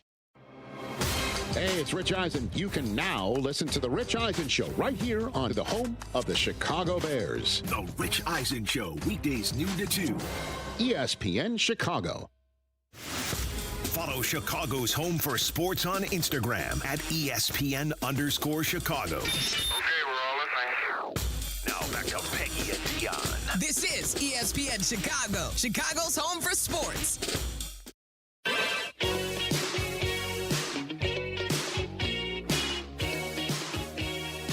Oh, wow. Oh my gosh, this song just made me laugh out loud, Hannah. Excellent choice. Welcome back to Peggy and Dionne. We do want to have fun. Just, appropriate fun. I had fun a couple of weeks ago. I was at a birthday party for someone. Okay. And it was a family party, basically, for this woman. And her daughter's husband was from New York. And they introduced me to him, and he was kind of hanging at our table, sort of. And when they introduced him, they said what I did for a living. And his first comment was, "Do you know Brian Urlacher?" And I said, yeah, I know Brian. He goes, "Prove it." And I was like, well, I could call him right now on my phone, but I don't need to prove anything to you. Right. And he goes, "Oh, you have his number?" He goes, "So have you slept with him?" In front of my daughter. Oh, my word. My husband was not at the table at the time. This guy, like, I jumped back and I looked at him. Excuse me? I said, "Oh, wow, that's something." And he goes, "Well, no, I'm serious." And I go, yeah, no. And I just looked at him and I go, that was pretty inappropriate.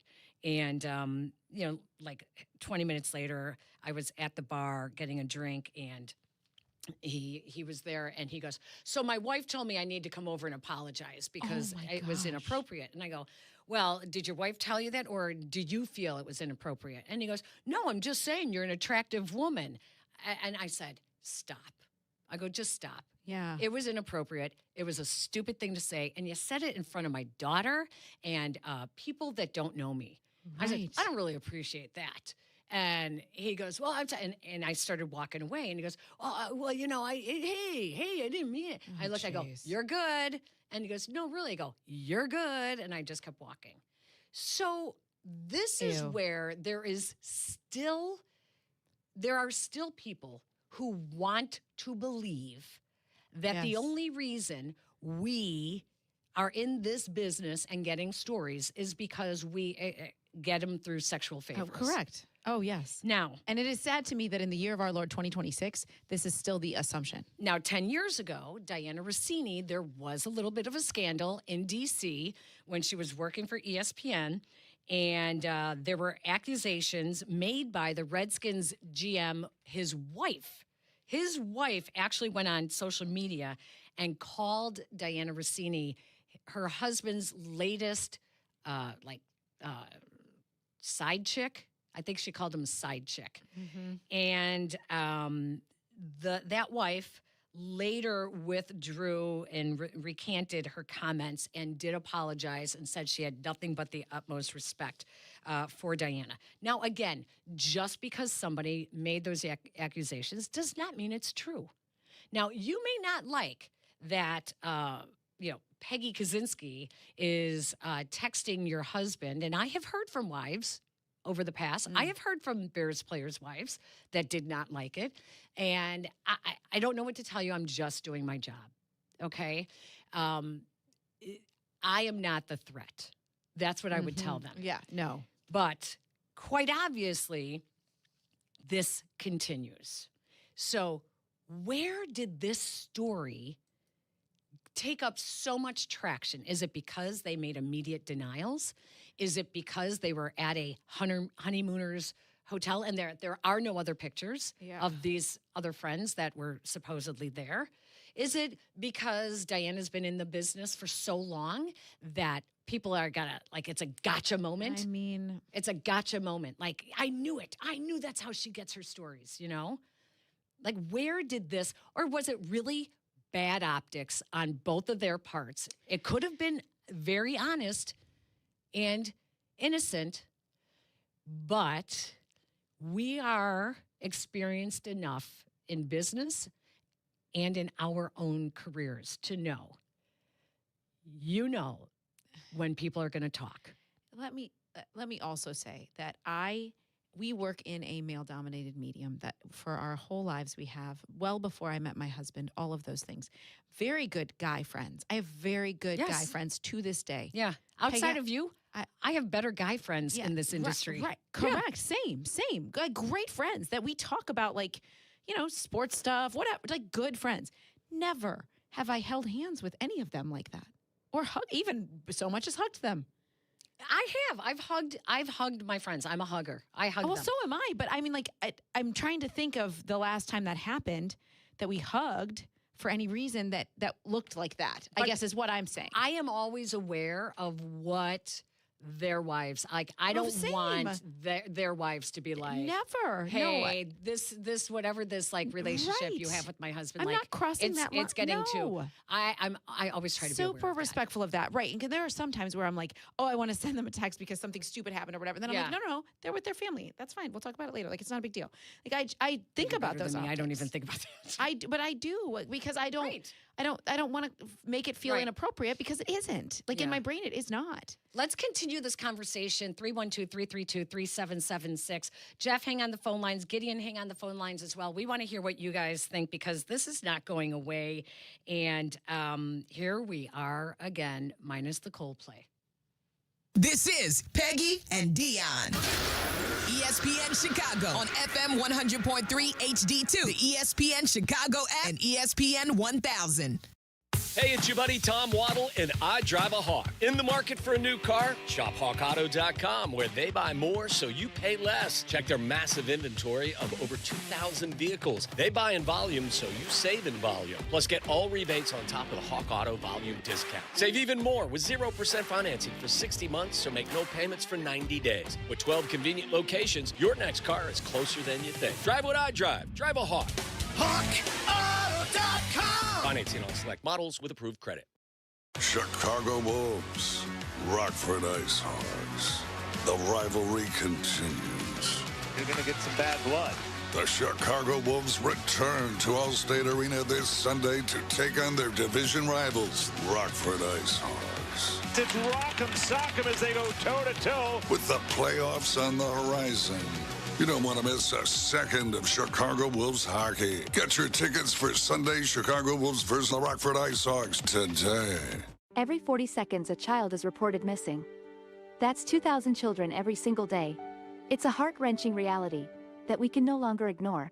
Find the Children is a nonprofit organization dedicated to helping find missing kids. You can be a part of their mission by donating your unwanted vehicle, running or not. Call 1-800-294-0222. We guarantee that you will receive the maximum tax deduction. We provide fast, free pickup with 24-hour response. Call 1-800-294-0222. Find the Children provides crucial resources to help find missing children and educational materials to teach kids how to recognize and avoid predators. Our recovery programs have a proven track record of reuniting kids with their families. It's time to act. Donate your unwanted or unused car. Help us build a world where every child is safe. Pick up the phone and call 1-800-294-0222. Together, we can bring these kids home safely.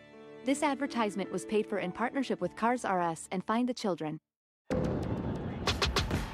Broadcasting live from the Chicago Board of Trade. This is ESPN Chicago, the home of the Bears. WMVP, WTBC, HD2 Chicago, a Good Karma Brands radio station.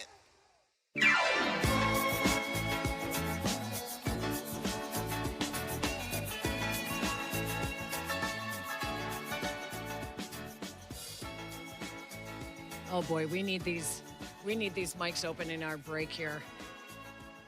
We need the mics open in the break. Quick reminder that if our conversation is continuing at 12:30 and White Sox Weekly comes on your radio or app, we are still streaming on YouTube. Yes. And we will continue the conversation here with Peggy and Dionne. We were both saying that we both do know women that have slept with the guys that they cover. Yes. And that reputation is then warranted.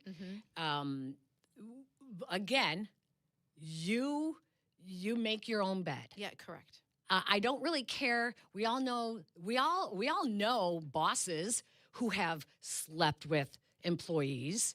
I mean, we've all been there. It goes both ways. You know, we walk away. You're like, you know, I don't know. You know, so many companies do have policies, so you know, you're like, whatever. I don't know that this is what happened. I think that. You know, you do have to look at it, the history, and you do have to look at, you know, sometimes early in people's careers, they do make mistakes, you know, but sometimes you go, hey, they were both single, you know. Right. I don't know. Yeah. I don't know. But anyways, let's open up the phone lines, 312-332-3776. Let's start with Jeff, who is in Palatine. Hi, Jeff. Hey, Jeff. There we go. Hi, Jeff. Hey, ladies, how are you? Good. How are you? I'm good. I think, you know, the thing that you guys need to touch on is it's not just a Diana Rossini issue. It's a Mike Vrabel issue as well, okay? So I've been married 20 years.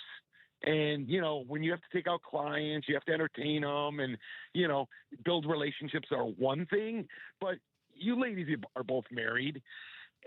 There's a line, moral line. You're not going in a hot tub with the opposite sex. And, you know, okay, let's say that happens, whatever. And then later at night, you're dancing and it just doesn't add up. And if this is the case, they both should be fired. Like, morally, it's wrong.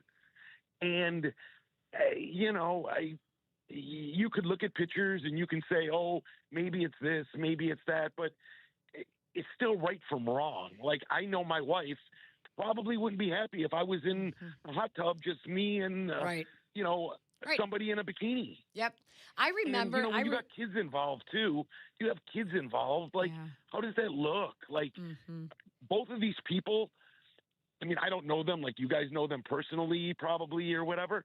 But, like, what kind of brain cells do they have? Like, just optics. When you have, like, a spouse and kids, even if there's nothing wrong, why do you put yourself in that position? Jeff, that's a really good point. Neither of us know either Diana Rossini or Mike Vrabel, and you're right. The optics is really like, if it isn't anything more than just friends hanging out? Why are we 2 hours from where everyone else is at an adults-only resort? Why couldn't you just meet? Hang out in the hot tub at the meetings. Where the owners' meetings are. Yeah. Why are we doing this all in secret? Yeah, or near the owners' meetings, somewhere at a coffee shop, or even out to dinner is fine. Yes, even out to dinner. But you bring up a really good point, Jeff, and that is that we go out to dinners. Yes. You can have corporate dinners, business dinners. My husband does it all the time. Sometimes I admit, like, I'll make a joke. I'll be like, "Oh, is this your new girl crush now? You going out to dinner with this rep again?" But yeah, like it is. We are males and females. We walk a funny line, but in the end, we all have moral codes. Yes, and we all are aware of what other people might say or might look. But what it might look like. Then again, I did nothing to make people think that, Cedric Benson and I were having some kind of a fling. Right. And yet people started to assume. And said it out loud. And that was gross. so unfair. Yeah. I get this guy from New York 2 weeks ago who just assumes that I must have slept with Brian Urlacher. I'm like, are you kidding me? Have you seen Brian? Have you seen me in person? Like, seriously, dude? It's like, it's just I could be his sad mom. It's just sad that is where your brain goes, that it can't just be that you have a connection because you worked hard and you have you're respected and that's your reputation. You know what I mean? Yeah. Let's go to Gideon, who's in Skokie. Hi, Gideon. You're up next here on Peggy and Dionne. Hey, Peggy. Hey, Dionne. You two, first off, are two of the best reporters in Chicago, regardless of gender. Like, you two are two of the best, and I respect your opinions more than anyone else. I actually kind of disagree with Jeff, the previous caller. And in terms of, first off, this story and any female reporter, as a fan, I don't care how you guys get your stories. I just want to see your stories. I want to see your reporting. It doesn't affect my life how you get them. And I just want to see your reporting. That's what I care about. Ooh, Gideon brings up Gideon, you bring up a really good point. There have been instances, even recently, of reporters getting stories in ways that were either unethical or flat out wrong. And did not get fired. No. And I will tell you, they are still on their beats. They still report here in the city of Chicago. When you look at the opposite side, the same team, when a female intern is too pretty, maybe too charming, I will never forget being told it's probably not a good idea to bring her around anymore. She's a distraction to the players. And then when one of the players is accused and everyone's thinking, oh, he's definitely having a fling with one of their own interns. Who do you think got fired? The intern. Not the player. Right. Yeah. Right. So now they're blaming because the woman's too pretty. She's too cute. She's too. I mean, listen. This is basic. Go to your HR office. Watch the videos. Right. Compliance training 101. Exactly. It's really. This has really gotten me in a frenzy in a little bit. Let's go to Lewis, who is in Lisle. Hi, Lewis. You're up next on Peggy and Dionne. Hey, good morning, ladies. So this whole thing, it honestly kind of annoys me. The fact that Jeff, to start off, mentioned, no one's talking about Vrabel.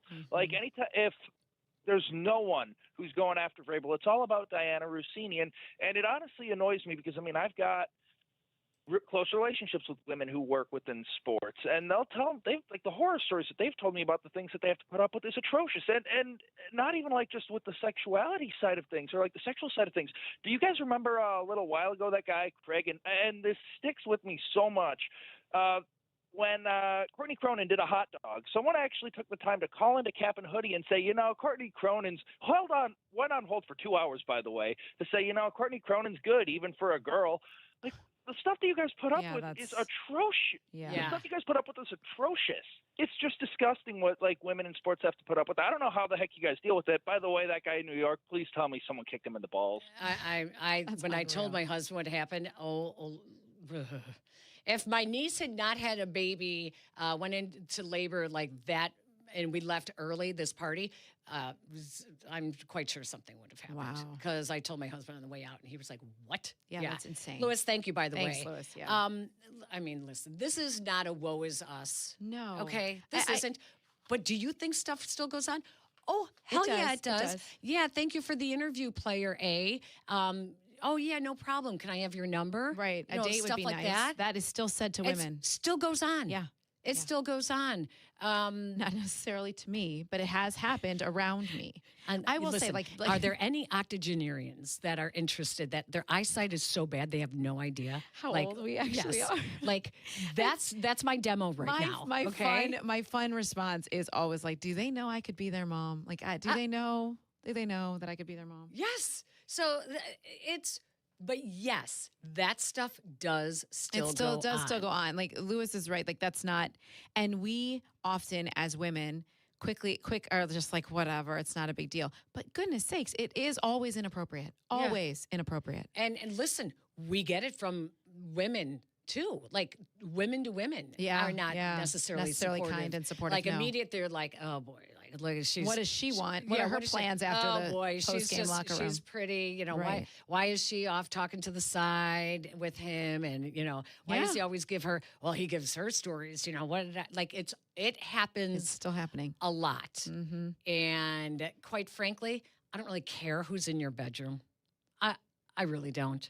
I'm so past that you know, like if your bosses don't have a problem with it and like that is your bed, you sleep in it, you live with it. It is frustrating though that the attack seems to be on her because of her just like the role and that sort of Coldplay. thing, but not necessarily on him, who is just as guilty. Oh, hey. And what is this investigation that the New York Times is doing into Rossini? Well, who's investigating Vrabel? Right?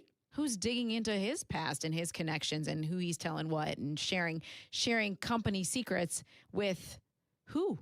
You need some that would come in the problem with that senior level management with NFL teams. That's what I was gonna say. Who are supposed to be able to tell you the truth and to say like, here's when you know, hey, that's not acceptable. You can't do that.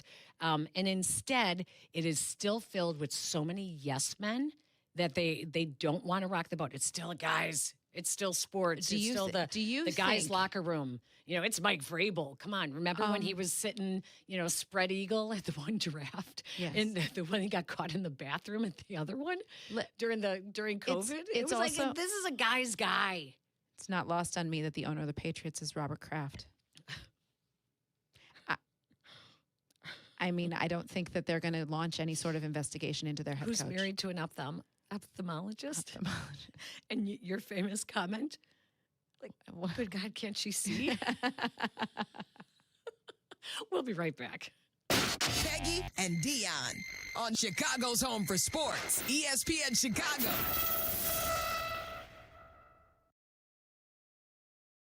Be good, and I'm definitely not here to be average. When it comes to performance, I want to feel confident, ready, and know I'm bringing it every single time. And that's exactly why Blue Chew just raised the bar with Blue Chew Gold. This is a 4-in-1 formula designed to work on both your body and your mind. You get 2 proven ingredients that support blood flow, plus apomorphine and oxytocin to enhance arousal, desire, and connection. That means you're not just physically ready, you're mentally dialed in too. It dissolves right under your tongue and can start working in as little as 15 minutes. Less waiting, less worrying, more confidence. Ladies, if you're listening, send your man the link. Help him bring home the gold and make him a trophy husband. Oh, we've got a special deal for all of our listeners. Get 10% off your first month of Blue Chew Gold with code ESPN. That's promo code ESPN. Visit BlueChew.com for more details and important safety information. And we thank Blue Chew for sponsoring.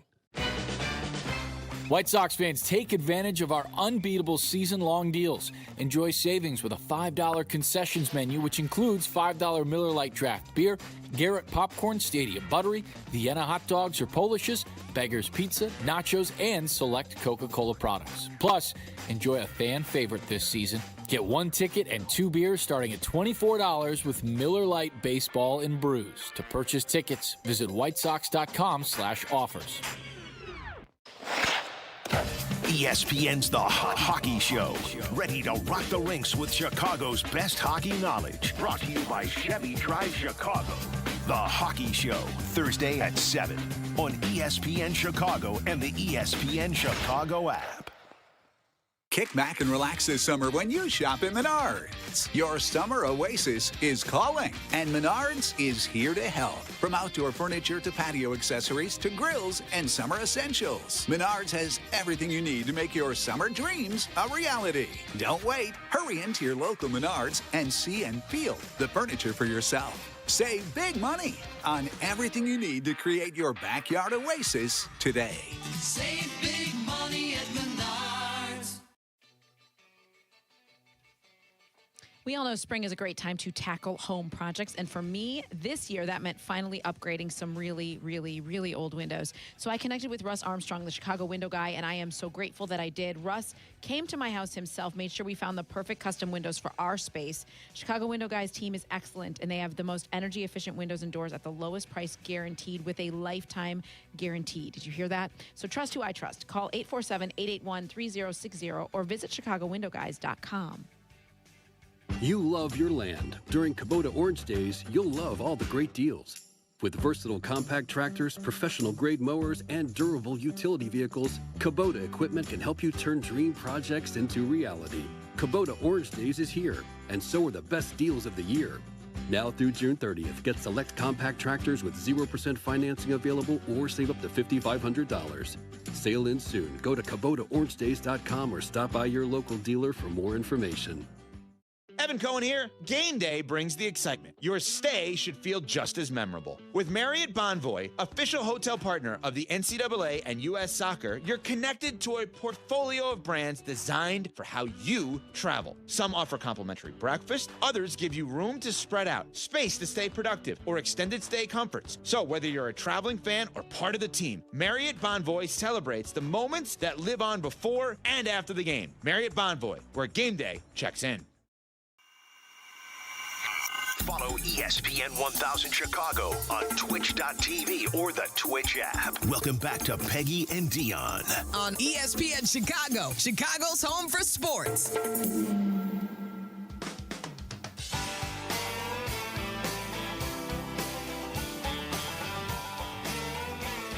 Welcome back to Peggy and Dionne. We are talking about a topic that is very popular here in the NFL world. It's kind of rocked the NFL world a little bit this week. Everyone seems to be talking about it. I want to read this tweet that I saw online that I think sums things up a little bit more, I don't know, succinctly. Didn't you think so, Peg? Yeah. This is Alexis Chasson is the name. Anyway, this is what they wrote. The onus to ensure journalistic standards is on her, Diana Rossini. So while it's kind of gross that Mike Vrabel isn't taking much, if any, of the heat, his alleged failing is moral, but her alleged failing is ethical. And I think that's correct in why it raises so many more eyebrows, because she is looked at as a trusted journalist, someone who is has journalistic integrity and is gathers her information in the right way from everyone. Like, she cannot, I don't think, report on the Patriots in any capacity that anyone is going to think that it's trustworthy and reliable. And then I also feel if nothing happened, she made a really poor choice of going to that hotel. Yes. And that being their meeting place. Correct. And also, I think as they do this, as the New York Times takes her off reporting while they do this sort of investigation, someone is going to also dig up any information she reported on the Titans when he was their head coach too. Yeah. It's all going to come out. Right. Well, I mean, and did we even mention this? Her contract with The Athletic is up in August. Oh boy. So here's the thing. Yeah, I guess there's, but are there no morality clauses in NFL players or coaches' contracts. I mean, it puts everyone in such a interesting situation. You know, people really like Diana. She is well respected. Yeah. People also kind of go, bad choice. Right? But again, you know, if it was a guy that happened to be there, like no one would be like, oh, you know, why is he meeting with Mike Vrabel at this Sedona hotel? Maybe because Mike Vrabel said, hey, the week before the meetings, I'm going to be in Sedona. Why don't you, hook up with me there and we can talk? Like maybe that's what it was. Correct. You're right. Maybe that's what it was. You know, you're right. But their stories don't add up, and to say that there were other people around, that's where it's going to get that have to. not come forward and said we were there. It's fine. I really hate when these stories come up because there's guilty parties, male and female, all the time on both sides of on this. both sides, yeah. Pick a business. Oh my Pick goodness. a business. Oh, they work close together. They must be sleeping together. The assumption is, they are spending a lot of time together. Guess what? They are sleeping together. Right. You know? Right. I mean, we've seen it both sides. But I think that might be it. It's what is morally correct, what is ethically correct, right? And that's where the line, typically, if you have a relationship, an intimate relationship with someone within your industry, you don't cover the same sports. Typically. Like here, you can't work. Like when I was at Channel 5, husband and wife could not work together in the same department. So you work together, like our business, you're late hours, you're editing late, you're up early, you travel together. It's why a lot of us marry someone that we worked with when we were young. I mean, I did. And that's what happens. You tend to, in a lot of industries, that's what happens when you have those types of jobs. You end up because you're spending so much time marrying together, somebody in the industry. Yes. But most companies do have rules that you cannot work together. And the same really should be within our own industry. If you do have a relationship, here's the thing. If you're having a relationship with a player, he's single, you're single, take the reporter off that beat. Off the beat, yeah. And just put them on a different beat. Yeah. Just like you would be relocated within an office. Yes. Moving, like changing departments or what have you. Yes. Like that way there's no speculating. Right. That you're getting special treatment because you have this relationship. And guess what? Sometimes they do get married. Yeah. So, that's fine. Just take them off so that there is no second guessing. Right. It's really the ethical thing to do. It is. And she should know, they both should know that if anyone had seen them, what this would look like, right? I mean, like they're very. That's the thing. Did they not think about? Did they not cross taking their the mind? pictures? That is what's gonna come out. That's what That is a high range camera, and that is not someone, as Mike Florio talked about on Pro Football Talk. He said maybe it was just he said Marty McFly bird watching and just saw them, but it does. That's not how it looks. It looks like someone tipped off Page 6. That's what it looked like. Like someone called.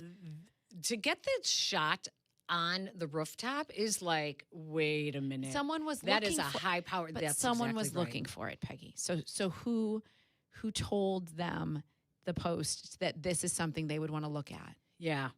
Who tipped them off? Yeah.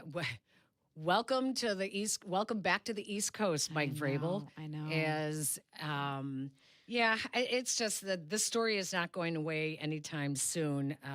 But I felt that it was really important that we talk about it. I know. Because, these are the types of stories that people love to talk about at the water cooler or, when they're out with their friends and make jokes about on the air. And, there's real people involved.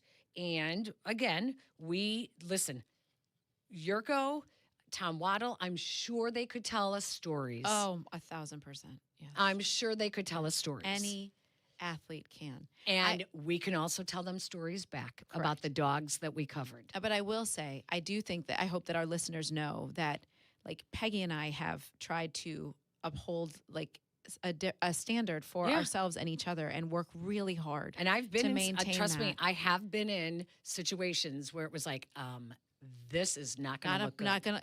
Yes. This is so not have going to I. look good. I am need going to remove myself. Correct. Yes. Because I have thought about that and what that looks like. I want to have the respect and reputation of someone who has put in the work with journalistic integrity. And that matters to me. Typically, those instances happen when you're younger. Yeah. And you're kind of really like figuring it out and feeling it out. You're feeling it out. You're going to make mistakes. Yes. You know, it's the same thing with like, you know, your on and off the appearance air and all of that yes. stuff. You make mistakes, and then you're just kind of like, okay, don't put yourself in that position again. You learn from that. But yeah, this is going to be really interesting to see how this plays out. You know. Yes, we are going to be only on YouTube and Twitch for the next half hour Come to wrap up our us. show. So come follow us, or stick around for White Sox Weekly with Jeff Miller, who is here right now, and then the White Sox and the Royals continue later on today. Yeah, you have lots of options here. We may talk a little bit of Dionne's Diamond Gems here. Yes. We got to talk about what happened with the Bulls. And the Sky just signed Skylar Diggins. Oh, and I have some thoughts on that. On the Sky as So do I. So stick with us. We'll finish the show on YouTube and Twitch. Otherwise, stick around for White Sox Weekly, and then we will catch you guys next week.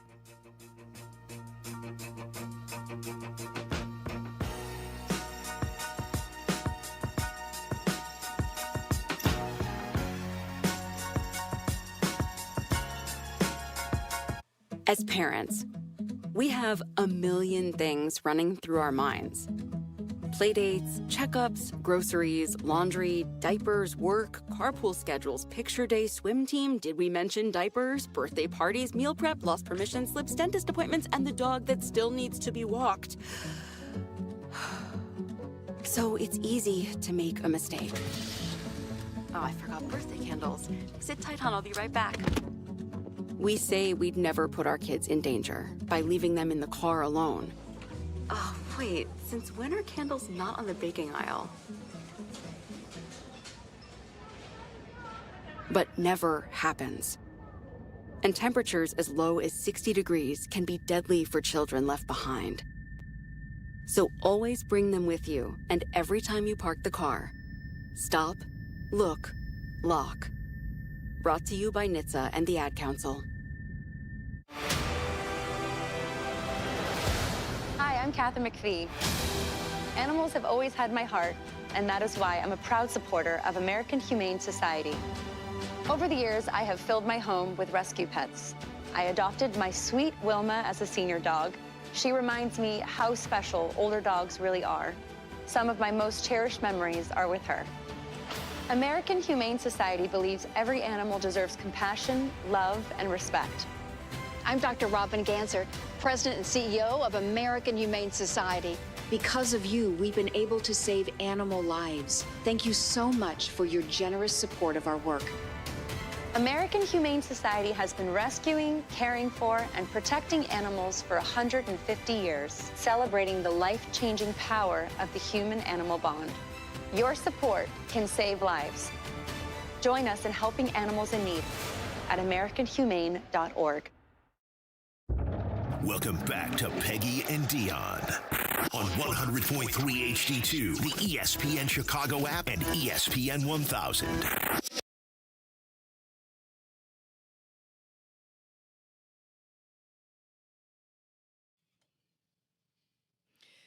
I think that we need a new segment.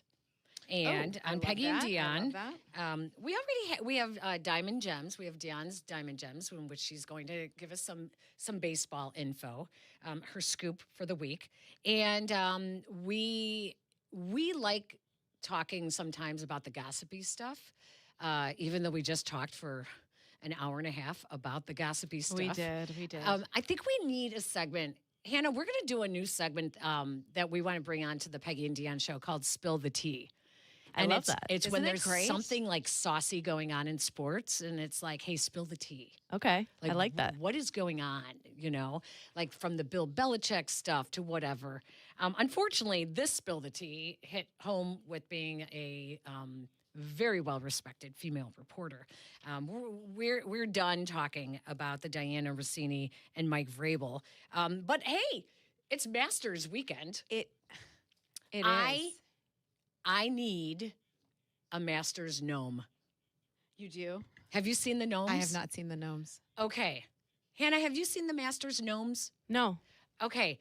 They're garden gnomes, but they are dressed as as the Masters with a little umbrella this year. Now, they've been giving them out for like 10 years, but they always sell just like a different style of gnome each year. And they only have a certain number available each day. Now, these were never, ever considered a thing until really the last year. Now, they are more than a thing. They are beyond a thing because they are so hard to get that when gates open, you are not allowed to run at Augusta National. Nope. You have to walk really, really fast, whether it's to get your seat in Amen Corner or wherever you want to go.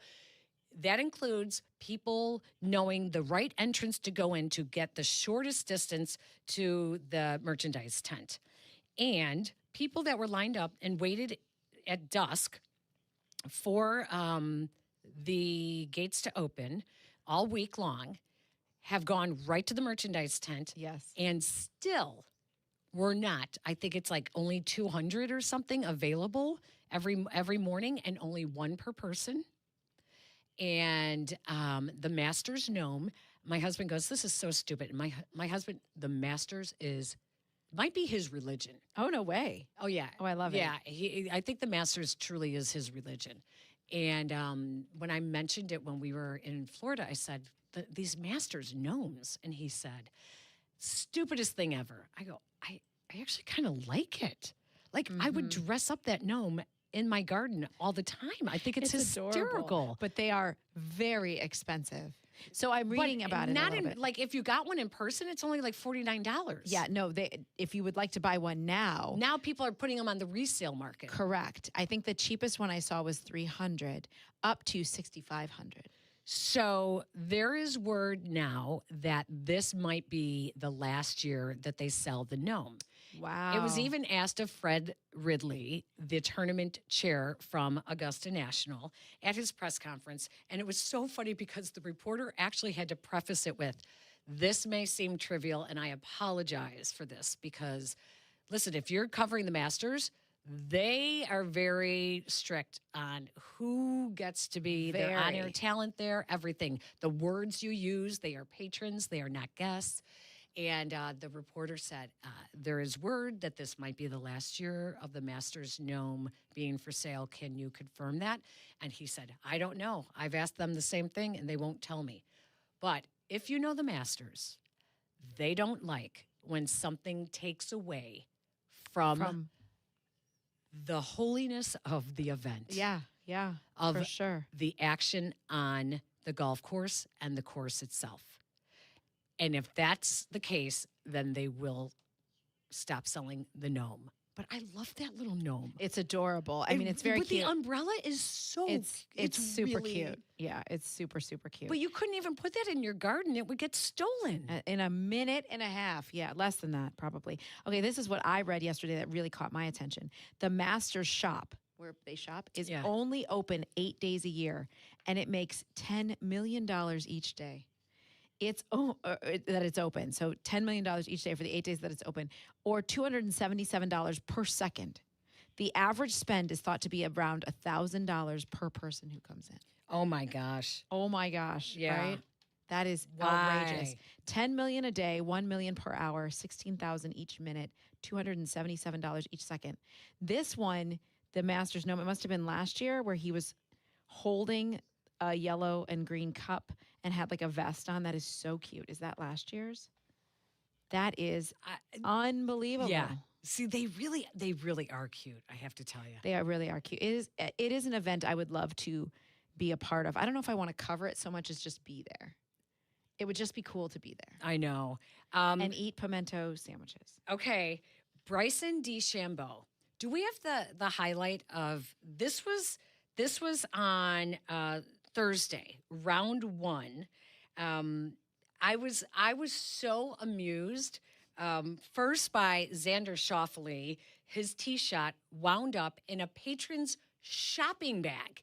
Like, imagine, like, you were just at the shop, right? At the merchandise shop, and you get that shopping bag, and now you're carrying it around with you everywhere. And so when a shot is coming towards you, you drop everything, and you start moving back.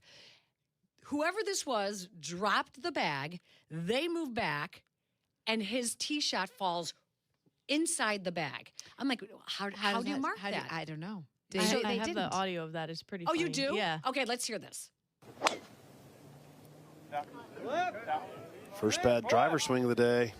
Just a moment ago at the 8th. I don't think you could buy that in the merchandise shop. In the bag. That's a first for me, Shane.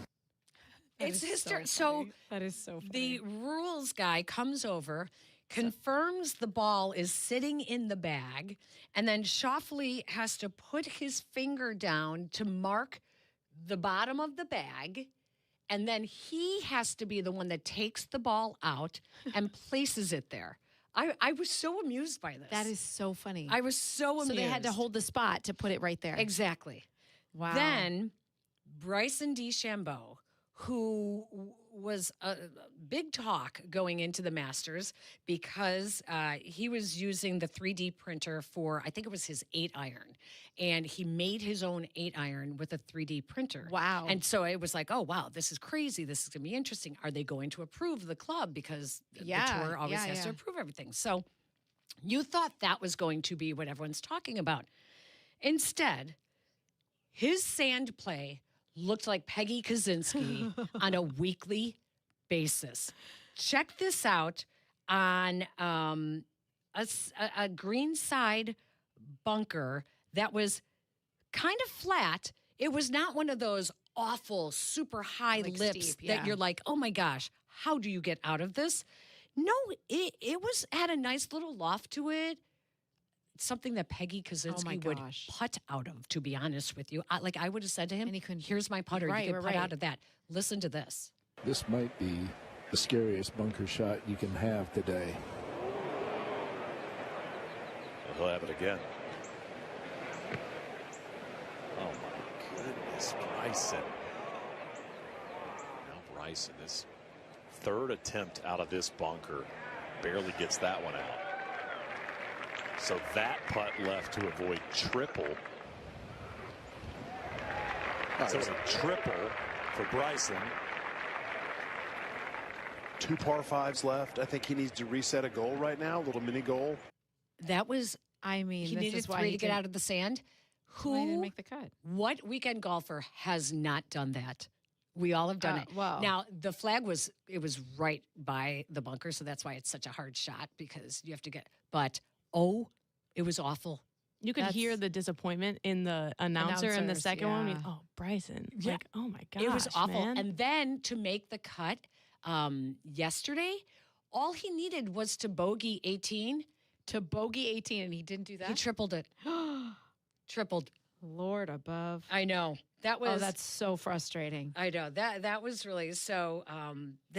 That would be our Masters update. How is that? And Rory, I love running it. away with it. Yeah. Is it just that the pressure's gone? Like, what is it? I think you're right. That's a great point. It's just like I don't need to stress about this anymore. I already won. Yes. Now he's literally setting records. And if he does it, he joins only Jack Nicklaus, Nick Faldo, and Tiger Woods to win back to back. I think it's awesome. I mean, it almost seems like he has. What time does he tee off? He has an afternoon tee time.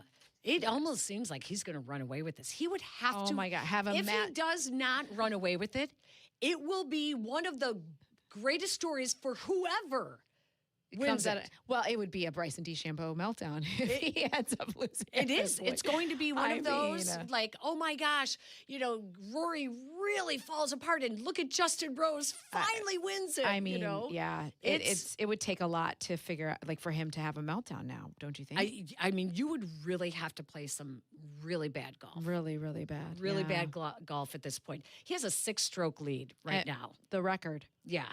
36-hole record at the Masters. No one has ever had a lead this large. Yeah. That's pretty awesome. That's awesome. All right, let's take a break. And when we come back, more on YouTube and on Twitch. Can we do your Diamond Gems? Yes, we can. I love it. I have notes this week. Diamond Look Gems at me. when we come back. You're listening to Peggy and Dionne on Chicago's home for sports. This is ESPN 1000. Paralyzed Veterans of America can be felt everywhere.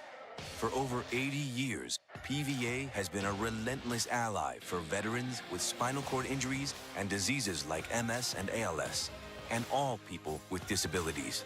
That lived experience and unmatched expertise helps PVA deliver life-changing programs and services that transform challenges into change. Today, 1.3 billion people worldwide live with a disability. PVA meets that reality with action, supporting them at every stage of life, both in their homes and throughout their communities, to build the futures they deserve for their health, for their careers, for their families, for their lives, so they can gain the freedom and independence to thrive. That's the power of PVA. Learn more at pva.org. For many of our brave service members, the battle doesn't end when they return home. Too many veterans suffer from post-traumatic stress or traumatic brain injury. But American Humane Society is dedicated to supporting our heroes, both human and canine. Through their Pups for Patriots program, specially trained service dogs are provided to military veterans and retired first responders at no cost, helping them reclaim their independence and peace of mind. American Humane Society also reunites retired military working dogs with their handlers, heroes who served on the front line. These courageous dogs saved countless lives. Now they deserve to retire with the people who know and love them best. Whether it's pairing veterans with life-saving service dogs or reuniting retiring military canines with their handlers, American Humane Society is there ensuring that no hero is left behind. Join us at AmericanHumane.org. When you get a diagnosis of Parkinson's disease, things get real. And nobody understands that better than the Parkinson's Foundation. All across the country, we provide resources and support in the fight against Parkinson's, a neurological disease that affects movement.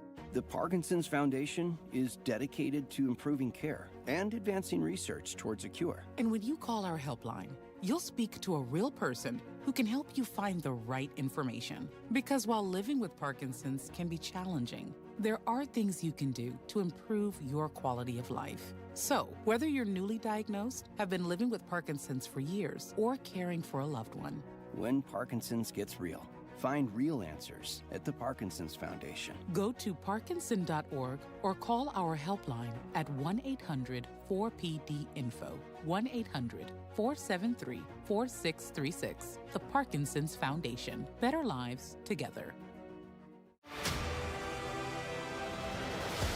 Hi, I'm Kathy McPhee. Animals have always had my heart, and that is why I'm a proud supporter of American Humane Society. Over the years, I have filled my home with rescue pets. I adopted my sweet Wilma as a senior dog. She reminds me how special older dogs really are. Some of my most cherished memories are with her. American Humane Society believes every animal deserves compassion, love, and respect. I'm Dr. Robin Ganser, President and CEO of American Humane Society. Because of you, we've been able to save animal lives. Thank you so much for your generous support of our work. American Humane Society has been rescuing, caring for, and protecting animals for 150 years, celebrating the life-changing power of the human-animal bond. Your support can save lives. Join us in helping animals in need at AmericanHumane.org. Welcome back to Peggy and Dionne on 100.3 HD2, the ESPN Chicago app, and ESPN 1000.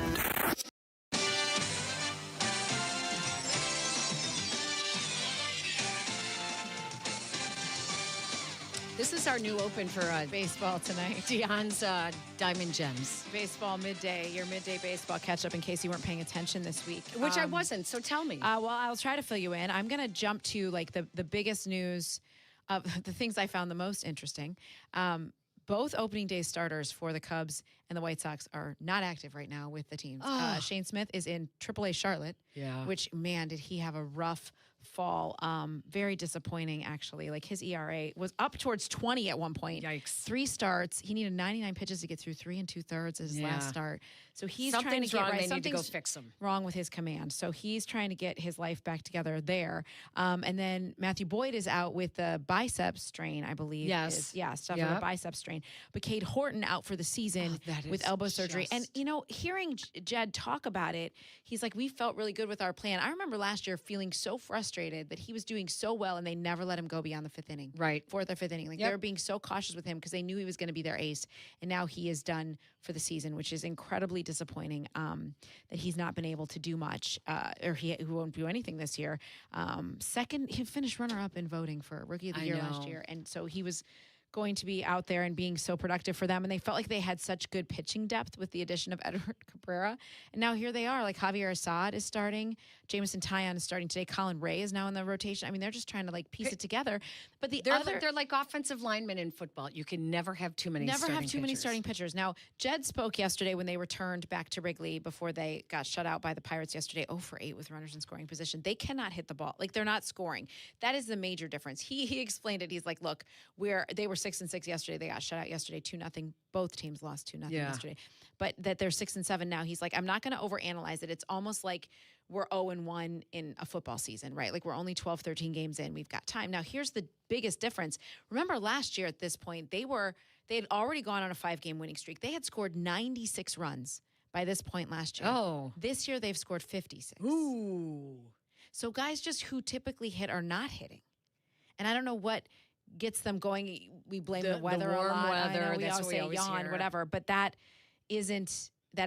not. The bats are not heating up the way that you would expect them to at this point. Now, Shota Imanaga looked fantastic yesterday, striking out 9, left with a no-hitter in the 6th. I was in the car going to the airport, and I saw the alert come up on ESPN, and I said to everyone in the car, oh, my gosh, Imanaga has a no-hitter going into the 7th inning. So then we lost it, and I couldn't track it on ESPN. They took him out. Caleb Thielbar came in. He gave up the first hitter. He gave up the hit. Because no-hitters are never going to be – one guy is never getting a no-hitter. And then he gave up a 2-run homer, and that was the end of that. Now, Jed also mentioned that last year when they lost Justin Steele, they felt the same way about how losing Cade Horton. And it was about the same time. He said it's a similar feeling of like, shoot, we were really going to rely on him, and now he's not here. Now, Steele will come back in May. There's so much baseball left, but at the same time, kind of a ho-hum start for them. Injuries. I mean, it's going to happen. That's part of baseball, but it's just frustrating that is the way that went. Now, the White Sox did snap a 14-game losing streak at Kauffman Stadium on Thursday night. Anthony Kay got his first win since 2021, and they won that game. But then, of course, they were shut out yesterday. The biggest news around the White Sox is that the Pope hat giveaway is now going to be open to everyone, not just the fans who have the special tickets. August 11th. I thought they originally said that like to the first 200 fans or something like that. It says you now had to buy certain seats. It was initially offered exclusively to specialty theme night ticket purchasers. Fans who have already purchased through the special offer now will receive both the White Sox Pope hat and an additional theme item on Tuesday, August 11th. But the fans have spoken due to overwhelming demand. It will be distributed to all fans who attend the game on Tuesday, August 11th. I think this should be the inaugural Peggy and Dionne outing at the rate. Hello? This is a great idea. I think is that on a Saturday? It's a Tuesday. It's a Tuesday. Tuesday, August 11th. Hello, we have to do that. Wouldn't that be fun? Yes. I think it would be great. I'm on the list to go to the game on the 8th when they retire Ozzy's number. Oh, wonderful. Which that is Sunday, 8th. Well, if the 11th, that would be Saturday. No, that would be Saturday. Oh, it's after our show. Yeah, after our show. Yeah. I think we should do a Peggy and Dionne outing. Wouldn't that be fun? Yes. I think the White Sox could get on board with that. There's also a White Sox are hosting a women's night in May. I saw that, and I loved it because I had just been talking about the fact that growing up, we always went to ladies' night at Sox Park. I want to go. And I always thought it was Tuesday nights for some reason growing up. It's a Wednesday this year. But it's Did you see the cool pink hat they have? No. They collabed with someone. Oh, shoot, I liked the tweet, and I'll have to find it that way. But I was so excited about it. It looks so cool. Or maybe it was Instagram. fiddlesticks. I can't remember. Oh, I love we that. knew that was going to happen. Well, that was good. Was that okay? Was that informative? Yes, I love the Dionne's Diamond I Gems. worked on it last night. I was like, I'm going to write these things down, so I'm prepared. Also, while we were gone, the Sky traded Angel Reese. Yep, they sure did. Now, this was a shocker. It was a shocker to me too. To most people, I will say it was not a shocker to me. You weren't surprised. No, and the reason I was not surprised was, and this is not, I know, listen, this is going to anger some of the fans, but I think that because, and you guys know that I was Angel's biggest fan, the night she was drafted, I was already reaching out to the Sky, right? We tried multiple times to get her on the show. Multiple times, could not get her on. Angel is an athlete that has great marketing. She knows what her brand is, and she doesn't stray away from it, and that includes local media. So you may get an interview with her if you are covering the team and you go, and that's great because all the beat writers, they should, and the TV stations that are going to practices and stuff, you guys should, that's right. But if you want to grow the sport in the city of Chicago, you have to go beyond your practice facility or post games. You have to go beyond. You have to be an ambassador of the sport to help grow it in the city of Chicago. She had an opportunity to be grouped with Caleb Williams. Oh, my goodness. PCA. Connor Bedard. Matas Buzelis. She had an opportunity. Yeah, she did. To be on the Mount Rushmore of the future stars of Chicago. Yep, absolutely. And Chicago was not fitting in how she and her marketing team chose to brand her. And I thought that it was very disappointing. Angel is a great athlete. She did not make the Sky better. And I'm sorry. I've got her T-shirt. I am a fan of hers. She did not make them better. And I do think that they were looking ahead thinking it's going to be difficult to re-sign her. Yeah, probably. I mean, really do. And all the missteps that this team has made. Oh my. Right? I know that they're going to lose fans now. They've lost a huge marketing base. But it didn't really go both ways. No, it didn't. And I will always also say, like, I covered the team a little bit while she was there. I'm going to say a little bit. We were not there that often. And that's just real life in the spring. Like, we were covering other things. Like, that was just happening, and they weren't very good. So it was like, it was not a high priority. But it felt like her ambitions were beyond basketball. Yeah. They were not about growing the game here. It was about growing her brand. Her brand. And I guess in the year of NIL, you can't blame her for that. Right. But at the same time, it can be dual. I think Caleb Williams is managing that well. So PCA seems to be managing that well. Have you heard Ryan Poles, the interviews that he gave talking about how different today's athletes are, and how did you change your interviews with athletes in the era of NIL? No longer are you asking players, how are you going to spend your first paycheck? Because that used to be like the big question that we would ask them, like, how are you going to spend your first paycheck? You know, now they've all had that first paycheck. They show up millionaires now. And so now you're asking, how do you spend your money? How do you manage your money? And then they want to know, how much do you love the game? Yeah, because you have to. How much would you give up all your business interests to play for the game? Yeah, exactly. Because your business interests will bring you more money than you are capable of making. So how much do you actually love the game? The Sky have made a flurry of moves this morning. Oh, what happened? Not only signing Skylar Diggins, Azura Stevens has agreed to a 3-year deal to return to the Sky. Oh, okay. This morning. So that is part of that. And then Casey Sheldon, is that her name? J.C. Sheldon. J.C. Sheldon, thank you. J.C. Sheldon also coming to the Sky. Former Ohio State Buckeye.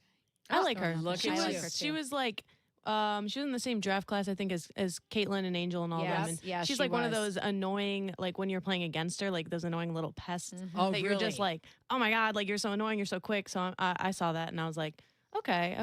I am a little upset. My Angel Reese poster and my Angel Reese Chicago Sky calendar, you know, I'm still going to be.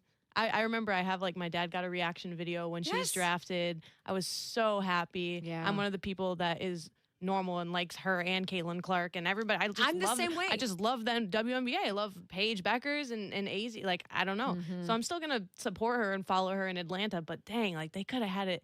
They could have had a way better just situation. was not the right fit. It wasn't. It wasn't the right fit. And it looked like it was going to be at the beginning. Yes. I was so excited when they drafted her. I was so excited, and I thought, yes, Chicago is going to have a female athlete that is going to take over the town. Yeah. She never really took over the town. There was a lot of complaining, a lot about what they didn't get. You had to go through her marketing team, not through the Sky, to do any outside interviews. But you remember when they did draft her, they had just hired Weatherspoon to be the coach. And Oh, then that's Camila right. Cardoso, and then her. And it was like, wow, this is going to be a great trio. And it was just disaster. No. Now, I was told, and Hannah, I'm interested on your reaction.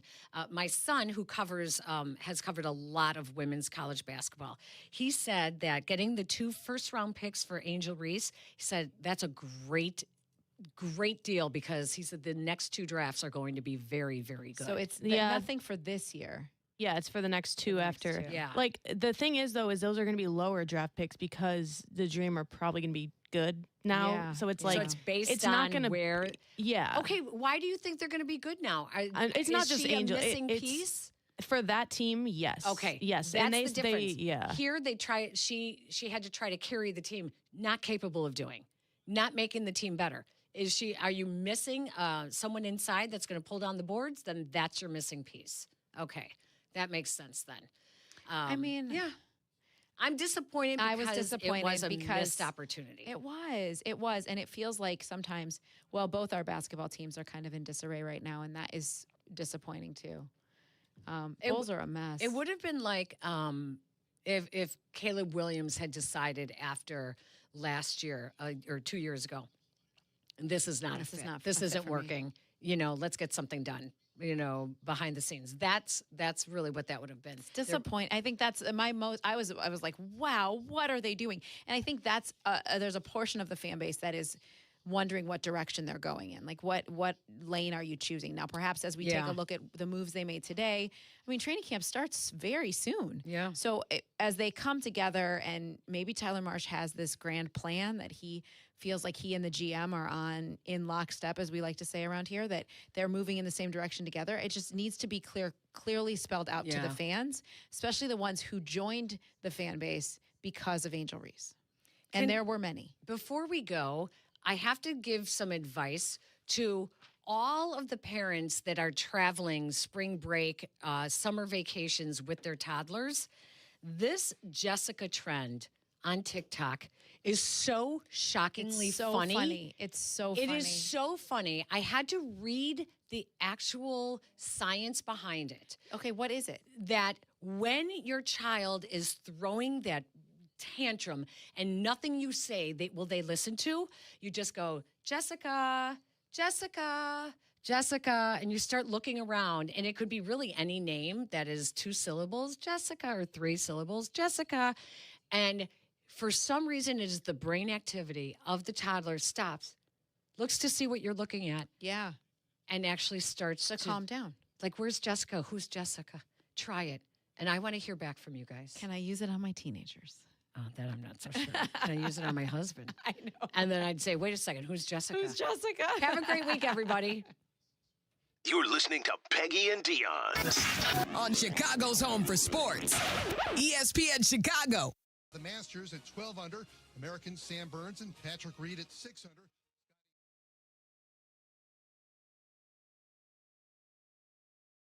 Tee off their third.